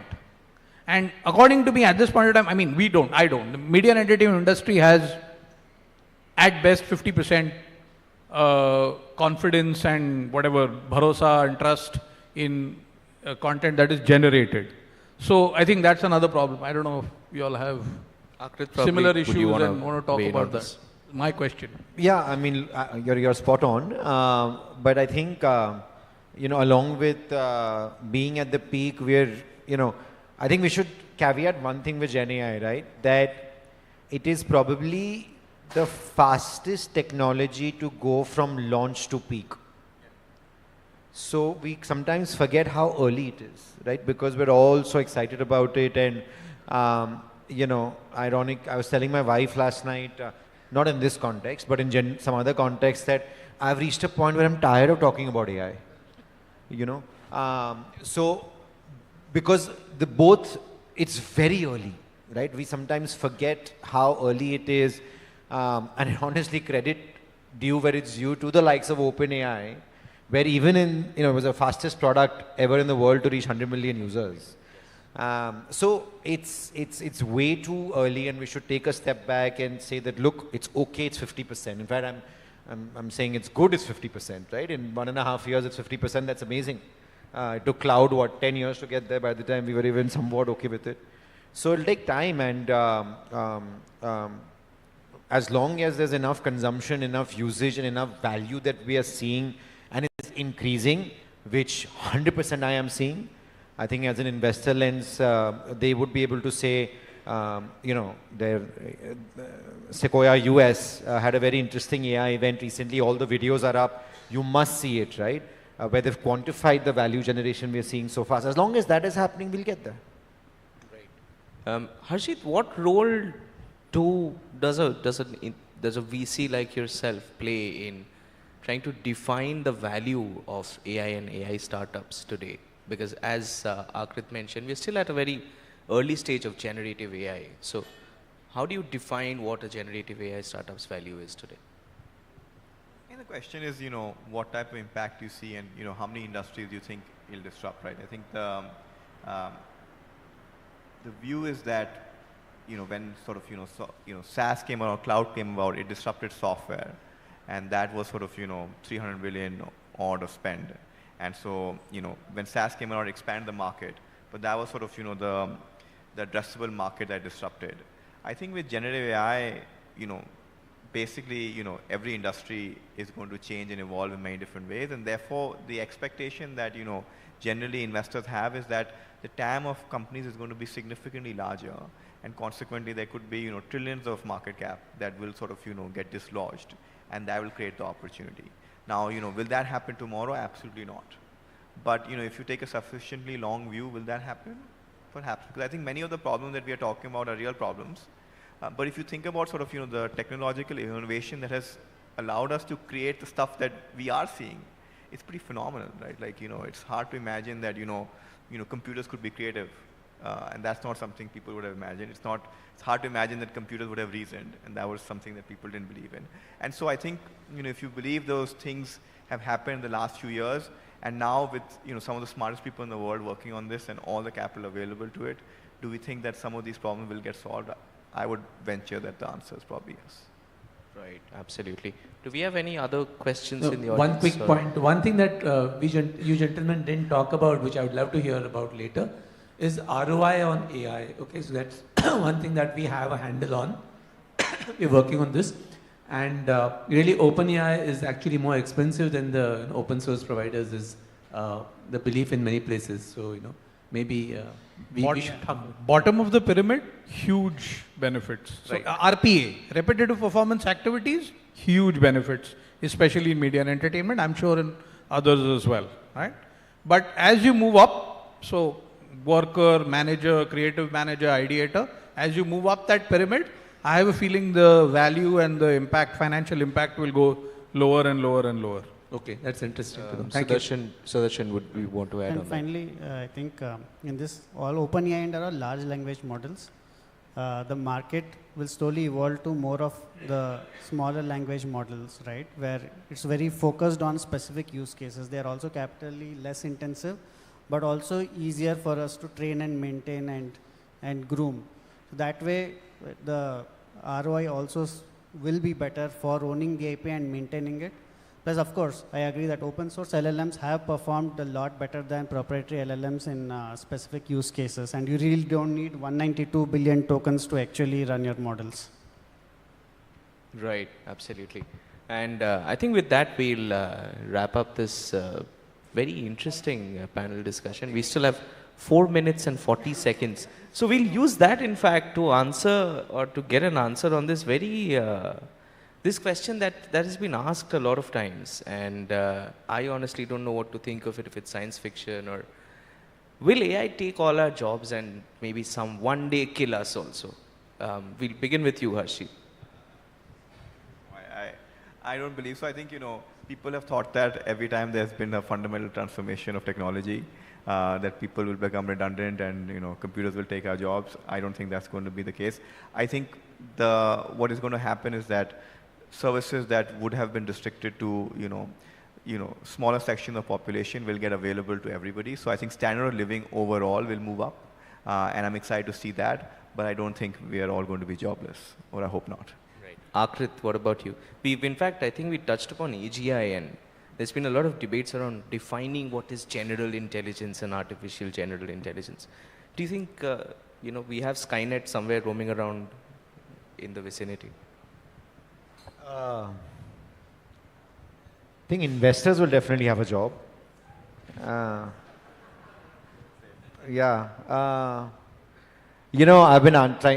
I've been answering this question for a decade, right from when we started Haptic.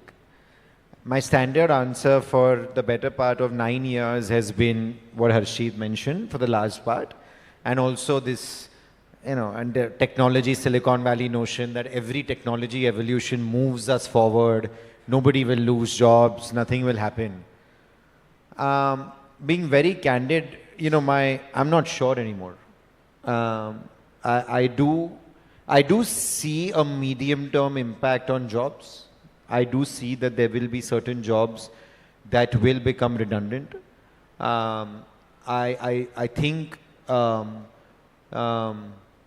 wherever you have, I feel like the first layer is going to be, actually funnily, I don't think everybody thinks that the BPO industry will go away. I don't think it's necessarily that. I think the first jobs that will be impacted most are where you are assisting somebody at their task. Paralegal, writer, designer who's building something for somebody else. I think those are ones which will have the first degree of impact. And if you think about some of the new agents that are coming out, I think shortly we'll see impact on some second degree jobs as well. A common question I get in a lot of my personal, social sort of friends and family circle is, how should we think about what we teach our kids now, right? Should they be studying structured engineering problems, or should they be thinking about open-ended creativity? And I don't have that answer either. I do think AGI is not very far away, but I also think that anybody who knows what it means is kidding themselves, including what I think OpenAI says.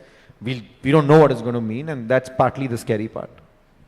Right, absolutely. 1 minute answers from you gentlemen. Sudarshan. I think I would hope as an AI practitioner that AI takes some of the low-end jobs. right? Definitely that needs to happen. As with any revolution, jobs need to go and new jobs need to be created. And the way things are shaping up, there'll be more opportunities than what will go away, right? So the whole things about monitoring, regulating, then working on top of what AI has done. In terms of real intelligence of what AI can do, there's immense potential. But of course, what is coming out to the public and what is used as a general usage for day-to-day life is going to be very different. Chaitanya, we'll wrap with you. Yeah, AI is not taking anyone's job, but a person using AI will take the job of a person not using AI. That's an interesting take. So that's simple. And with that fantastic line, we draw to a close our panel on AI and its role in our present and our future. Thank you so much, gentlemen, for being a part of this, and thank you. Absolutely incredible. Okay, Shobik, I'm going to request you to please hand over a token of appreciation to our super duper panelists on stage. And I must say, a huge shout out to all of you as well. I think that was the most participative we've been throughout the evening. Thank you for bringing up some insightful points. And thank you for giving some more direction to this conversation. Gentlemen, come together. Let's take a group photograph.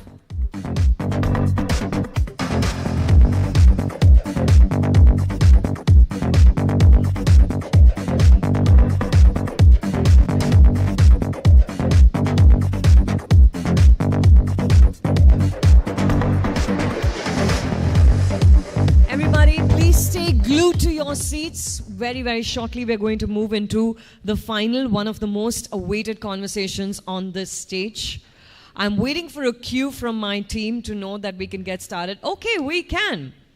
All right, so as we're turning the stage around, it's my privilege to introduce a woman of remarkable talent, resilience, and most importantly, her entrepreneurial spirit. Now, many of us know her as a prominent figure in the world of entertainment, but her journey transcends beyond that silver screen.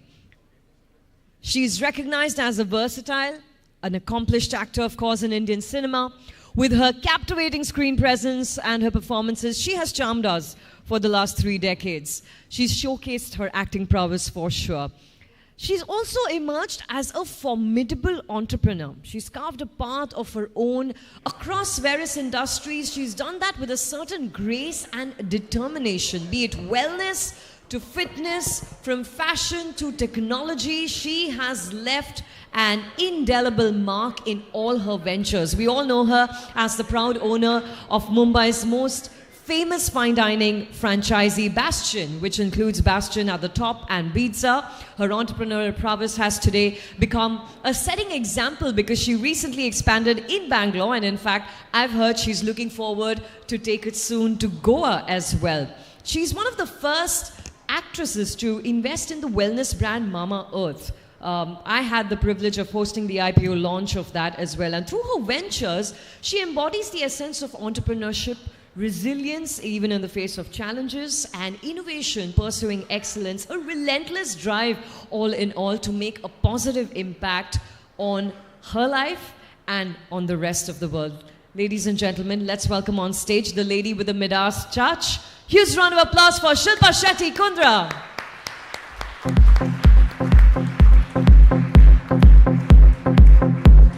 And in conversation with her will be Sneha Shah. Welcome to the stage, Shilpa.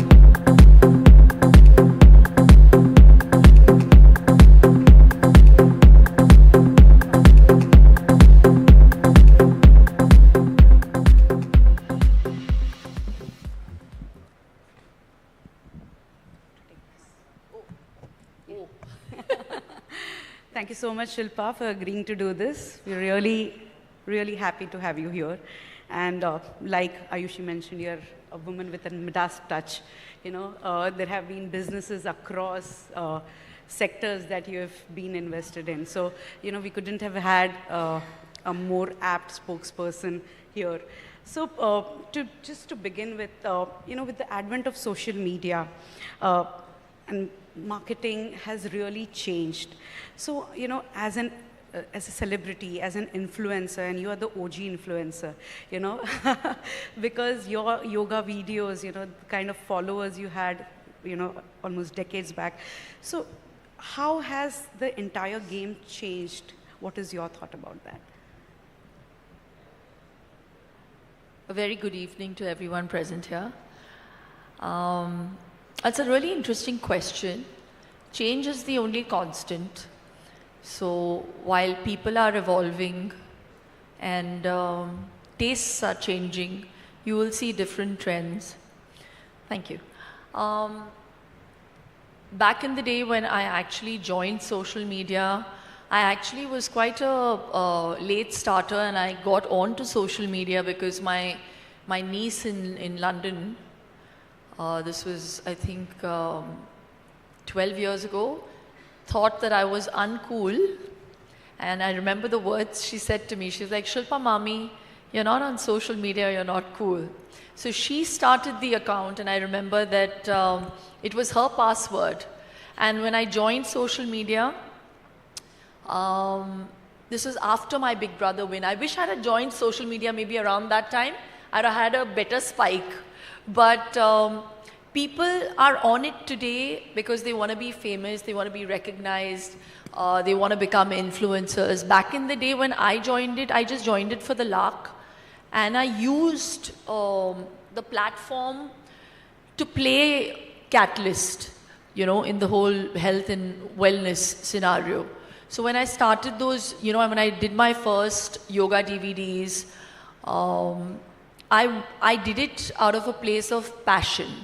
And it wasn't because, you know, I felt that that was the in thing to do. In fact, as a matter of fact, back in the day, yoga was very, or rather, you know, it was viewed as done by only people who are old. So I wanted to change people's mindset about yoga. So I took to social media to promote yoga most of the time. And then, obviously, while I did that, people felt that, oh, she's only promoting yoga, and you know, she's just blessed with that body and she doesn't eat. So then I started this trend of showing people that I'm absolutely normal, and I also binge. So the whole Sunday binge thing started because of that. So trends will keep changing. It'll come and go. And if you ask me, social media is quite a bane in today's time and age. But you have to make the best of it. So while 70% of my social media is concentrated on kind of influencing people in the right direction when it comes to their health, 30% is maybe focused on style and all the rest of it. But the major part of it is this. But that will also change, and with time you have to just kind of reinvent, and, you know, to stay relevant you have to kind of jump on the bandwagon. Absolutely, you have to stay relevant. And of course, social media has also opened this entire gamut where you can monetize your asset, you know. So your followers have become your assets. So, you know, because the number of followers you have, you know, there are the kind of brand endorsements and other things that you can, you know, win. Also, I wanted to touch upon Bollywood actors traditionally invested in real estate, art, but now there has been a sea change. So what is it for you? What are the kind of investment avenues that you are looking at? Her phone was ringing.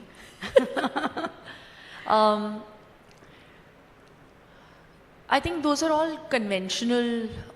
When you use the word traditional, it's self-explanatory. But back in the day, we didn't have different avenues like cricket as an investment, for example. You could actually invest in a team, which a lot of actors have done. You can actually think of putting in your money. You're not just getting it, you know, in terms of sweat, but also you see a lot of celebrities investing their own money, and they've got the skin in the game because they know that, you know, the ROI will be far, or it will rather yield them much greater benefits in a shorter time. So that's why those are very conventional ways of investing. And back in the day, I think those were the options. And today, the options are so many more. So I don't blame people for using those unconventional ways, because they always say that if you have to have guts to do something different, and no guts, no glory. Absolutely, and it takes a lot of guts, and there are a lot of investors sitting over here. Even for them, investing in an early stage company takes a lot of guts. It's the instinct that they play upon. And you were an early investor in Mamaearth, which has seen a stellar IPO. How has your experience been investing with Mamaearth? Is this mine? Yeah. No, I mean, for me, Mamaearth was my first D2C brand. And when I invested in it, back in the day, actors were not that pro about putting in their own money. But because I had made other investments in other businesses, I felt, why not do it with a brand endorsement? And if you really believe in a product, and today's audiences and your consumers are so smart, they know when you are completely invested in a business or a product. So when you're just leveraging your name and they see that you're just saying those things because you've been paid for it, the whole perspective is different. In comparison to if they know that they know that the endorser has also invested their own money. So when Varun and Ghazal came to me and pitched the product to me, it was more of an emotional decision than a commercial decision, because I was also a user. I took all the products, I used it as a mom, and I really felt there was a huge lacuna for those made-safe products for kids in our country. And as a mom, I was struggling. I mean, I could afford to go to London and get those foreign products, but there were a lot of parents out here whose children were suffering with eczema and rosacea and sensitive skin, and they didn't know where to buy products that were safe and, dermatologically tested. So I felt that, this was a solution to a problem, a very big problem. And that's where my investment comes in. When you show me a solution to a problem, you'll get my attention and you'll get my investment. So for me, when I got back to Varun and Ghazal, I was like, okay, I'll endorse your product. And they were like, we can't afford your price. So then we figured out another way to go about the whole deal. I said, okay, I am totally sold on the product and we'll do it this way. And it just worked. And I think it's for the record now. It's one of those case study kind of investments. So I feel really thrilled, and I feel it was such an enriching experience. Yes. Right, so like Ghazal and Varun came and pitched, I'm sure there are these lot of opportunities, or a lot of startup founders, D2C founders do come to you and pitch for opportunities. So is there any thesis that you follow? How do you really pick and choose the kind of opportunities you want to really put your money in? If I am able to, like I think I answered it in the previous question, it has to solve a problem. So then it kind of catches my eye. I've gotten into the hospitality business. For me, I invested with Ranjit because he's really passionate. You have to have someone who's passionate, who has a vision. You have to have a goal. Otherwise, it's like, entering a race like with a horse and a horse without a great jockey. What's the use of that? So you have to invest in the brand and the person who is running the brand as well. So you have to have a very clear vision, who has a clear vision for the company and for the brand. So do you work on your instincts? Absolutely. It's only instinct. For me, it's never the numbers. It's that first moment of, they always say you have to go with your gut. So it's that. I do all the due diligence and all of that later, but that gut instinct at that point is what works for me and has always worked for me in life. Right. Marketing too has undergone a lot of change. You know, we're seeing, like I said earlier, you know, your followers, your social media presence has become an asset for you.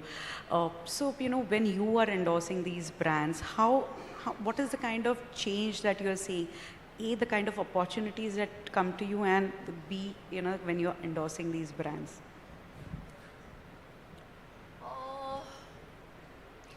There's so many questions in one she keeps asking me. I don't know from where to begin. You can break them part down. One. Yeah, part I think the first part of your question was... How has the marketing changed? Like I said, change is the only constant. There will be... today you have influencers. So sometimes you have a brand ambassador.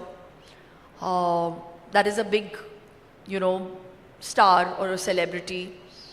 And then they will still hire smaller influencers, exactly, you know, to mass market, to kind of give you that more friendly, more approachable feel, to understand the brand better. Because, you know, actors or other bigger celebrities will not want to spread themselves so thin. Correct. And every day costs the brand, which they cannot afford sometimes. So then you hire smaller influencers, so you're still penetrating the market. And that's a trend that I've seen change over time. So you could be the main brand endorser, but sometimes the influencer that has smaller or lesser number of followers do more views, you know. So their engagement with their audiences, which is actually the TG of the product that they're catering to, does better than the bigger endorsers. So that's a trend. So what is your next question? Yeah. So there are these smaller influencers who are eating into the market in that sense. So no, I mean, the way brands come to you, I mean, has that also changed, and the way you look at, you know, endorsing brands? I have always had this clarity in my head about what I want to do and what I won't do. We wouldn't want yes, to know what there is a strict no. I won't do anything that I will not give my children. I will not endorse an aerated drink or a pan masala. No amount of money can lure me into doing those things. So yes, there are very strict no's. With due respect to all the people who are doing it, it's not my thing.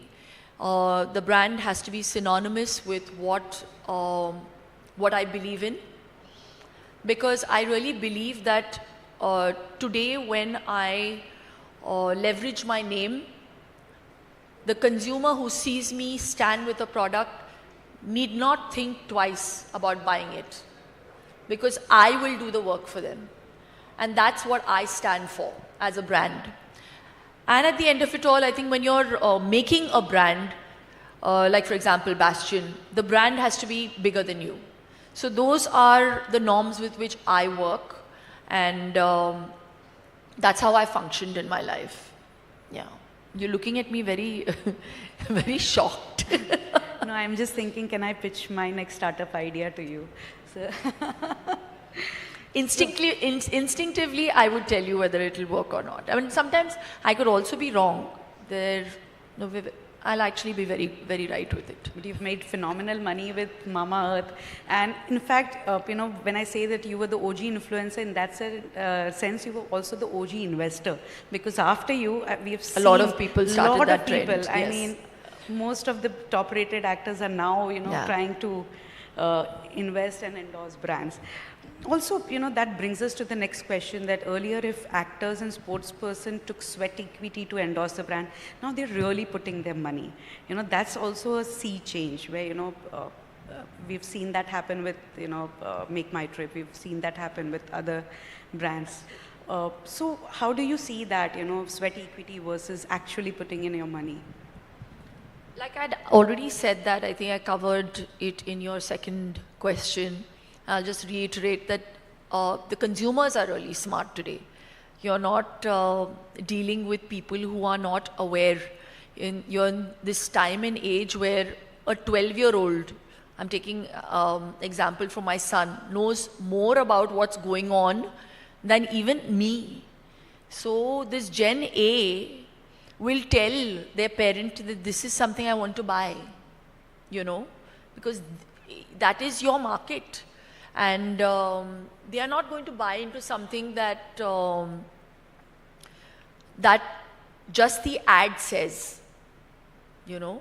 So those so-called claims have to really stand the test of time, because you're in this time and age where anything can be blown out of proportion if you can't live up to what you have claimed. So when I shoot ads, there are constant fights between agencies and brands and, you know, clients, and it's a huge gamut of emotions and things that you have to go through, because you today cannot claim just anything. So I just feel the hero truly is the product. The rest just, you know, follows. And like I said, the person behind the product has to know how to steer it in the right direction. When it comes to businesses, we know that you've invested in sports, you've invested in hospitality, you've invested in D2C brands.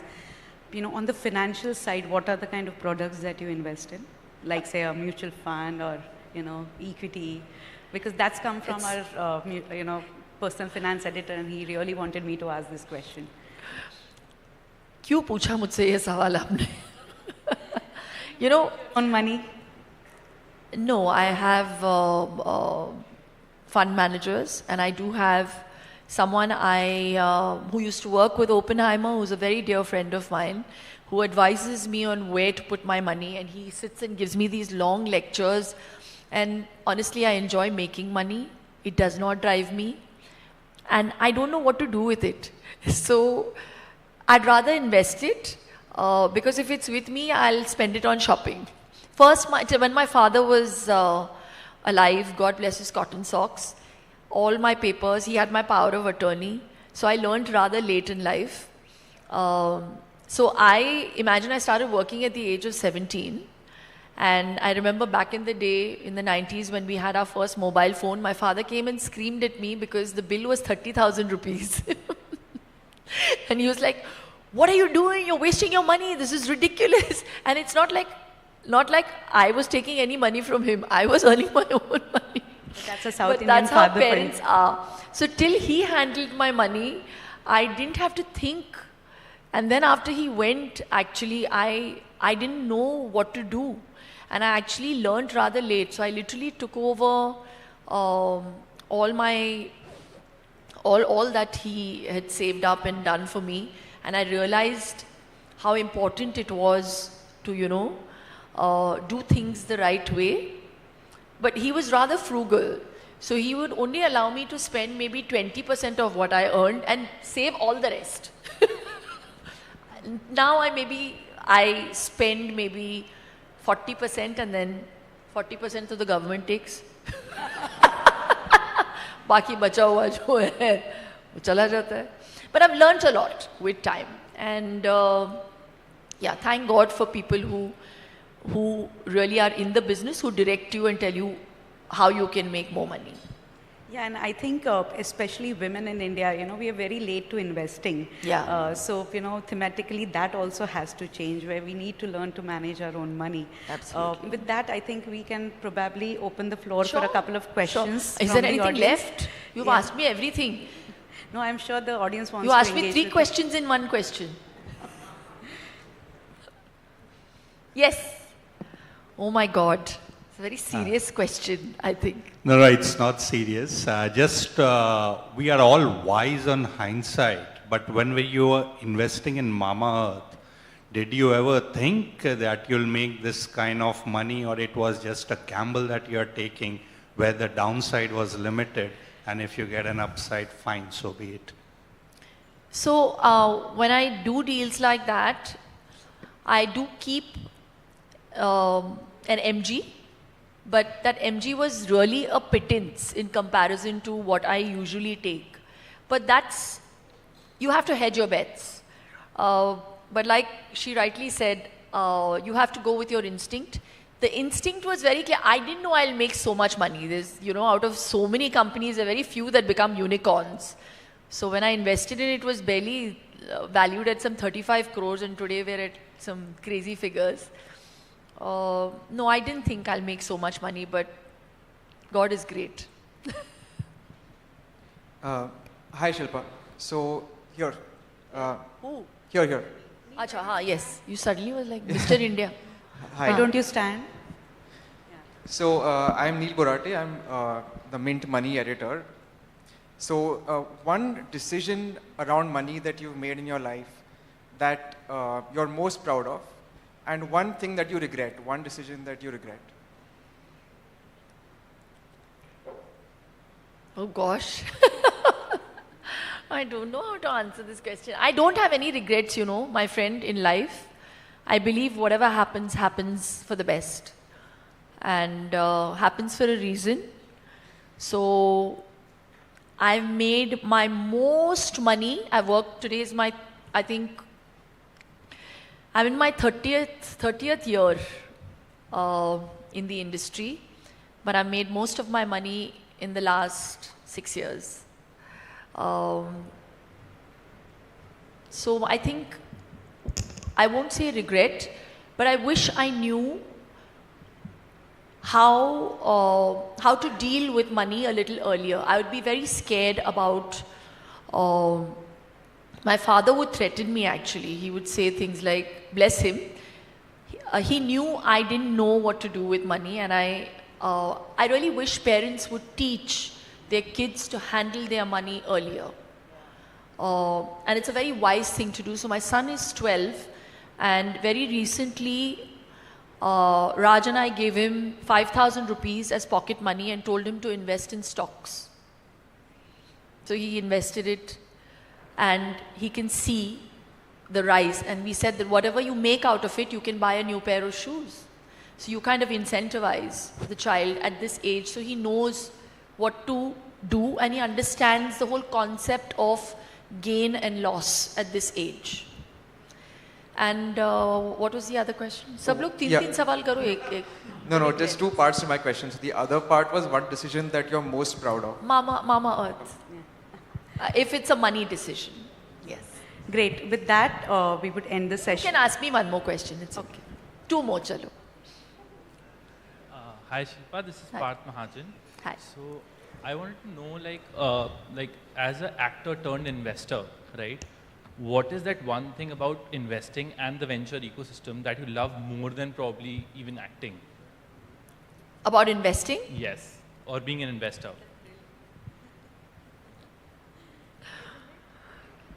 I like the reaction that I get from people when they realize I'm not a dumb nitwit. Because actresses come with this, I don't know, actually more back in the day. Today women are far smarter, and they're more, there's so much exposure to what's happening. We had to learn the hard way. They say that the foolish ones learn from their own mistakes, the intelligent ones learn from other people's mistakes. So I was the foolish one, but I'm so happy for those mistakes I made in my life, because there's nothing that teaches you better than experience.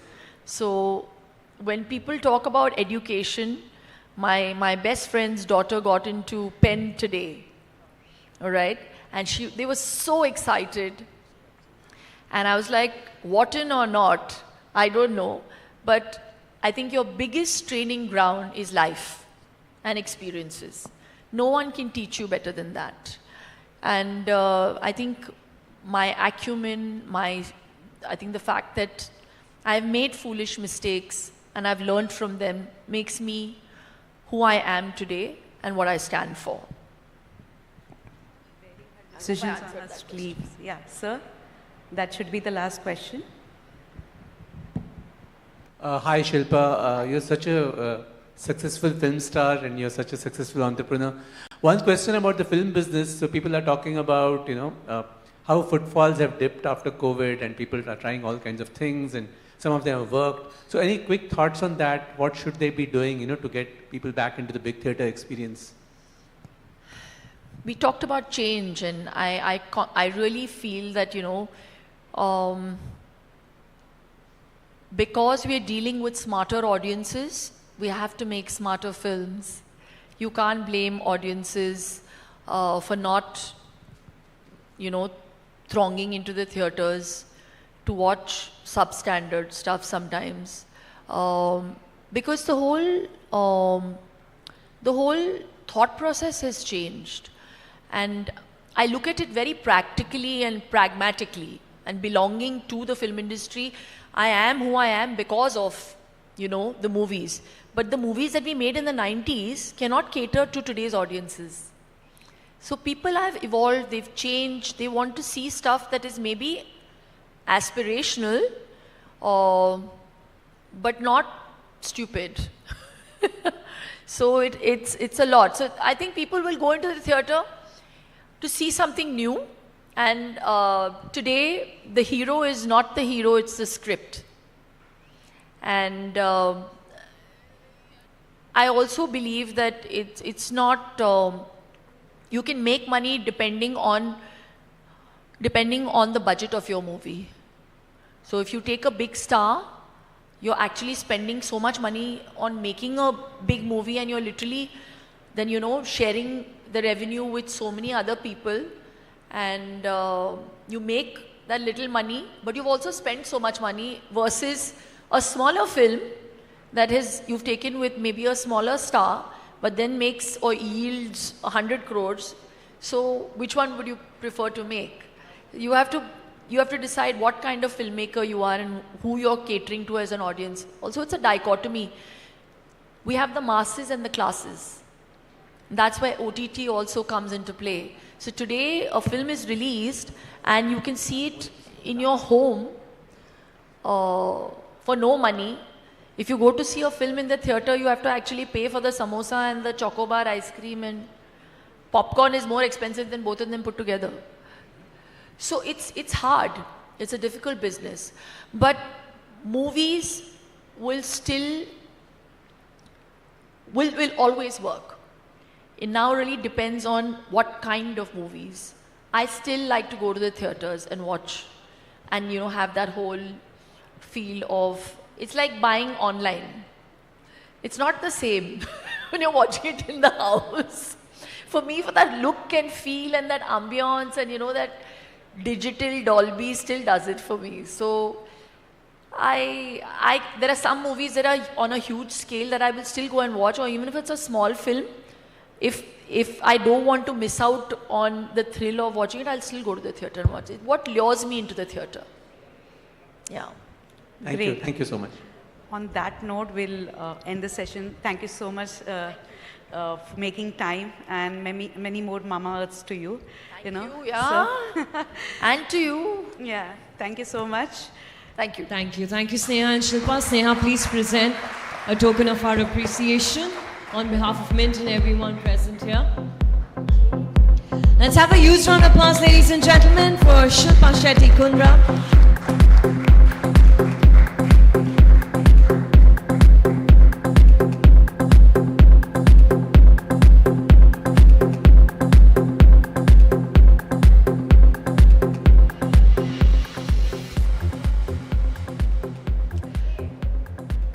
And that's a wrap on day one at Mint India Investment Summit 2024. Tomorrow we kick off with the first conversation at 10 a.m. sharp. A huge shout out to our partners, powered by Hubtown, associate partners Bandhan Mutual Fund, LIC Housing Finance Limited, knowledge partner Deloitte, and partners Peak 15 Partners Stockrow. See you tomorrow at Mint India Investment Summit and Awards 2024. Thank you.